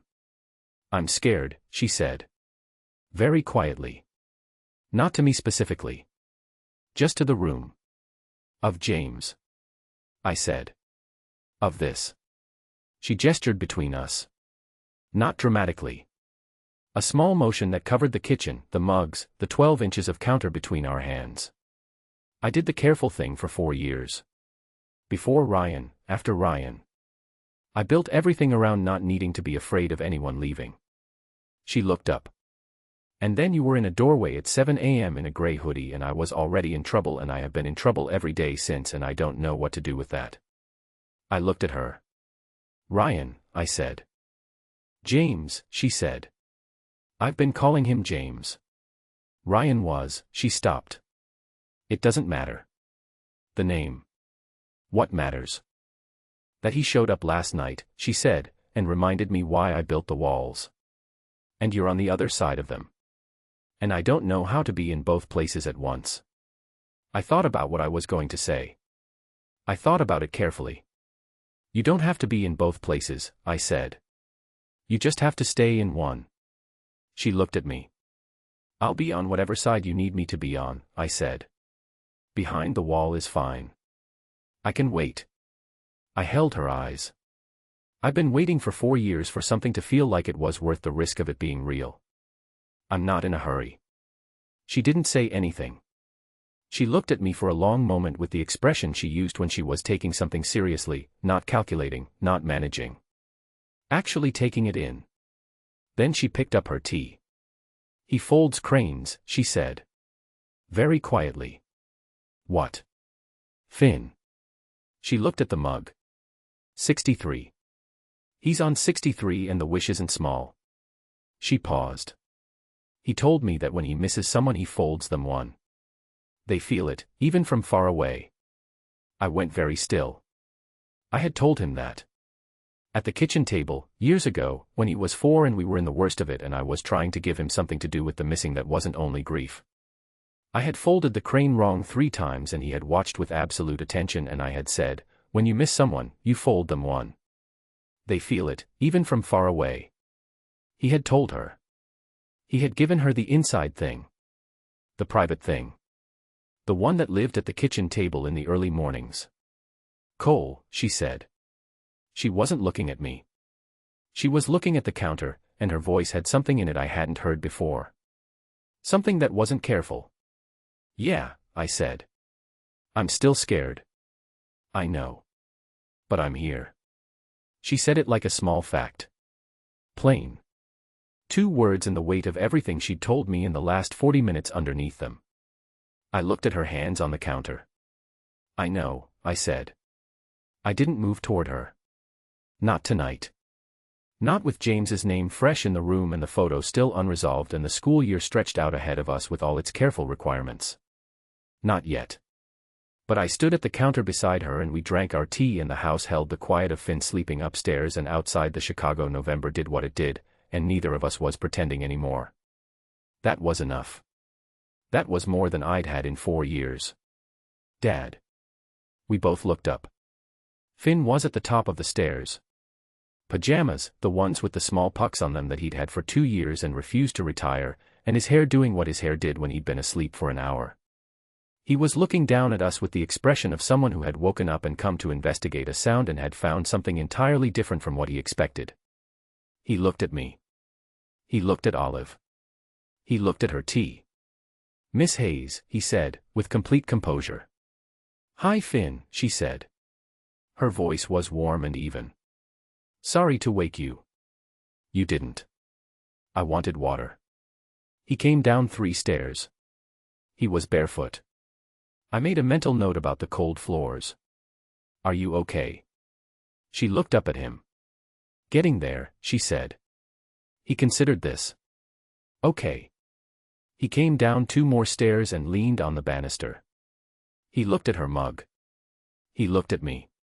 Something that might have been satisfaction crossed his face, small and quickly tucked away. You can stay for breakfast if you want, he said. If you're still here. We have good cereal. Then he went back upstairs. Olive looked at the staircase for a moment. I looked at it too. Good cereal, I said.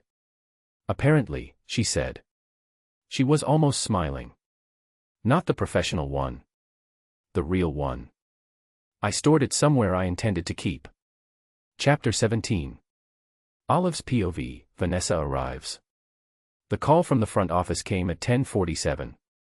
I was mid-lesson, reading groups, the carpet rotation, the part of the morning I liked best because it was specific and quiet and every child was doing the exact right thing for exactly where they were. I had Priya's group at the back table and we were working through a passage about migration patterns that she'd identified as interesting and I'd agreed and built a lesson around it because that was the right way to use a child's interest and also because the passage was genuinely good. My phone buzzed on the desk with the internal extension. I went to it. Ms. Hayes. Ms. Hayes, this is the front office. There's a visitor asking to speak with Finn Mackenzie's class teacher. She says it's regarding a welfare review. I kept my face neutral. 23 children, some of them watching me. I'll be down in 5 minutes, I said. Can she wait? She says she can, yes. I ended the call. I directed Priya's group to continue independently, which they were capable of and knew they were capable of. I signaled Danny through the corridor window, her classroom was adjacent, we had a system, she looked up from her own group and I held up 5 fingers. She nodded. I left the room. The woman in the lobby was standing rather than sitting. There were chairs. The front office waiting area had 4 of them, comfortable enough, the kind schools put in lobbies to signal that parents were welcome. She had not used them. She was standing at the window that looked onto the car park, her back to the room, and she turned when she heard me come through the security door. The first thing I noticed was the coat. Not the quality of it, though the quality was evident, the kind of tailoring that looked simple until you were close enough to see that simple was doing enormous amounts of work. The color. Deep camel, the kind of shade that only landed right on certain skin tones and landed absolutely right on hers. She was in her mid-40s, I guessed, though the guess was made difficult by the particular put-together quality she carried. European chic was the phrase Danny would use later, accurately. She had high cheekbones and dark eyes and the posture of someone who had corrected themselves for years until the correction became architecture. She smiled when she saw me. The warm smile.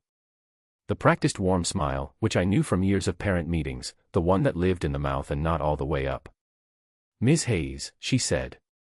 Her accent was faint, French underneath the English, or something adjacent. Thank you for seeing me. I know you're in the middle of your morning. Of course. I shook her hand. How can I help? I'm Vanessa Mackenzie. She said it without any particular emphasis, the way someone said a name they expected you to know. Finn's mother. I kept my face exactly where it was. 3 things happened simultaneously in the space behind my eyes, none of which made it to my expression.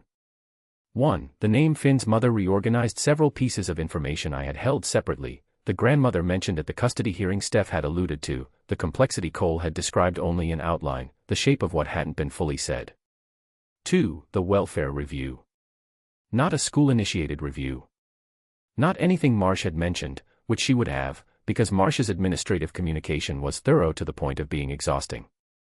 This woman had arrived unannounced and given the front office a phrase, welfare review, that sounded official without being official. 3. She was looking at me with the kind of attention that had a purpose behind it. Shall we find somewhere quiet? I said. I don't want to take you away from your class too long, she said. The front office offered me a meeting room. The meeting room was 3 doors down. Small, table, 4 chairs, a window onto the corridor. I sat across from her and kept my hands on the table where they were visible and my posture open and professional and I waited. She began pleasantly. She asked about Finn's reading progress. She had information, she said, that he had struggled in the previous school. I told her he was above grade level and accelerating. She seemed pleased. She asked about his social integration. I told her he had 2 close classroom friendships and was beginning to extend himself more in group settings. She asked about his emotional regulation, whether I had any concerns. I told her his emotional maturity was one of the most developed I'd seen at his age. All of this was true.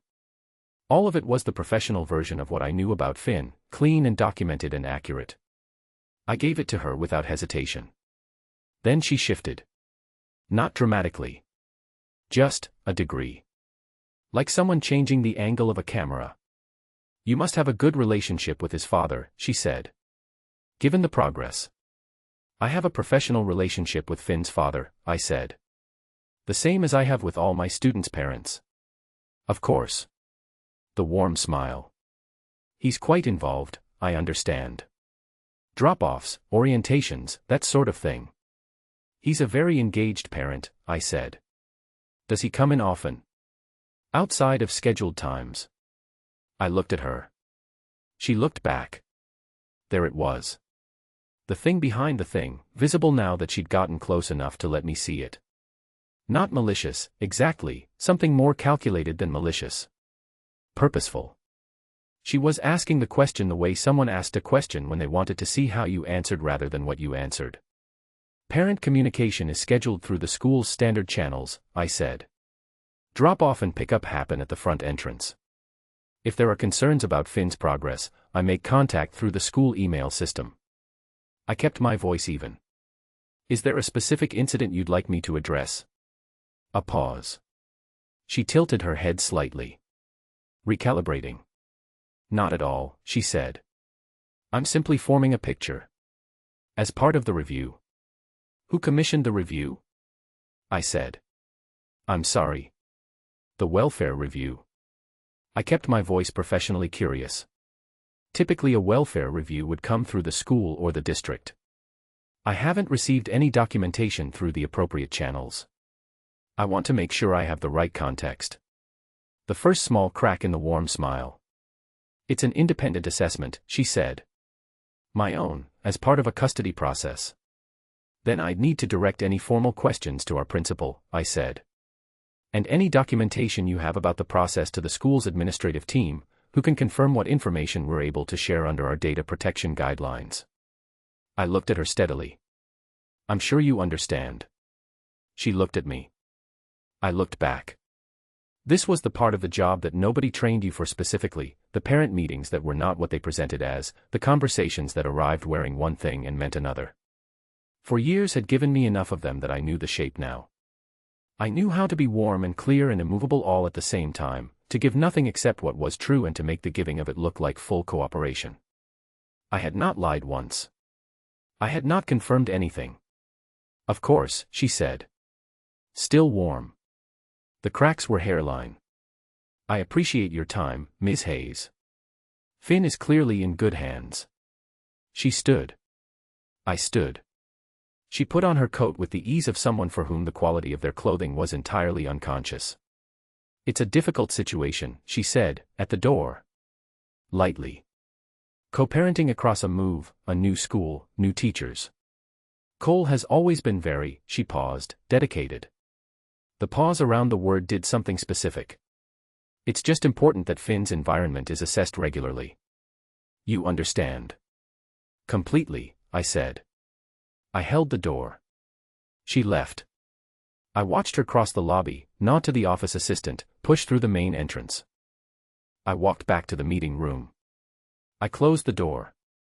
I stood with my back against it and I breathed through my mouth for 60 seconds, which was the amount of time I allowed for the private response before the professional one had to reassemble. She was not Finn's mother in the way the phrase usually meant.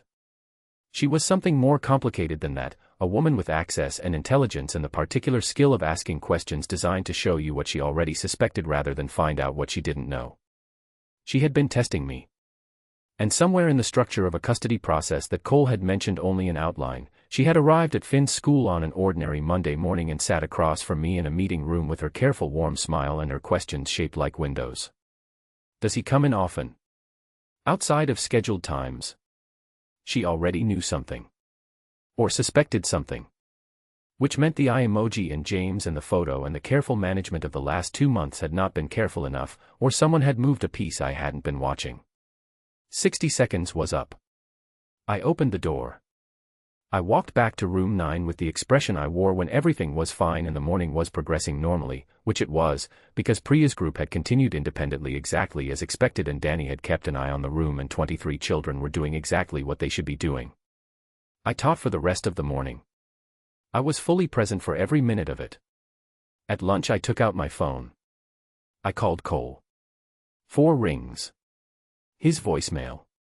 I listened to it start and I held the phone for a moment and I thought about what to say, what the correct version of this was, how to give him the information without the shape of my own chest doing the thing it was doing, which was not calm. I said nothing. I hung up. I looked at the screen. I typed one line. She was here. I hit send. I set the phone face down on the desk. Gerald was on the corner, in his usual position, doing his usual work. I know, I told him. Outside, the lunch bell rang. 23 children started moving toward their bags, and I stood up, and I was professional and warm and fully present because that was what this room needed from me, and I could do that. I could always do that. I had been doing that since I was 22 years old. But somewhere underneath the professional version, in the part that didn't show, something had shifted. Vanessa Mackenzie had not come to Lincoln Park Elementary to ask about Finn's reading level. She had come to look at me. And the look had found something. I didn't know what yet. But I knew, with the particular certainty of someone who had been careful for 2 months and had just watched careful stop being enough, that whatever came next was going to come fast. Cole called back at 12:47. I was in the middle of lunch supervision and I let it ring. He called again at 1:03. I was walking back from the staff room and I picked up. "Where?" he said. His voice was completely flat, which was somehow worse than if it had been loud. "The lobby," I said. She asked for a welfare review meeting. I gave her nothing. I was professional. She has nothing from me. Silence. Cole. "I know," he said. "I know you were." A pause that had something hard in it. She shouldn't have come there. She knows the custody boundaries. Coming to the school is outside. He stopped. "I'm sorry. This is not your problem to manage." It became my problem the second she walked through the front door, I said. Another pause. "Are you okay?" he said. I thought about 60 seconds behind a closed door, breathing through my mouth. "I'm fine," I said. He was quiet for a moment. "Olive," he said. "I know," I said. "I know." "I'll handle Vanessa," he said. "Today. Tonight. Be careful," I said. "Whatever you say to her, be careful. She is very good at this." "So am I," he said. I believed him. What I was less sure about was whether being good at this was going to be enough. Because Vanessa Mackenzie had walked into my school with a smile and a camel coat and questions that were really a statement, and the statement was, "I see what's happening here. And I intend to use it." The battle lines. Cole's lawyer calls. Vanessa has filed for a formal custody modification. Her grounds include instability in the home environment, which is vague enough to mean anything and specific enough to mean everything. Cole is at practice when he hears. He takes a penalty for the first time in 2 years. His coach pulls him. Rev sits next to him on the bench and says nothing, which is the most useful thing anyone could do. After practice, Cole goes home and sits with Finn and they watch a movie and eat cereal for dinner, and Finn falls asleep against Cole's shoulder. Cole stares at the ceiling. He will not let her take this. He will not let anyone take anything else from him that matters. Asterisk, cliffhanger, text from his agent, the tabloid has a source. They know her name. Asterisk. All is lost. The story breaks at 9 a.m. Chicago Blade star Cole Mackenzie's mystery gala woman identified as son's teacher, Olive's name. Her school. A photo of her leaving his building, taken when she came to tell him about James. Someone had been watching. Her phone doesn't stop. By 9:45, she's called into Principal Marsh's office. He sets a formal document on the desk, notice of conduct review. He says the board is concerned about the appearance of impropriety. She is placed on paid administrative leave pending investigation. She walks out into the hallway and Danny is already there with her coat. Olive doesn't cry. She is completely, terrifyingly calm. Asterisk, POV ends with one sentence. I had known, from the very beginning, that this was exactly how it would end. Asterisk. The consequence. Cole finds out about Olive's leave from Rev, who heard from his wife, who saw it on a school parent group chat. He calls Olive. She picks up this time. Her voice is steady in a way that means she is shattered. He says, asterisk, tell me what you need. Asterisk, she says, asterisk, I need you to not make this worse. Asterisk he hears what she's not saying. He drives to his agent's office and spends 3 hours methodically destroying every avenue the tabloid and Vanessa's team could use against Olive. He calls his lawyer. He calls the school board's legal department. He finds the source, a low-level team PR assistant who'd been sharing information with James's agency. He fires the assistant personally. It's not enough. It is never going to be enough, and he knows it. Asterisk, internal, he is realizing, for the first time, that loving someone means sometimes choosing to protect them from yourself. Asterisk. The narrative must be told in first-person singular using I as the voice throughout. Keep the tone blunt, emotionally gripping, and realistic with no fancy grammar or complicated words. Use simple English vocabulary and straightforward sentence structures. Create a strong hook that instantly captures a first-time reader's attention. Include a powerful moment of conflict or suspense that sets the tone for the rest of the book. Prioritize dialogue over narration and use show-don't-tell techniques throughout. Write in paragraph format with left-aligned text and 1.15 line spacing. Make every character show emotion in a raw and believable way. Ensure each scene connects logically to the story world and character dynamics that will unfold in later chapters. Avoid repeating words and steer clear of overused phrases such as delve, elevate, embark, enhance, landscape, tapestry, comprehensive, dive, furthermore, interplay, journey, pivotal, resonate, showcasing, testament, vast, in summary, in conclusion, or any AI-sounding expressions. Focus on creating authentic human voices through dialogue and genuine emotional reactions. Build tension naturally through character interactions and conflicts rather than explanatory narration. End with forward momentum that makes readers need to continue to the next chapter. Remember to write as if you're telling the most important story of your life with urgency and honesty. Every word should contribute to character development, plot advancement, or emotional impact. Make this opening impossible to put down. Show less. February 21st. Puck Me Twice. Chapter 18. Cole's POV, the battle lines. My lawyer called at 11:43. I was on the ice.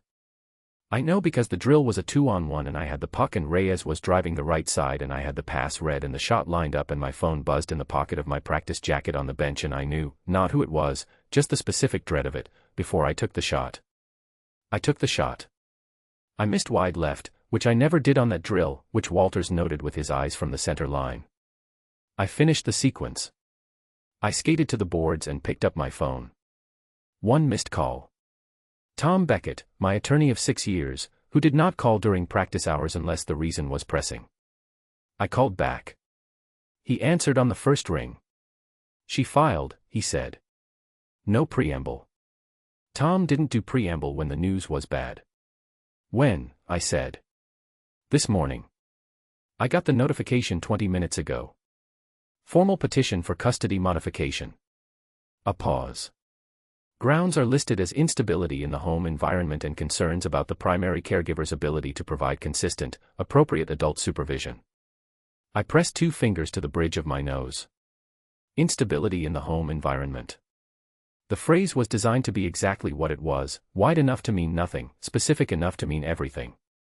A lawyer's phrase, built to carry implications while giving you nothing concrete to refute. You couldn't argue against a feeling. You couldn't present evidence against an atmosphere. What does she have? I said. Nothing documented. The petition is based on her own observations and assessment. She's requested access to school records, communications with school staff, and a home evaluation. School records. School staff. Can she get them? I said. Not without a court order and not without the school's cooperation through the appropriate legal channels. Which I will be filing to contest first thing this afternoon. A pause. Cole.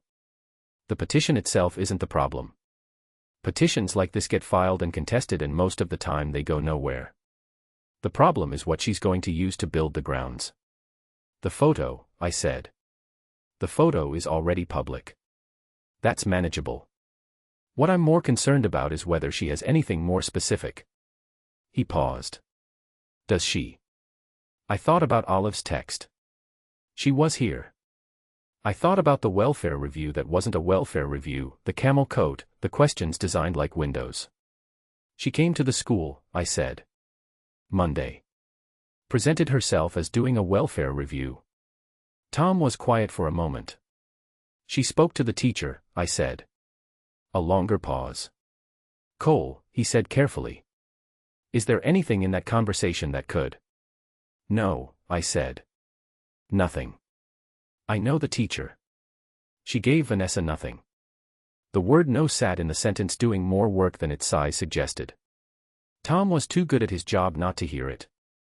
Right, he said. I'll be in contact this afternoon. Do nothing. Say nothing publicly. Don't contact Vanessa directly. I know the drill. The drill was 4 years ago and the stakes were lower, he said. I need you to hear me, do nothing. Let me work. I ended the call. I stood at the boards. On the ice, the 2-on-1 drill had moved on. Reyes was somewhere in a different sequence. Walters was watching the next pair. The practice was a contained, functional world that required everything from you and gave you a structure in exchange, and I had been operating inside that exchange for 20 years, and right now I was standing at its border looking at my phone with my skates on and the cold coming off the surface behind me and feeling nothing of the usual return of it. I put the phone down. I stepped back onto the ice. 12 seconds later, I put my elbow into an opponent during a corner battle in a way that was, technically, a penalty. In practice. Which was not a thing I did.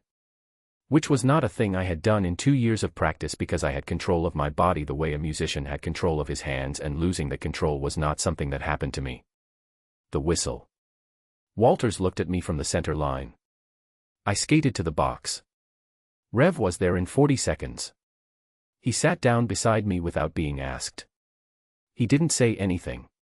He picked up his water bottle and he drank from it and he looked at the ice and he was simply there, which was the specific quality of a friendship built over 7 years. He knew when a thing needed words and when it needed the absence of them. 3 minutes in the box.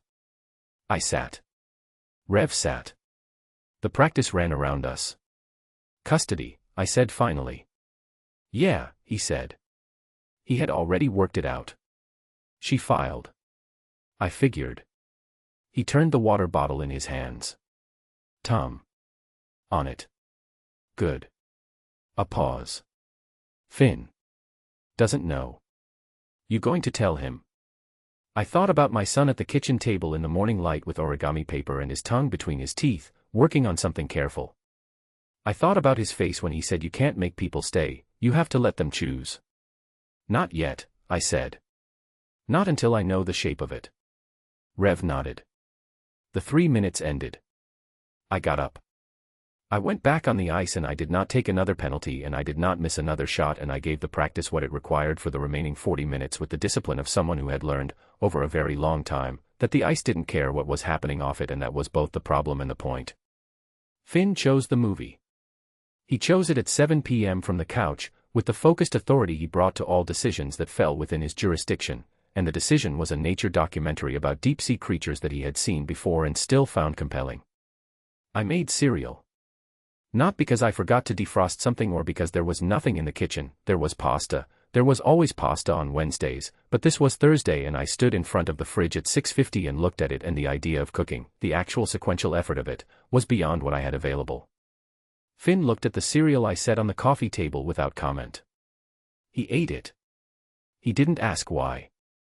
He understood, Finn did, the specific language of a parent who was managing something.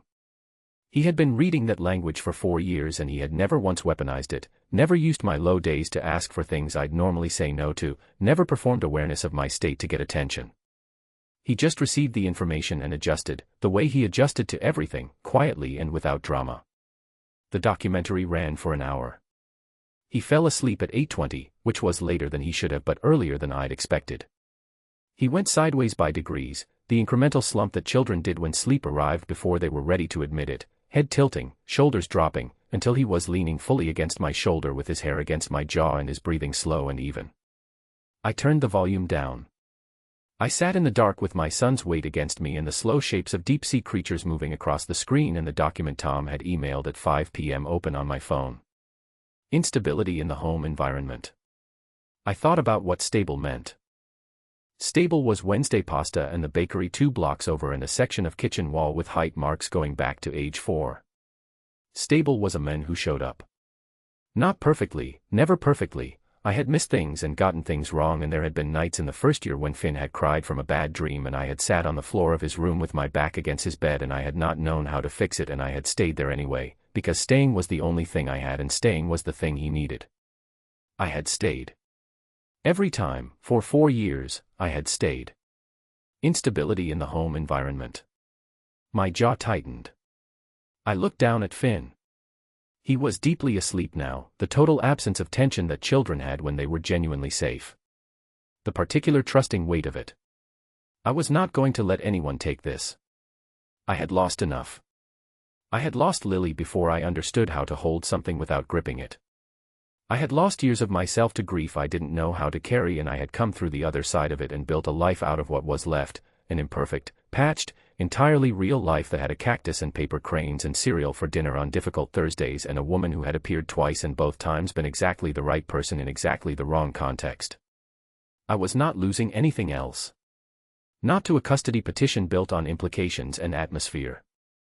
Not to a photo and an ex-fiancé and a tabloid that smelled something in the water. Not to a woman in a camel coat who had walked into my son's school and looked at his teacher with questions shaped like windows. Finn moved slightly against my shoulder, the unconscious readjustment of sleep. I put my arm around him. My phone buzzed. I looked at it. Steph. 1 line. The tabloid has a source. They know her name. I read it. I read it again. I looked at the screen for a long moment, at the words, at the timestamp, 9:41 p.m., which meant Steph had known for some time before sending it, which meant she'd spent those minutes working every angle she had before she told me, which meant the angles were limited.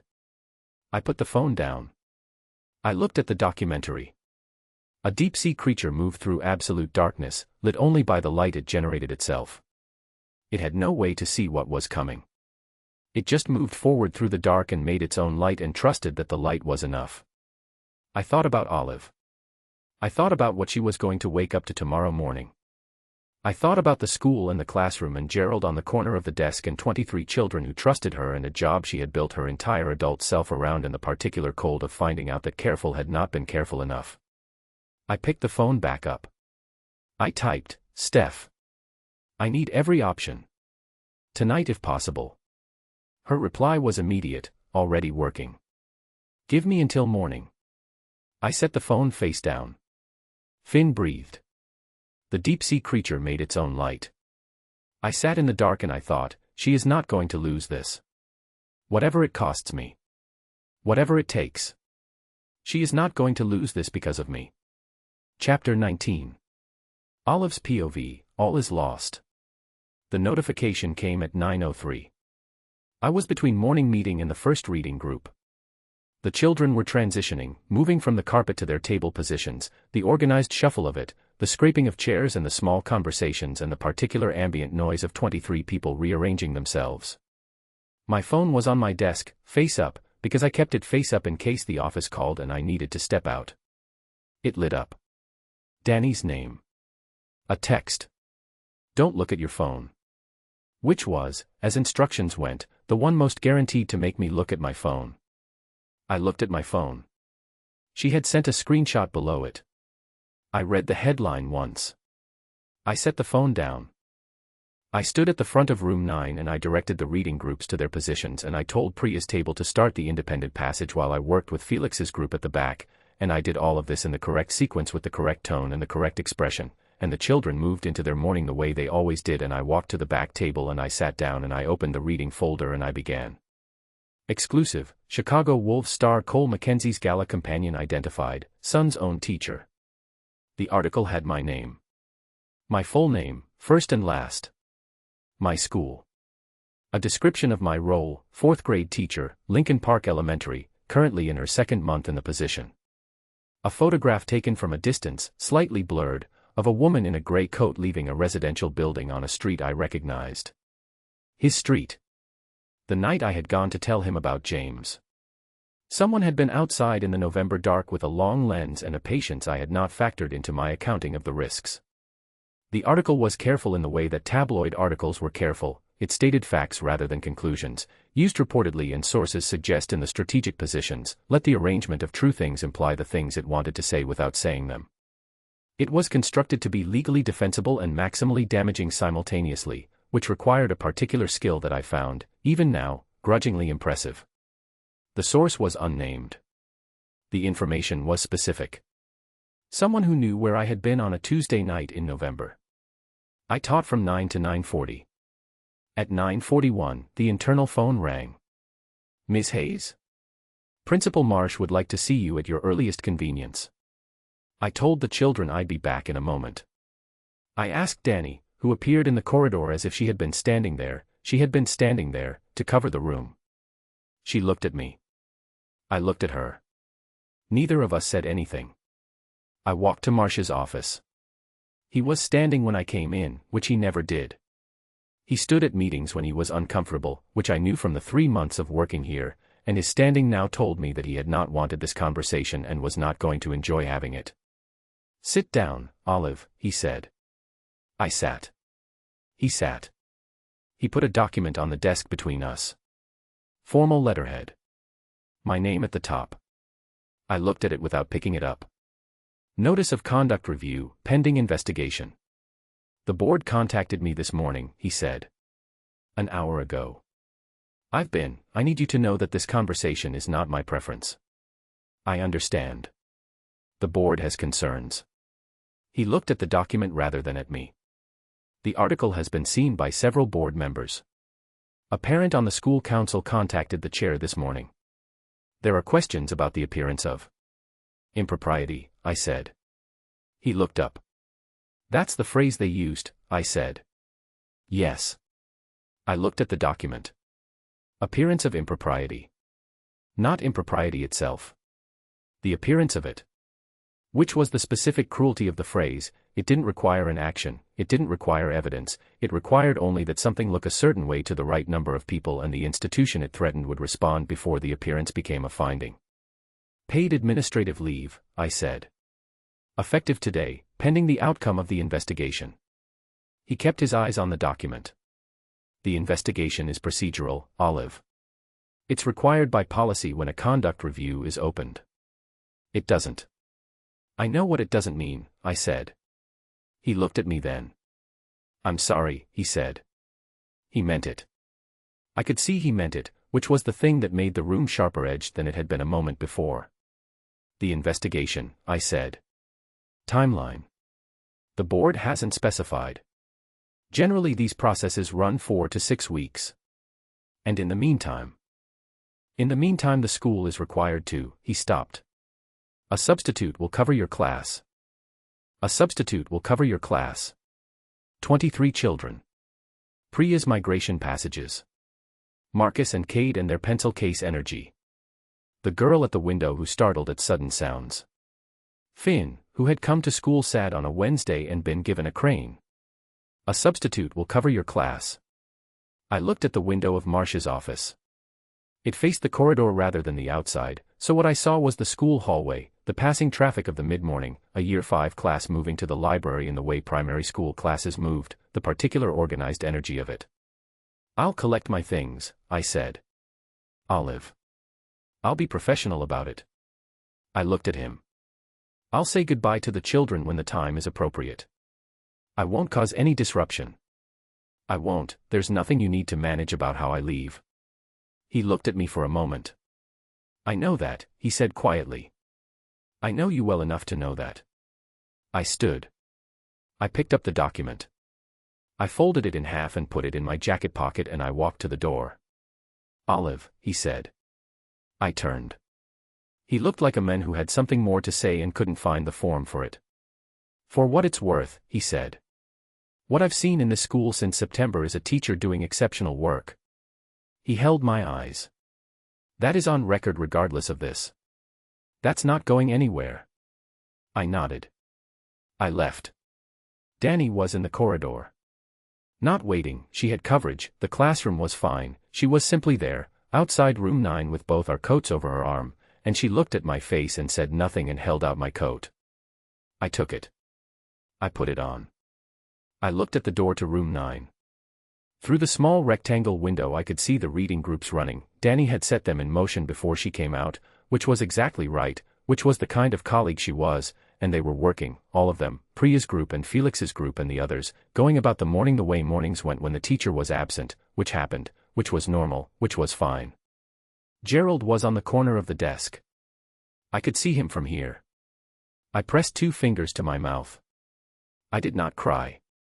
I was completely calm. I was the specific calm of someone who has been bracing for impact long enough that when impact arrives the body has already spent its fear and what's left is something very quiet and very cold that gets you through the next necessary minutes. I had known.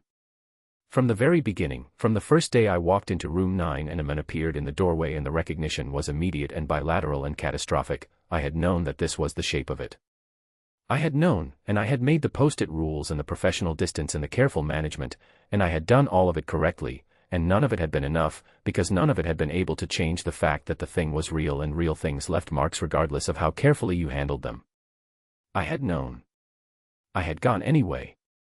I walked down the corridor with Danny beside me and I did not look at the notice board with the student artwork and I did not look at room 9 again and I held the folded document in my pocket with one hand and I walked out of the building into the November air.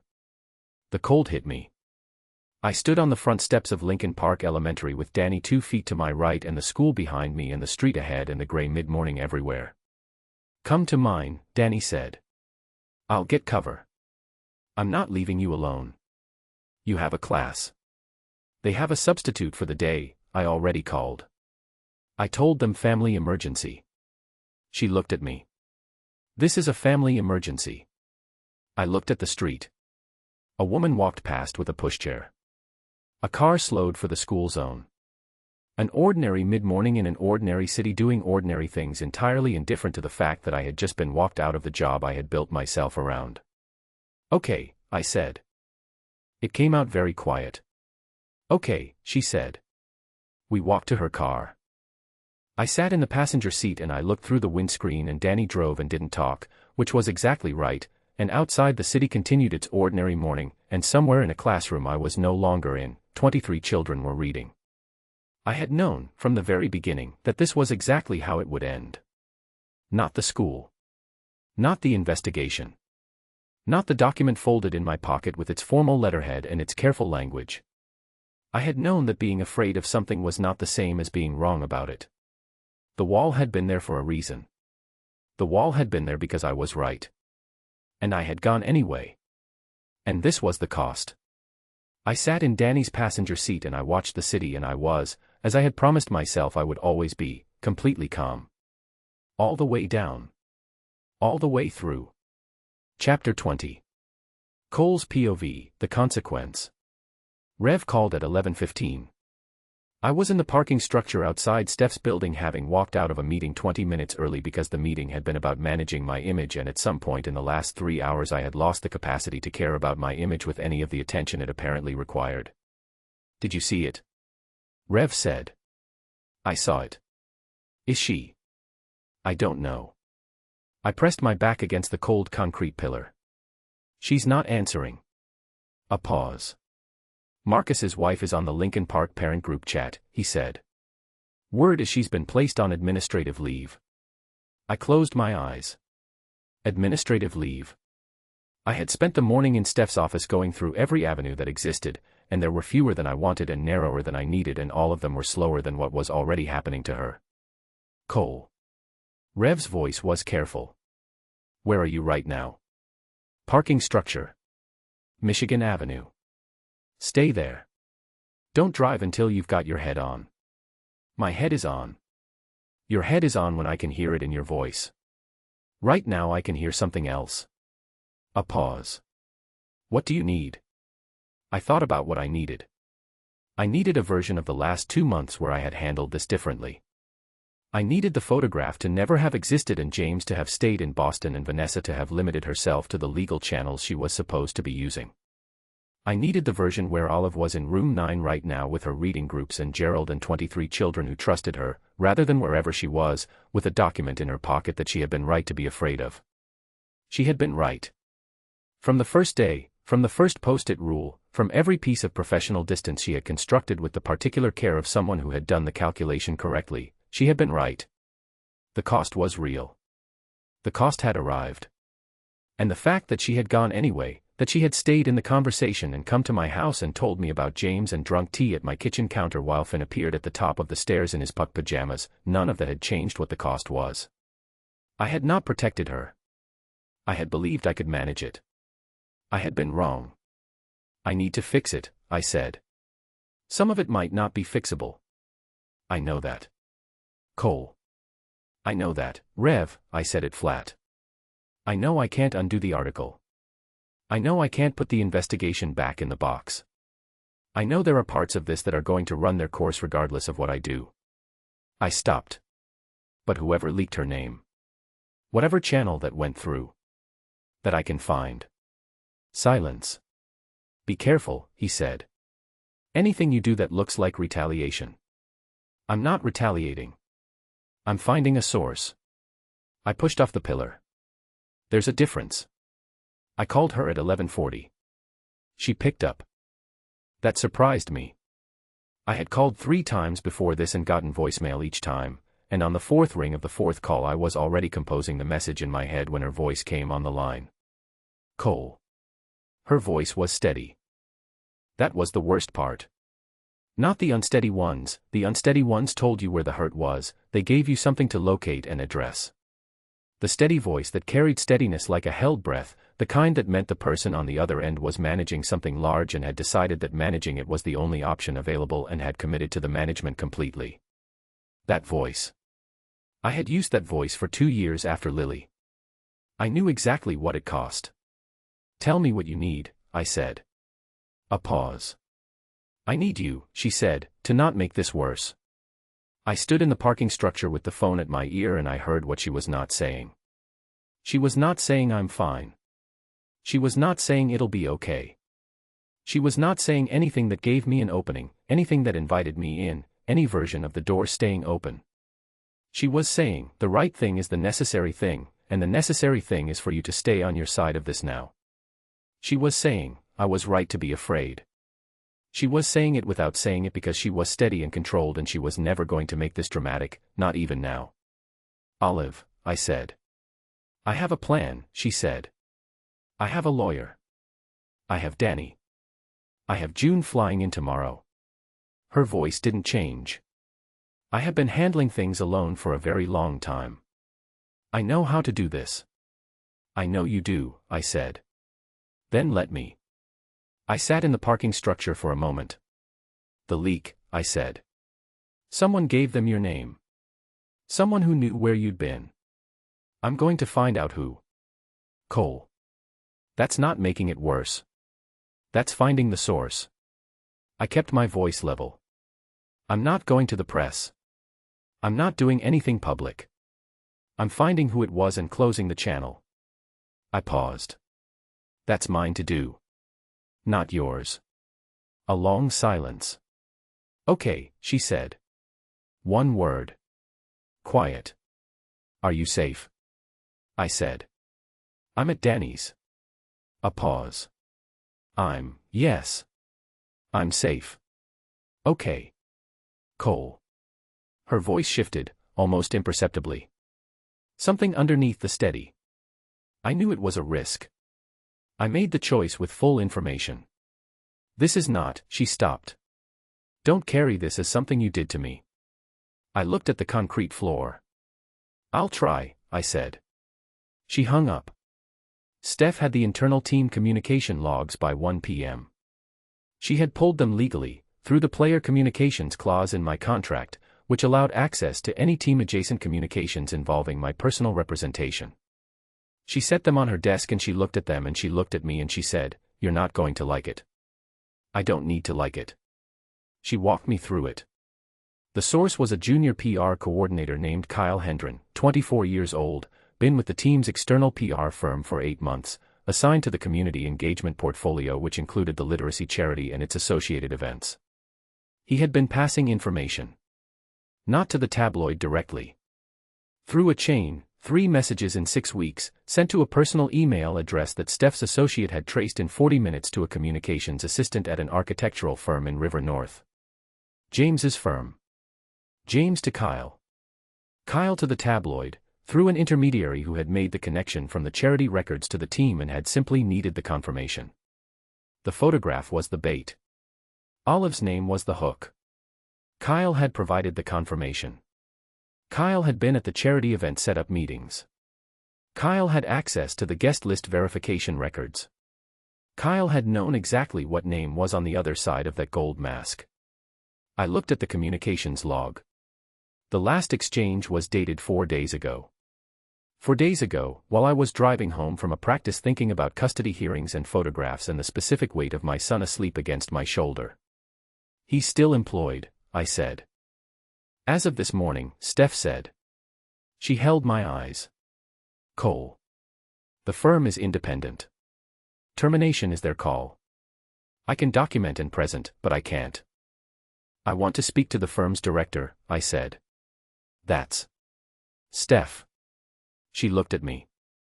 Schedule it, I said. Today if possible. She made the call. The meeting was at 3.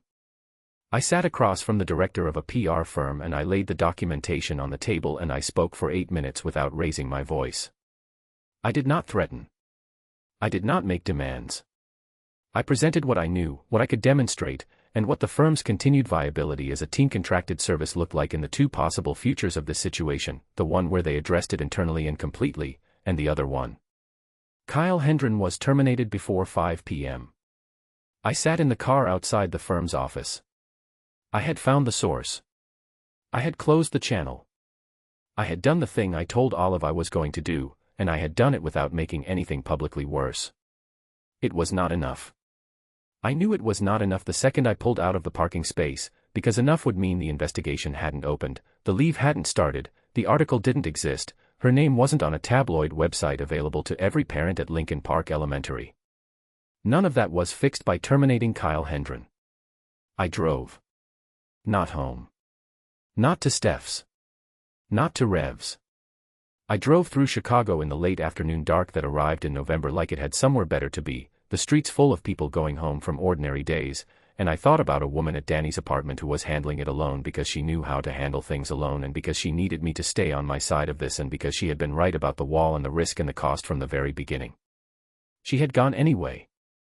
And here was the part one had not fully reckoned with until this moment in a car on Michigan Avenue. Loving someone sometimes meant understanding that your presence was the thing making it worse.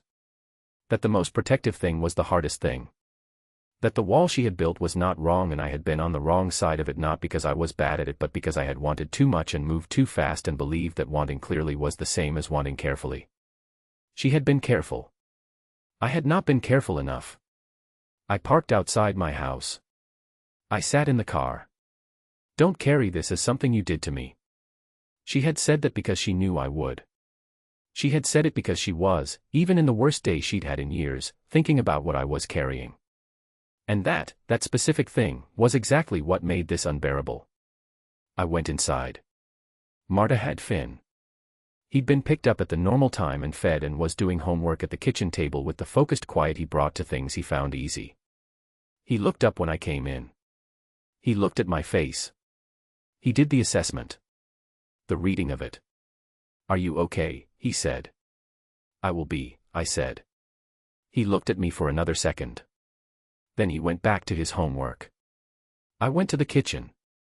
I stood at the counter and I pressed both hands flat on the surface and I breathed. I had made promises tonight that were true, the source was found, the channel was closed, the legal channels were moving. All of that was true.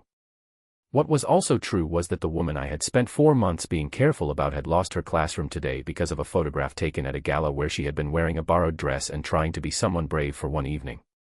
And the question I had not answered yet, the one I needed to answer clearly before I did anything else, was this. Did I love her enough to do the thing that might be the hardest thing? To stay where she had asked me to stay. To let her choose. To trust that the choosing, if it happened, would happen when it could, not when I needed it to. I stood at the counter for a long time. The question didn't go anywhere. It just sat there being exactly as hard as it was. I picked up my phone. I called Tom. Tomorrow morning, I said. I need to know every option on the custody petition. Everything. First thing, he said. I put the phone down. I went to the kitchen table and I sat across from Finn and I said, "How was school?" He looked up. "Good," he said. Marcus made a volcano in science. It was supposed to be small. It wasn't small. It was very not small. He looked at his worksheet. Ms. Hayes wasn't there today. The kitchen held the sentence for a moment. "I know," I said. He looked at me. The quiet assessment, longer this time. "Is she coming back?" he said. I looked at my son. "I'm going to do everything I can," I said. He held my gaze. Then he nodded once, the serious nod, the one that meant he had taken the information and filed it and was going to trust me with the rest of it. He went back to his worksheet. I sat at the table. Outside, Chicago did what it did. Inside, something settled in my chest that was not peace. It was too sharp for peace, too clear, but it was direction. The specific feeling of a man who has stopped running from the question and started walking toward the answer. I was not going to lose her. Not without doing every right thing in my reach. Not without being exactly what I had promised her I could be, in a staff room, in a coffee shop, in my own kitchen with the tea and the crane and the truth of all of it. I've been waiting for 4 years for something to feel like it was worth the risk of it being real. I had meant that. I still meant it. The work of it started tomorrow. At 9:47 p.m., my phone lit up. Not Steph. Not Tom. Not Rev. Olive. One line, "I know you found the source. Danny's husband works in communications. He heard through the industry grapevine 2 hours after you moved." I stared at it. Then, "Thank you. I mean that." Then, after a pause that on my end lasted 4 minutes and on hers I didn't know, "I'm not sorry we happened. I just need you to know that before anything else changes." I held the phone. I read it 3 times. I typed back, "Nothing is going to change. Not the part that matters." The screen showed her reading it. She didn't reply. She didn't need to. I put the phone down on the nightstand, next to the paper crane I'd folded 2 weeks ago. The crane she didn't know existed. The one I'd made because I was missing her from 6 blocks away. I turned off the light. Tomorrow was going to be a hard day. I had been through hard days. I knew how to stay in them. The hardest choice. Olive spends 2 days alone in her apartment. Danny comes by with food. Olive eats some of it. She makes a decision: she'll resign before the review board meets. She will not let this become a public spectacle, she will not let Finn's school life become a circus, and she will not let Cole's custody case be damaged because of her. She writes a clean, professional resignation letter. She reads it back. It is exactly what she should do. She sets it on her coffee table and stares at it for a long time. Then Finn calls her. She doesn't know how he got her number. He says, "Miss Bennett. My dad cries at night sometimes. He thinks I can't hear. I just thought you should know." Silence. She doesn't send the letter. ACT 3, The Reckoning. Cole requests a meeting with the school board. He comes alone, in a suit, without his agent, because this is not a PR problem. He tells them the truth: the relationship did not begin while Olive was Finn's teacher, it predates her employment at Lincoln Park by 3 months. Olive maintains strict professional boundaries throughout, and he will provide documentation of the gala timeline, communications, and the source of the leak, which was external and targeted. He then says something no one in the room expected: "She is the best thing that has happened to my son in 2 years. I would ask you to consider what message you are sending to an 8-year-old boy about whether good people get protected or punished." Marsh starts to object. The board chair puts up her hand. Cliffhanger, the hearing reconvenes in 48 hours. Climax, the decision. The board clears her. The conduct review finds no violation, the relationship began prior to the professional relationship, no school resources were used, no student was harmed. Olive is reinstated. She returns to her classroom the next morning. The kids cheer. Finn is in the front row and he has a paper crane on her desk. When the class is settled, she looks at it and thinks, 1,000 cranes, at 3:15, Cole is at pickup. She walks outside. He's leaning against the wall like someone who hasn't slept in 4 days, which is because he hasn't. She stops 3 feet away. He says, I have something to ask you. And I want you to know, whatever you say. Finn stays. Nothing changes for him. She says, ask. He says, can I take you to dinner? Just you and me. No masks. She says, it's about time. The narrative must be told in first-person singular using I as the voice throughout. Keep the tone blunt, emotionally gripping, and realistic with no fancy grammar or complicated words. Use simple English vocabulary and straightforward sentence structures. Create a strong hook that instantly captures a first-time reader's attention. Include a powerful moment of conflict or suspense that sets the tone for the rest of the book. Prioritize dialogue over narration and use show-don't-tell techniques throughout. Write in paragraph format with left-aligned text and 1.15-line spacing. Make every character show emotion in a raw and believable way. Ensure each scene connects logically to the story world and character dynamics that will unfold in later chapters. Avoid repeating words and steer clear of overused phrases such as delve, elevate, embark, enhance, landscape, tapestry, comprehensive, dive, furthermore, interplay, journey, pivotal, resonate, showcasing, testament, vast, in summary, in conclusion, or any AI-sounding expressions. Focus on creating authentic human voices through dialogue and genuine emotional reactions. Build tension naturally through character interactions and conflicts rather than explanatory narration. End with forward momentum that makes readers need to continue to the next chapter. Remember to write as if you're telling the most important story of your life with urgency and honesty. Every word should contribute to character development, plot advancement, or emotional impact. Make this opening impossible to put down.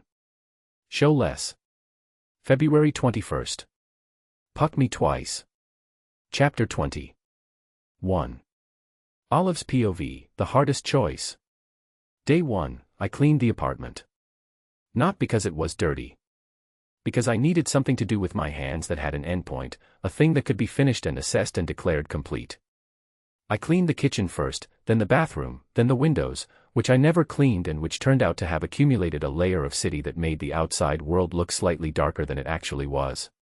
After the windows I could see the street more clearly. I closed the blinds. Day 2, Danny came. She came at 11 with a bag from the deli on my corner, the one I liked, which meant she had paid attention to which one I liked and had walked to it rather than the closer one, which was a Danny thing, the specific care of it, and she let herself in with the key I'd given her 3 weeks ago because she said Chicago winters were non-negotiable for key sharing and she had been right. She set the bag on the counter. She looked at me. She looked at the apartment. She looked at the resignation letter on the coffee table. She said, Olive. Sit down, I said. I'll tell you. She sat. I stood by the window with the closed blinds and I told her. The logic of it was clean. That was the thing about making a decision from the right reasons, the logic held, it didn't have gaps, it stood up to examination because it had been built honestly rather than constructed to reach a predetermined conclusion. The resignation was right because the investigation was going to run 4 to 6 weeks regardless of what it found, which meant 4 to 6 weeks of a substitute in room 9 and 23 children with a disrupted routine and Finn specifically in a classroom that was missing the one consistent adult he had allowed himself to trust since his mother died. That was a harm I could prevent. The resignation ended the investigation. The investigation ending removed the last piece of public ammunition from Vanessa's custody petition. The custody petition losing its ammunition protected Finn's stability. It was clean. It was logical. It cost me everything. Danny listened without interrupting. When I finished, she was quiet for a moment. Have you eaten today? She said. Danny. Answer the question. Coffee. She got up. She unpacked the deli bag. She made me sit down and she put food in front of me and she sat across from me with her own and she looked at the letter on the coffee table and she said, You built the logic backward. What? You started with the conclusion and built the logic to support it. She looked at me. The conclusion is, I should sacrifice myself. The logic is, here are the reasons it's actually the right thing. She broke a piece of bread. That's not clear thinking. That's fear dressed up as reasoning. It's not fear. It's protection. Of what? Of Finn. Of Cole's case. Of yourself, she said. From having to find out whether this ends well. I looked at the letter. Danny, I said. I know, she said. I know that's not fair. I know you're genuinely trying to protect them. She met my eyes. I also know that the version where you resign before the board can clear you is a version where you never find out whether the board was going to clear you. And that unknowing protects you from hoping too hard. The apartment was quiet. Outside the closed blinds, the street continued its ordinary December. Eat, she said. I ate. She stayed for 2 hours. She didn't talk about the letter again. She talked about Marcus and Cade, who had apparently constructed a system for smuggling extra crackers from the lunch table that had been running undetected for 6 weeks and had only been discovered when Cade, in a moment of logistical overconfidence, had attempted to scale to 4 packs simultaneously. She talked about the substitute, who was apparently kind but who read aloud too fast, which Priya had noted in her worksheet and communicated to Danny with the particular weight of a child who found things important that weren't being taken seriously enough. I thought about Priya's worksheet. I thought about a girl who wrote her name 4 times until it was right. Danny left at 2. I sat on the couch. The letter was in front of me. I read it back. It was a good letter. Professional, clean, nothing in it that was untrue or performative. It said what it meant and meant what it said. It was exactly what you wrote when you had decided to leave something with your dignity intact and no exits burned. I picked up the pen. I looked at the signature line. My phone rang. Unknown number. I answered it because I had been answering unknown numbers since the article, in case it was the board or my lawyer or anyone else who needed to reach me quickly. Miss Hayes.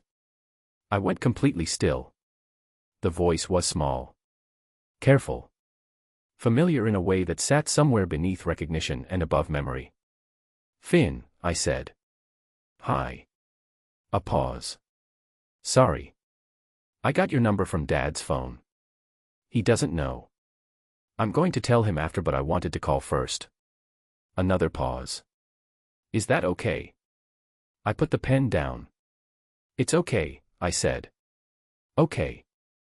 He was quiet for a second. The quiet of someone organizing what they came to say. I just wanted to tell you something. You don't have to say anything back. I just thought you should know. Tell me, I said. My dad cries at night sometimes. He said it plainly. No drama around it. Just the fact of it, delivered the way he delivered facts, directly, with the weight it deserved and no excess. He thinks I can't hear. But my room shares a wall with his and the walls aren't very thick. A pause. He doesn't know I know. I've never told him. I pressed my free hand flat on the coffee table. He wasn't like that before, Finn said. The crying. He used to be sad, but it was a different kind. Quiet sad. This is, he searched for the word with the deliberateness I recognized from every reading session. This is because of something he's afraid of losing, he said. I know the difference. The room was very still. Finn, I said. You don't have to say anything, he said. I told you that. I just thought you should know. A pause. Also, the substitute reads too fast. Priya is upset about it. I made a sound. Not a laugh. Something that wasn't a laugh but was adjacent to it in the specific way of emotions that couldn't decide what to do with themselves. I know, I said. Okay. He sounded satisfied. The particular satisfaction of someone who has delivered what they came to deliver and considers the task complete. I'm going to tell Dad I called. I don't like not telling him things. That's, yes. Tell him. Okay. A pause. Miss Hayes. Yeah. I'm on 212 cranes, he said. I closed my eyes. The wish, I said. Still not small, he said. Bye. He hung up. I sat on the couch for a long time. The resignation letter was on the coffee table in front of me, pen beside it, signature line empty. Gerald was on the kitchen windowsill because I had brought him home with my things when I left the school, and he was doing what he always did, which was exist with complete equanimity in whatever circumstances he found himself, small and spined and quietly certain. I looked at the letter. I thought about a man who cried at night with his hand over his mouth so his son wouldn't hear through the shared wall. I thought about 212 cranes and a wish that wasn't small. I thought about Danny saying you built the logic backward. I thought about a 9-year-old with a phone she wasn't supposed to have and the specific bravery of calling someone's teacher to say, he's afraid of losing something. I thought you should know. I looked at the signature line. I picked up the letter. I folded it in half. I put it in the kitchen drawer, under the takeaway menus, where things went when they weren't finished but weren't ready to be thrown away either. I picked up my phone. I called my lawyer. The board hearing, I said. I'm not resigning before it. I'm going in. A pause. Good, he said. I have documentation ready. Timeline from the gala, communications, the leak source. I'll file it tomorrow. Thank you. Olive. He paused. The evidence is solid. The timeline is provable. You were a private individual who met a man at a private event 3 months before you knew he had a child at your school. He paused. Let the board see that. That's all you have to do. I looked at Gerald. I know, I said. I hung up. I sat in the quiet apartment with the closed blinds and the letter in the kitchen drawer and 212 cranes somewhere in a house 6 blocks away, and I thought. I have been afraid of the right things. And I went anyway. And I'm still going. Chapter 20. 2. Cole's POV, The Reckoning. I wore the suit I wore to Lily's funeral. Not as a statement. Not because I was dramatic about it, though in retrospect the choice tells me something about where my head was. I wore it because it was the suit I wore when something mattered enough that the external presentation had to carry weight, and I owned 3 suits and that was the one I reached for without thinking when I stood in front of the closet at 6:15 on a Tuesday morning. Marta arrived at 7 to take Finn to school. She stood in the hallway and looked at me in the suit and looked at the folder under my arm, documentation, 12 pages, the gala timeline and the communications and the source confirmation and the letter from Tom's office outlining the legal framework, and she said, "Are you sure you don't want representation in the room?" "Not for this," I said. Cole. Steph would make it about management. Tom would make it about liability. I looked at the folder. It's not about either of those things. Marta looked at me for a moment. Okay, she said. Is he up? Kitchen. I went to the kitchen. Finn was at the table with cereal, which he had made himself because he was capable and independent and had been making his own cereal since he was 6 years old because some children moved toward capability early when capability was the thing that made them feel safe. He was in his school uniform. His hair needed cutting. He looked up when I came in. He looked at the suit. Board meeting, I said. I know, he said. Are you going to fix it? I sat across from him. I'm going to tell them the truth, I said. That's what I'm going to do. Is the truth enough? I looked at my son. It should be, I said. That's what today is about. Finding out if it is. He looked at his cereal. I called her, he said. I know. He had told me. Last night, at 8 p.m., standing in the kitchen doorway with his hands in his pockets and the expression he wore when he had done something he wasn't sure I'd approve of and had decided to be honest about it anyway. I called Miss Hayes. I told her you cry at night. I thought she should know. He had stood there and held my eyes and waited. I had stood with that for a moment. Okay, I had said. Are you angry? No. You look like something. I'm not angry. I had looked at him. Thank you for telling me you did it. He had nodded once and gone to brush his teeth. I looked at him now across the cereal bowl. Whatever happens today, I said, you and me, nothing changes. You understand that. The school, your class, this house. That's yours. None of that moves. He looked up. "I know," he said. "I need you to actually know. Dad." He said it with the patience of someone addressing an adult who needed the reassurance more than the child did. "I know." He picked up his spoon. "She's coming back. I can tell." "How can you tell?" "Because she didn't send the letter," he said. I stared at him. He ate his cereal. "What letter?" I said. "The one she was going to send." He didn't look up. "She didn't. You can tell the difference between someone who has given up and someone who hasn't." He paused. "She hasn't." I sat across from my 8-year-old son in the early morning kitchen with the suit that still smelled faintly of the dry cleaner from 4 years ago, and I thought, he is going to be an extraordinary person. He already was. The board met in the district office on West Adams. I arrived 10 minutes early. I sat in the waiting area with the documentation on my knee and my hands still, and I did the thing I did before games, not a ritual, not superstition, just a full 30 seconds of complete quiet where I let everything that was happening be exactly what it was, and I stopped trying to manage it and I just held it. Olive was not here because I had asked her not to be. Not because I was protecting her, she didn't need my protection, she was fully capable of representing herself, her lawyer was excellent and her documentation was complete. Because I wanted the board to hear what I had to say without the visual of her in the room complicating the message. Because what I was going to say was about facts and timeline and professional conduct, and the facts and timeline and professional conduct were clearest when they were presented without the person they concerned in the immediate vicinity. She had agreed. She had said, "Be clean about it. Don't oversell. Give them what's true." I was going to give them what was true. The assistant showed me in at 9 o'clock. The board room was not large. A table, 8 chairs, a window onto the street. 5 board members, I'd been given the names, the chair, Dr. Patricia Obi, who had been in district education for 20 years, 2 curriculum representatives, a parent community liaison, and a legal advisor from the district's law firm, who was there to make sure the meeting stayed inside its procedural box. Principal Marsh was in the room. I had not expected that. He was seated to the right, slightly apart from the board, with the careful positioning of someone who was present as a witness rather than a participant. He looked at me when I came in with the expression of a man who had complicated feelings about this situation and had decided that the board room was not the place to have them. I sat in the chair they indicated, across the table, facing the 5 of them.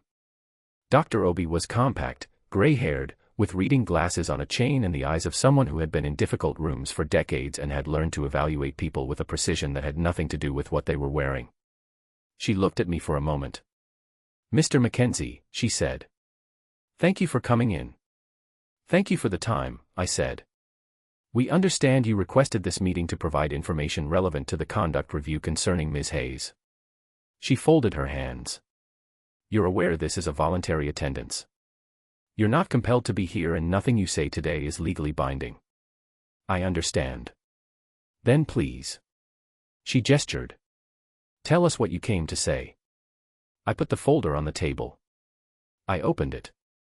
I left it open but I didn't read from it. I'd memorized the sequence, I knew what I needed to say and in what order, and reading from a document was a way of creating distance between myself and the information that I did not want. I talked for 11 minutes. I told them about the gala. The date, October 9th, 14 weeks before my son was enrolled at Lincoln Park Elementary. The charity, the event, the fact that I was there on my agent's recommendation and that Olive was there on a raffle ticket she'd won at school, a different school, a school she was in the process of leaving. I told them we had spent 3 hours talking and one night together and that neither of us had exchanged names, by mutual and explicit agreement, because it was one night and that was the agreement we had both made consciously. I told them that when I recognized her at the school in September, I had understood immediately the complication and that I had not handled it correctly. I should have disclosed it, I should have been proactive, and the failure to be proactive was mine and not hers, because she had been managing a professional situation with the discipline of someone who understood what was at stake, while I had been managing my own response to it with the discipline of someone who didn't want to lose access to the first thing that had felt real in 4 years. I told them that I would provide the board with the full documentation from my legal representative confirming the gala timeline, the communications record showing that no school resources were used in any personal communication between myself and Ms. Hayes, and the identity and termination documentation for the individual who had leaked her name to the press, An individual employed at a PR firm contracted to the Chicago Wolves, whose relationship with my personal situation gave him information he was not authorized to share. I put the documentation on the table and I pushed it across. Dr. Obi looked at it. She did not pick it up. She continued looking at me. "Mr. Mackenzie," she said. "Is there anything else?" I looked at the table for a moment. I had not planned this part. What I had planned was the 11 minutes, the timeline, the documentation, the facts. Clean, clear, nothing that could be argued with. What I was about to say was not in the plan. "Yes," I said. I looked at her. "My son is 8 years old," I said. "He lost his mother when he was 3. He has been in 4 schools in 4 years because I was trying to find the right place, which is a kinder way of saying I was trying to outrun a grief that didn't have a geography." I paused. At Lincoln Park, in September, he started sleeping through the night again. For the first time since he was 3 years old, he started sleeping through the night. I kept my voice level. "He makes paper cranes. He has been making them since August, and he gives them to people he trusts, and he has given more of them to Ms. Hayes than to anyone else in his life including me." I stopped. She earned that. The room was quiet. She earned it because she pays attention to children the way very few adults do. Not to their performance, not to their output, not to what they're doing in class for the purposes of assessment. To them. To who they are when they think nobody's looking. I looked at Dr. Obi. In 2 months, she saw my son more clearly than most people have in 4 years. That is not incidental to her work. That is her work. That is the thing she is, as a teacher. Marsh, to my right, was looking at the table. "I recognize that institutions have processes," I said. "I recognize the board has a responsibility to the school community and to the integrity of the professional standards that exist for good reasons. I am not asking you to ignore those processes." I looked at the documentation on the table. "I am asking you to apply them to what actually happened rather than to what a tabloid photograph implied." I stopped. Dr. Obi was still looking at me. "She maintained the professional standard in every interaction at that school," I said. "Every single one. Whatever happened between us, and I am telling you plainly that nothing in violation of your policy happened at that school, was maintained at a boundary she set and held." I paused. "The question before this board is whether she is punished for a situation that was orchestrated externally and targeted specifically at her because of her connection to me. I would ask you to consider what that answer communicates. To the school community. To Ms. Hayes. To an 8-year-old boy who is trying to understand whether the good people in his life are protected or whether they leave." I closed the folder. Marsh looked up. He opened his mouth. Dr. Obi raised one hand. Not sharply. Not dramatically. Just, up. A small, clear gesture that meant, "I have what I need from this room." She looked at the board members on either side of her. "We'll take a recess," she said. "Mr. Mackenzie, you'll hear from the district within 48 hours. "Thank you," I said. I stood. I picked up the folder. I walked to the door. In the hallway, I put on my coat and I stood with my back against the wall for a moment and I breathed. I had told them the truth. That was all I came to do. Whether the truth was enough was no longer mine to determine. My phone buzzed. "Olive, how did it go?" I looked at the message for a moment. Then, I told them the truth. Everything. 3 dots. Then, everything. Me, everything. A pause. Then, even the crane part. I smiled. The real kind, not the managed one. It reached my whole face. Me, especially the crane part. The dots appeared and disappeared twice. Then, "Thank you." Then, after a pause that lasted exactly long enough, "I'm not sending the letter." I read it. I read it again. I pressed my back against the wall of a district office hallway in a suit that smelled of the dry cleaner and something older than that, and I thought about an 8-year-old who had called his teacher to say he's afraid of losing something, and I thought about a woman who had folded a resignation letter and put it in a kitchen drawer instead of the mailbox. Me, I know. Finn told me. 3 seconds. Then, of course he did. I put the phone in my pocket.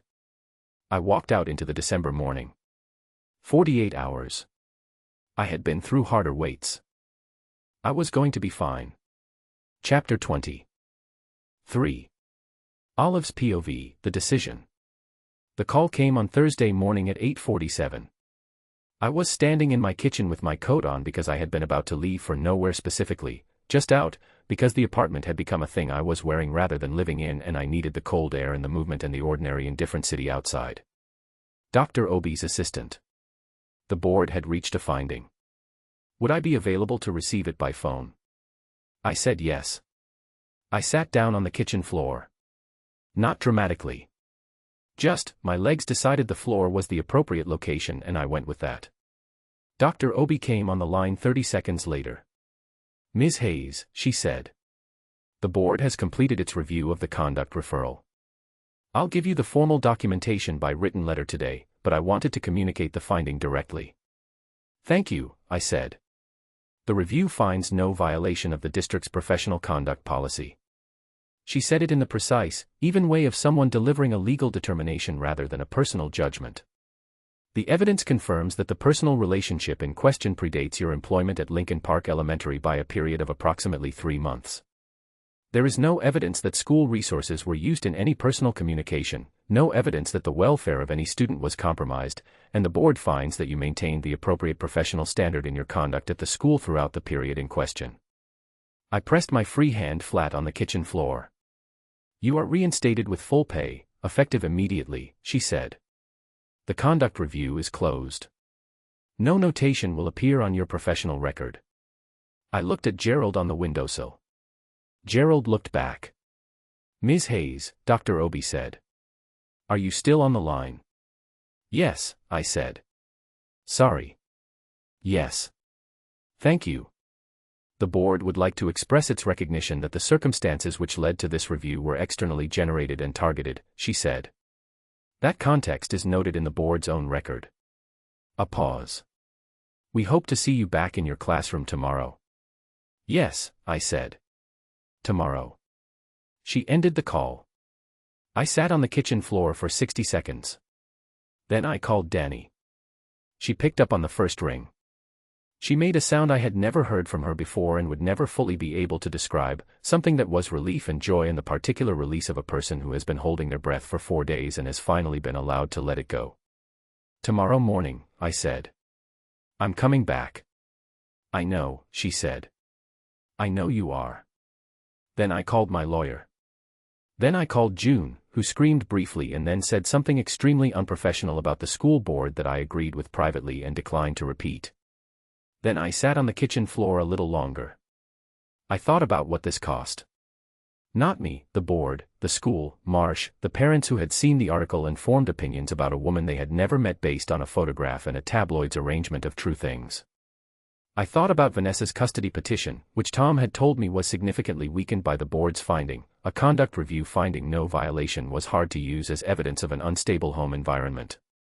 I thought about Finn at his kitchen table making cranes in the early morning light.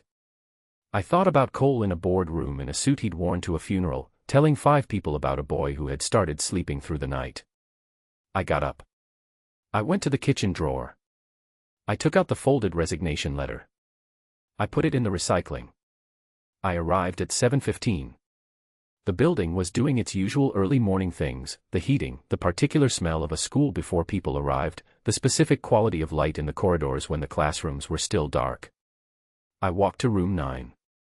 I unlocked the door. I turned on the light. Gerald was on the corner of the desk where I'd left him. He had been here the whole time. I stood in the middle of room 9 for 4 minutes. I looked at the student work on the walls. The watercolor project, deep blues and careful layering and Priya's gradient in the top left corner that was technically the best in the class. The name poems from September, first week, the versions of themselves they had presented at the beginning. The display Danny had maintained while I was gone, which she had done without being asked, keeping it current and complete. I looked at the beanbag chair in the reading corner. I looked at the seating chart on the whiteboard, which was the same as when I left. I looked at the desk. There was a paper crane on it. White, carefully folded, the left wing with the slight unevenness I recognized from the very first one. Placed exactly where the first one had been placed, center of the desk, visible the moment you looked at it. I picked it up. I turned it over. On the inside of one wing, small, careful, in the handwriting I knew from 4 months of worksheets, a number. 213. I held it in both hands. Gerald said nothing, which was exactly right. The children came in at 8. They came in the way they always came in, clusters, pairs, solos, the social physics of 23 children who had been together for 4 months and had their own established orbits. Marcus and Kate arrived mid-conversation about something that was going to require monitoring. Priya arrived first, as usual, and arranged her supplies in the row, as usual, and looked at me with the expression of someone who had noticed my absence and registered it and was now registering my return with the careful precision she applied to all significant information. "Ms. Hayes," she said. "Priya," I said. "Good morning." She sat down. She smiled. Not the small, performed smile she used at the beginning of the year when she wasn't sure yet whether the room was safe.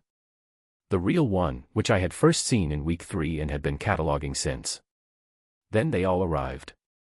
And then, because they were 8 and 9 years old and had opinions and feelings and no particular investment in professional restraint, several of them cheered. Not all of them, Marcus and Kate provided the organizing energy, but the thing that spread from them was genuine, not performed, the particular eruption of children who had been containing something and had been given permission to release it. I stood at the front of room 9 and I let it be what it was. Then I said, "Okay. We have a lot of reading to catch up on." The cheering stopped. 23 faces looked at me. "Starting now," I said. Cade groaned. I picked up the reading folder. I was back. The day ran the way days ran. I will not pretend it was seamless. There were rough edges, the substitute had altered the reading group rotations in a way that needed correcting, Marcus had apparently convinced Cade that they were on an unauthorized snack break at some point in week 2, and Priya had a worksheet she had completed twice because the first version had an answer she decided was imprecise and she had asked the substitute to let her redo it and the substitute had said no and the second version was now living in her desk as a private document that she had not submitted to anyone. I marked both versions. They were both right, but the second one was better. I told her that at the end of the day. She looked at the second worksheet and then at me. "I knew," she said. "I know you knew," I said. She put it in her folder with a satisfaction that was quiet and complete. Finn was in the front row all day. Not because it was his assigned seat was second row, window side. He had moved, quietly and without asking, on the assumption that proximity was the appropriate response to the day, and I had looked at him in the front row first thing in the morning and had made the decision that seat assignments were a hill I was not going to die on today. He worked quietly. He raised his hand twice, once with an answer, once with a question that was better than the answer. He ate his lunch without being asked to slow down. He helped Uma find her pencil case, which had migrated under the radiator. At 2:50, he looked up from his work and caught me looking at him. He held my gaze for a moment. Then he looked back at his paper. I thought about 213 cranes. I thought about a wish that wasn't small. I thought, I know what the wish is. I thought, I know. 3:15. The pickup bell. The organized end-of-day chaos. The children getting coats and bags and the particular energy of children who have been in a building for 7 hours and are ready to be outside. I stood at the door the way I always did at pickup. Watching the reunions, the parents, the nannies, the older siblings, the particular moment of each child finding their person and the subtle shift that happened at contact, the specific exhale. Danny appeared at my shoulder. "He's here," she said. She said it neutrally. She was giving me information, not instruction. "I know," I said. She squeezed my arm once. She went back to her class. I watched the last children go. I collected my bag and Gerald and I walked outside. He was leaning against the wall. Not quite the wall, the pillar at the side of the main entrance, with his shoulder against it and his hands in his coat pockets and his head slightly down in the way of someone who has been standing still and thinking for a while. He was wearing the dark jacket and the boots and the slight shadow on his jaw that existed at 3:15 regardless of what time he'd shaved in the morning. He looked like someone who had not slept in 4 days. He had not slept in 4 days. I knew this because Finn had mentioned it with the matter-of-fact accuracy of a child reporting observable facts. He looked up when I came through the door. He saw me. He held himself still with the particular discipline of someone who was managing a large thing in a small space, and for a moment we were just looking at each other. Without the school architecture around it. Without the professional context or the practical urgency. Just two people outside a building in the December cold with everything that had happened in the 4 months between then and now sitting in the air between them like weather. I stopped 3 feet away. "Hi," I said. "Hi," he said. A moment. "You look terrible," I said. Something crossed his face. The slow thing, not quite a smile, something more considered, the one I had catalogued since October. "I know," he said. "When did you last sleep?" "Sunday, mostly." "It's Thursday." "I know what day it is." I looked at him. He looked at me. "I have something to ask you," he said. His voice was quiet. Even. The voice of someone who has rehearsed a thing and then decided to stop rehearsing it and just say it plainly. "And I want you to know, whatever you say, Finn stays. His classroom, his routine, his relationship with you, none of that changes with your answer. That's not a condition. That's just true. I need you to know it's true before I ask." I looked at him. "Okay," I said. He held my eyes. "Ask," I said. He breathed once. "Can I take you to dinner?" he said. "Just you and me. No masks." He kept his eyes on mine. "No borrowed dresses and no gala and no professional context and no managing anything. Just dinner. With our actual names." The December air was cold and the school behind me was emptying, and somewhere in the pickup current Finn was finding Marta and the ordinary end of day was running its course, and Cole Mackenzie was leaning against a pillar having not slept since Sunday asking me to dinner with his actual name. I looked at him for a moment. I thought about a post-it with 5 rules and a kitchen drawer underneath the takeaway menus. I thought about the first morning, the hotel stationery and the decision not to write anything, the taxi and the closed eyes, and that never happened. I thought about 4 months of careful and professional and managed and the specific cost of it, which I had paid and would pay again because the alternative was a version of this story where I didn't go anyway, and that version was smaller, quieter, entirely survivable, and entirely not the point. "It's about time," I said. The slow thing on his face became the real thing. I had seen it twice before, after the gala in the dark, and once in a staff room window light, and I had stored both instances without letting myself name them. I named it now. It was the smile of a man who had been carrying something heavy for a very long time and had just been told he could put it down. "Friday," he said. 7 o'clock. 7, I said. "I know a place." "Of course you do." He pushed off the pillar. He was close enough now that I could see the 4 days in the lines around his eyes and the set of his jaw and the particular quality of someone who was choosing, in this moment, to be exactly where he was. "Olive," he said. "Cole," I said. He looked at me for one more second. Then he nodded, the small one, the private one, the nod that had crossed the ice and the corridor and every carefully managed room between October and now. I nodded back. Same as the first time. Some things stayed the same. I walked home through the December city with Gerald under my arm and my bag over my shoulder and the particular feeling of someone who has been holding their breath for months and has finally, quietly, been allowed to breathe. The lights were coming on in the buildings as I walked. That Chicago winter evening doing what it did, arriving early, arriving cold, arriving with the specific weight of a city that had decided it was dark and was not apologizing for it. I walked through it. I was not afraid. I was not managing anything. I was just walking, with a cactus and an empty classroom behind me and dinner on Friday with a man who knew my name, and I was thinking about a paper crane with the number 213 written on the inside of one wing, and I was thinking about the difference between a wish that was small and a wish that wasn't. 213 down. 787 to go. I thought, I know what the wish is. I walked home. That night, I took the resignation letter out of the recycling. I smoothed it flat on the kitchen counter. I folded it, not in half, not in quarters. I folded it the way you folded something you were going to make into something else, creasing it carefully, checking each fold. I had never made a crane before. My first attempt was wrong.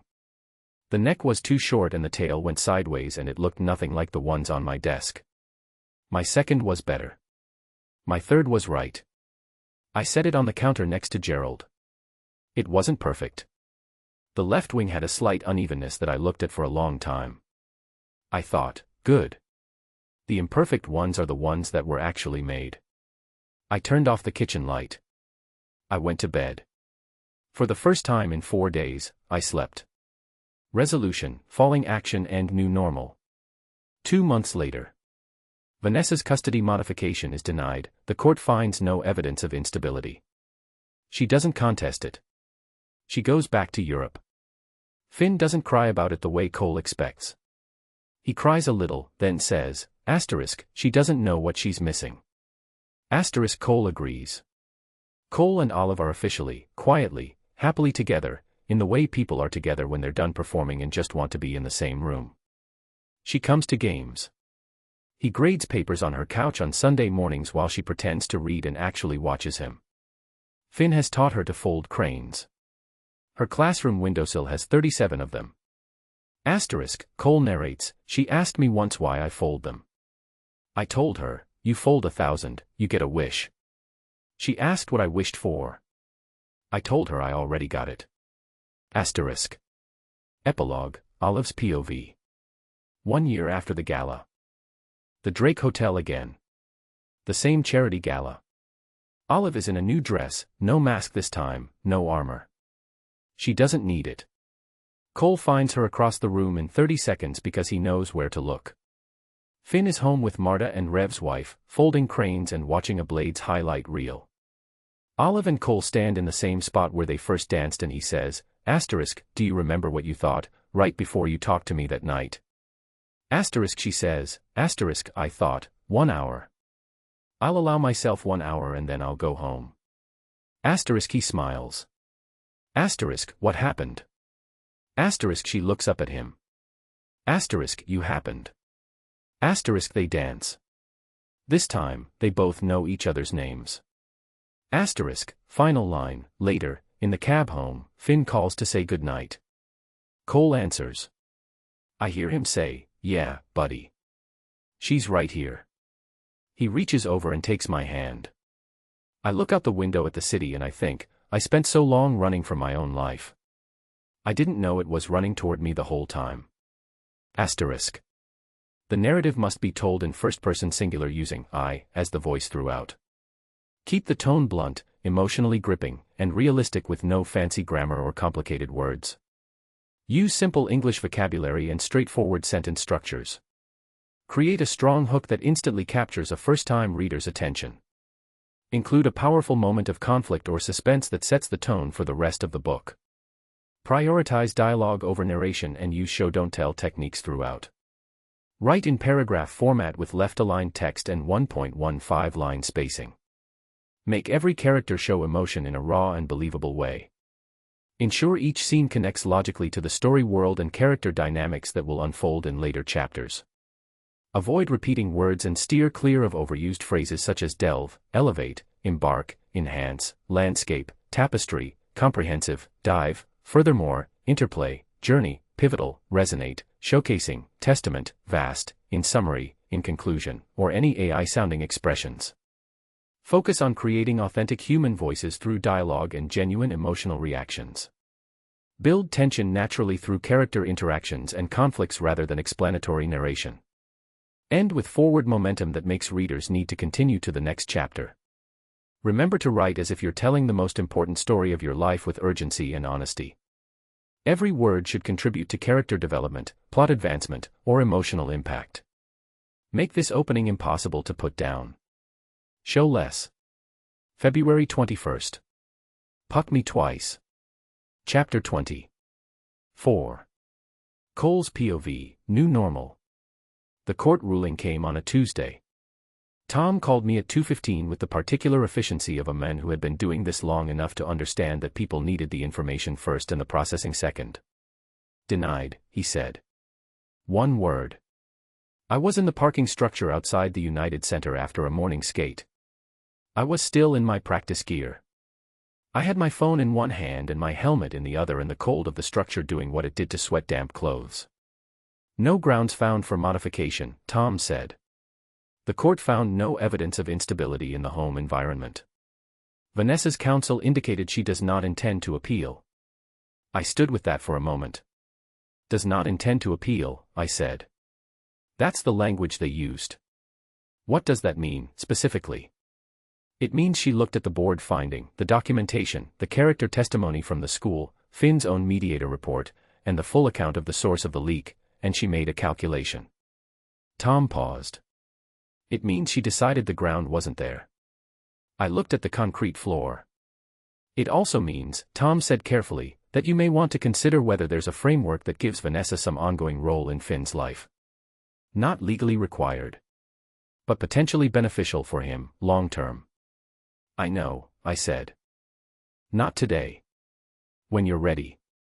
I know, Tom. He ended the call.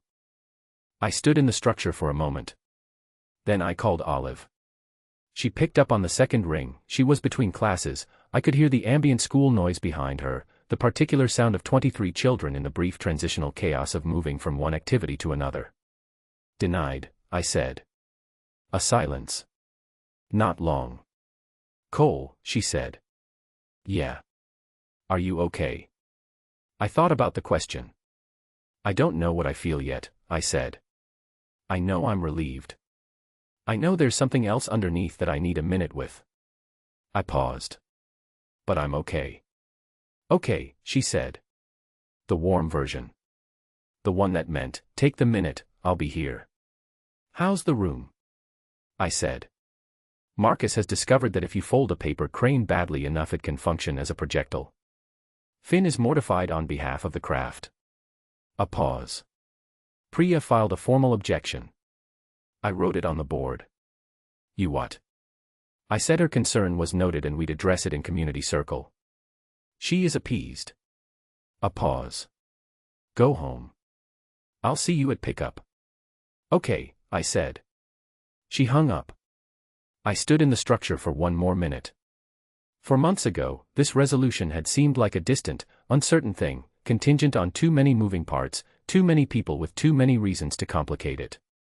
The photo and the tabloid and Vanessa's petition and the ethics review and all the various shapes that a situation could take when it was real and therefore exposed to every sharp edge the world had available. All of it had happened. All of it had run its course. And on the other side of all of it, this. Denied. No grounds. Home. I told Finn at dinner. He was on his stool at the kitchen counter with his homework spread out in the way it spread when he was not particularly invested in finishing it quickly, papers at various angles, pencil case open, the fox origami he'd been working on for a week sitting on top of the history worksheet he was supposed to be doing. I set his plate down. I sat across from him. I said, the court ruled today. About the custody thing. He looked up from the fox. They said no, I said. To the modification. To changing the arrangement. He looked at me. He processed it. The processing took about 12 seconds. I watched the information move through him, watched him find the place to put it, watched the thing it was settle into the thing it would become. Then his face did something. Not what I expected. I had been bracing for the complicated version, the grief for Vanessa, the complicated love of a child for an absent parent, the particular ache of being fought over and then, in some sense, not. I had been ready to sit with him through that. He cried. Briefly. Just 2 or 3 quick tears, the kind that arrived before a child had time to decide whether they were going to let them. He wiped them with his sleeve with the quick matter-of-fact gesture of someone handling a small, manageable thing. I didn't speak. He looked at the fox. She doesn't know what she's missing, he said. Very quietly. No performance in it. I looked at my son. No, I said. She doesn't. He nodded. He picked up his pencil. He went back to the history worksheet with the focus of someone who has filed something in the appropriate place and is now returning to the available work. I let him. I ate my dinner. After a moment, he said, is Miss Hayes coming on Saturday? To the game? Yeah. Danny too, I think. Good. He wrote something on the worksheet. She cheers wrong. She what? She cheers for the wrong things. Last time she cheered when you got a penalty. He looked up. She thought it was a good hit. It was a good hit. You got 2 minutes for it. The 2 minutes were worth it. He considered this with genuine ethical weight. I'll explain the rules to her, he said. Again. She's not going to remember them. I know. He sighed in the way that children sighed when adults were reliably limited. I'll just tell her when to cheer. He wrote something else. I watched him for a moment, the hair that still needed cutting, the fox origami in the corner of his workspace, the specific way he held his pencil that he'd had since he was 4 and would probably have for the rest of his life. She doesn't know what she's missing. No. She didn't. But I did. I knew exactly what I had, and exactly what it had cost, and I was going to spend the considerable remainder of my life making sure neither of them ever had reason to doubt that I knew it. 2 months after the ruling, the new normal looked like this. Sunday mornings, she came over at 9 with the bag she had started leaving her grading in, the big canvas one with the broken handle she'd been meaning to fix for 3 months, and she sat on my couch with papers spread across the coffee table and a cup of tea going cold at the end of it, and I sat in the chair across from her and read the contract documents Steph sent on Sundays and pretended I wasn't watching her. She was not reading.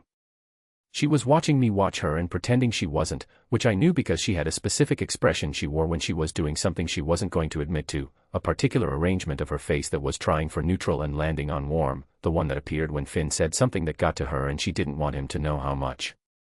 I found that expression important. I found it important the way I found all of her specific, private things important, the way she held mugs, the way she said things to Gerald that she could have said to anyone and chose not to, the way she ran her thumb along the spine of a book before she opened it, the 4 minutes she spent in the middle of every classroom before the school day started, standing in the quiet of it like she was checking something that couldn't be checked any other way. I catalogued them. I did not tell her I was doing it. She was doing the same thing, and she was not telling me either, and we had a quiet agreement about that we had arrived at without ever discussing it directly. You haven't turned a page, she said, without looking up from the paper she was not reading. I'm rereading, I said. She made a sound that was not convinced. Finish your grading, I said. You finish your contract. I'm done with my contract. Then why are you still reading it? I put the papers down. She was looking at me now, the warm neutral expression fully present. I was watching you, I said. A pause. I know, she said. Is that a problem? She picked up her pen. Ask me after I finish this stack, she said. From upstairs, Dad. Miss Hayes. Are you arguing? We're talking, I said. It sounds like arguing. Eat your breakfast. A pause. There is no breakfast, Finn said. I looked at the clock. 9:43. I had forgotten breakfast. I got up. She was already smiling at the paper she was grading, the real one, the fast kind that arrived before she decided whether to show it. I went to make breakfast. This was the new normal. I had been waiting for something this ordinary my entire adult life, and I had not known that ordinary was the thing I was waiting for until it arrived and settled into the house like it had always been there. She came to games on Saturdays. She sat in section 104 with Danny, who had fully committed to the hockey experience in a way that involved strong opinions about power play strategy that she communicated to Rev's wife at considerable volume.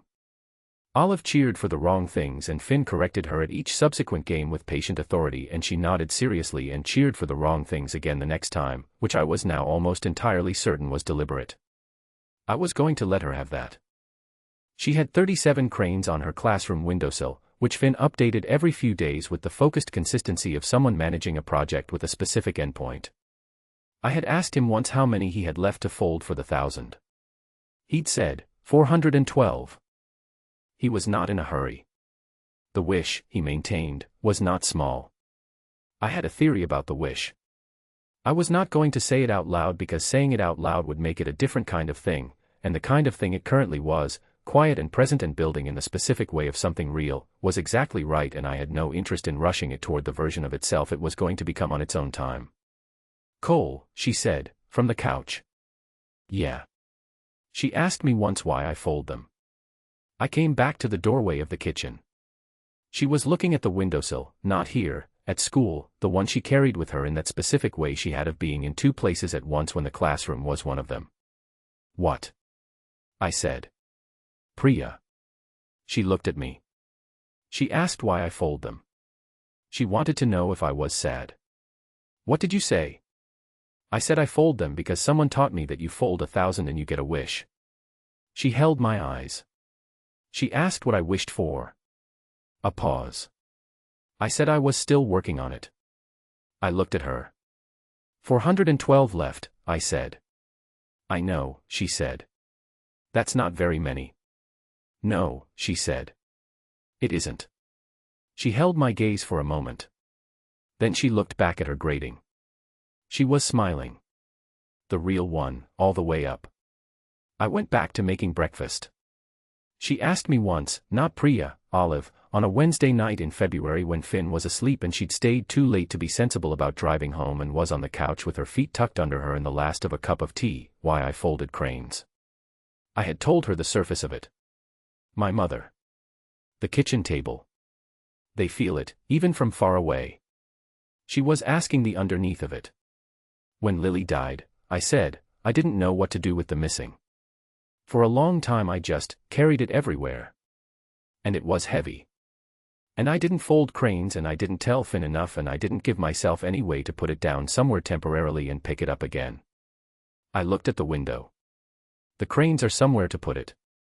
Not to get rid of it. Just to put it somewhere with a shape. She was quiet. When I started folding them again, I said, after years, after you, I stopped. It was because I was missing something that wasn't gone yet. Something I could still do something about. I looked at her. That's different from the other kind. She looked at her cup. What do you wish for? She said. I looked at her. I looked at the house around us, the kitchen wall with Finn's height marks going back to age 4, the stack of her papers on my coffee table, the window with the December dark outside and the specific warm light inside that I had come home to for 2 months now and that my body registered, every time, as the thing it had been orienting toward. I already got it, I said. She looked up. I held her eyes. Cole, she said. Yeah, I said. She didn't say anything else. She turned the cup in her hands. Outside, Chicago did what Chicago did.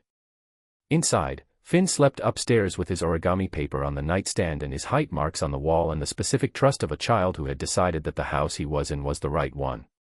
The crane I'd made in November was still on my nightstand. I hadn't told her about it. Some things you kept until the right moment. I had a feeling the right moment was coming. I wasn't in a hurry. Epilogue. 1 year later, Olive's POV. The dress was green. Not borrowed. Mine. I had bought it in January from a shop on Michigan Avenue that June had found online and sent me the link to with the caption, "This is yours, I am not asking, just buy it." I had looked at it for 3 weeks. I had bought it on a Wednesday, which was pasta night, and I had shown it to Cole on Thursday in the bag with the tags still on and he had looked at it and then at me and said, "Wear it to the gala." I had said, "We're going back to the gala." He had said, "I thought you should go back and not need it." That was the thing about him that I was still, after a year, catching up to. The way he understood what something meant without requiring me to translate it first. The specific knowledge of it. I needed to go back. Not the building, the Aldermore was a building, neutral, indifferent to the things that had happened in it. I needed to go back as myself. Without the armor. Without the mask. Without the logic of one night and no names and that never happened. I needed to walk into that room as the person I was now, which was a person who had gone anyway, and paid the cost, and come out the other side of it into something that was better than safe because it was real. The dress was green. No mask. I spent 40 minutes in front of the mirror, which was 25 minutes longer than I usually spent and 15 minutes shorter than June spent on any given morning, and I thought about a year ago standing in the same position in a borrowed red dress thinking, one night, then back to my regular life.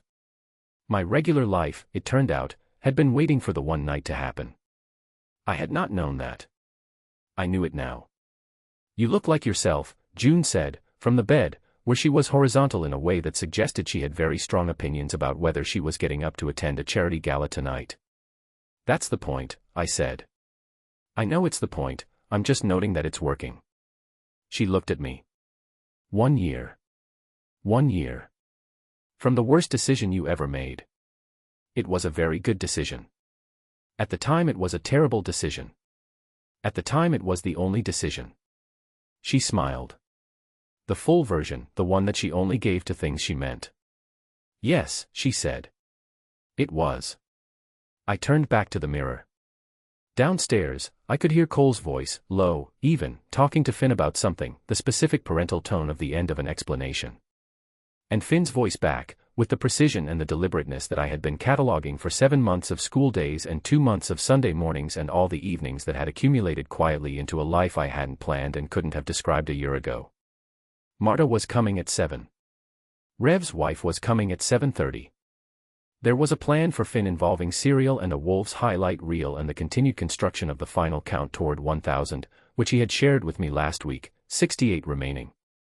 68. I had thought about that number for 3 days. Go, June said. You're going to be late. You're not coming. I am going to lie on this bed and watch television, she said, with the contentment of someone who had attended enough charity galas in her life and had graduated past the requirement. You don't need me. You have everything you need. I looked at her. June, I said. Go, she said. She picked up the remote. Call me tomorrow. I went. The Aldermore was exactly as I remembered it. That was the thing about certain rooms, they held themselves outside of time, they did the same things with light and sound regardless of who was in them or what had happened the last time you stood here. The chandeliers were the same. The arrangements were the same. The particular quality of a room full of people dressed for something was the same. I stood in the entrance and I looked at it. A year ago, I had worn a gold mask and stood in a corner and counted exits.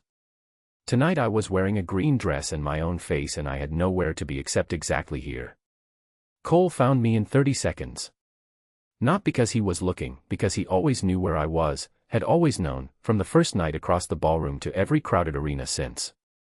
He had a specific orientation where I was concerned, some internal compass that I had stopped pretending wasn't there. He was in a dark suit that fit the way his clothes always fit, like they'd been made for the particular shape of him. No mask. He had never liked the mask, I knew that now, had tolerated it as the event required and shed it as soon as he could. He looked like himself. He looked like the person I had been moving toward all year without knowing it. He crossed the room. He stopped in front of me. He looked at the dress, then at my face, then at the room around us with the specific attention of someone recognizing a place that had history. Same spot, he said. Same spot, I said. We were standing where we had first stood. The far corner near the window, the one with the clear view of the room, the one I had chosen because it was the furthest from everything and closest to the exit, and he had found me in it because he had been doing the same thing from the other side of the room. A year ago. Do you remember what you thought, he said, right before you talked to me that night? I looked at him. I thought about it honestly. I thought, 1 hour, I said. I'll allow myself 1 hour and then I'll go home. And then I'll have done the brave thing, I'll have stayed at the party and talked to someone, and that will be enough and I'll have proved whatever I was trying to prove. What were you trying to prove? That I could still be a person who did things. After Ryan. After the careful and the managed and the contained. I looked at the room. I was trying to prove I could still let something in. He was watching me. Did it work, he said. I looked at him. You happened, I said. The slow thing. The one that started at the corner of his mouth and moved up and didn't stop until it reached his eyes, and in his eyes it was the thing I had been cataloging for a year and had never fully found the word for because the word was large and I had been working toward it carefully and the careful was almost done. Dance with me, he said. He held out his hand. Not the handshake. Not the offer. The actual invitation, the same one from a year ago, palm up, patient, giving me the room to choose. I put my hand in his. We danced the way we had danced the first time, which was the way I had discovered that first time was the only way, without any particular performance of it, without the usual management of two people negotiating shared space. Just moving together in the way that came from the specific knowledge of someone, the way you knew the rhythm of a familiar voice. He held my hand and his other hand was at my waist and I had my free hand at his shoulder, and the room moved around us the way rooms did when you had found the still point in the middle of them. What was different? I said. Tonight, coming in. What was different? He thought about it. I didn't count the exits, he said. I looked up at him. Last year I was counting the exits from the moment I walked in, he said. I do it everywhere. Old habit. Occupational something. He looked at the room over my head, then back down at me. Tonight I came in and I looked for you. That was the only navigation I needed. I held his gaze. Cole, I said. Yeah. I need to tell you something. Okay. I have been careful, I said, for a very long time. And careful is a good thing. It's a useful thing. I'm not going to apologize for being careful. I kept my eyes on his. But I have been careful in a way that kept me from wanting things that were worth wanting.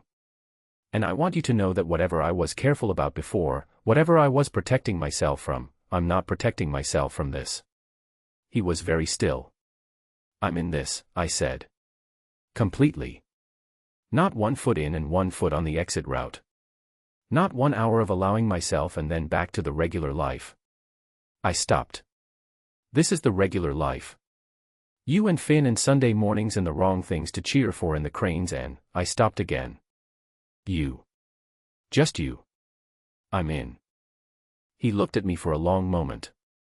Something moved across his face that was not the slow thing and not the smile and was something underneath both of them, something old and real and quietly enormous that I recognized because it was the same thing I was feeling and had apparently been feeling for longer than I had been willing to name. I know, he said. You know. I've known for a while.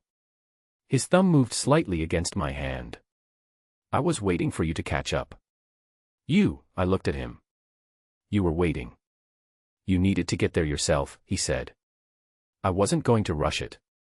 You were so patient, I said. I'm very patient, he said. I told you that. You told me you weren't in a hurry. Same thing. I looked at him. He looked at me. Cole Mackenzie, I said. Olive Hayes, he said. Just our names. In the same room where we had agreed not to have names.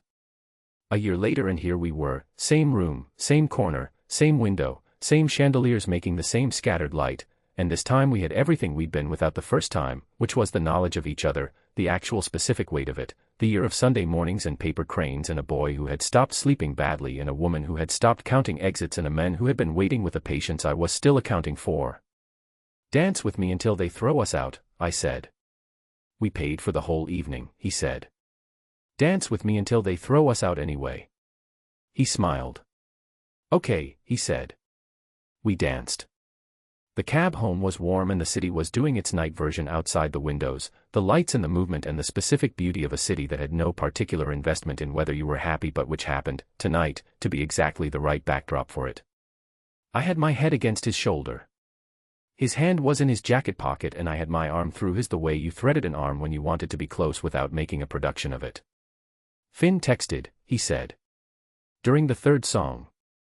He wanted to know how many cranes I thought he'd finish by Friday. What did you tell him? I told him I thought 68 was possible if he started right after dinner. Is it possible? Probably not if he's watching the highlight reel. I smiled. He finished the Fox, I said. I know. He put it on your desk. I know he did. I found it Monday morning. It was next to Gerald.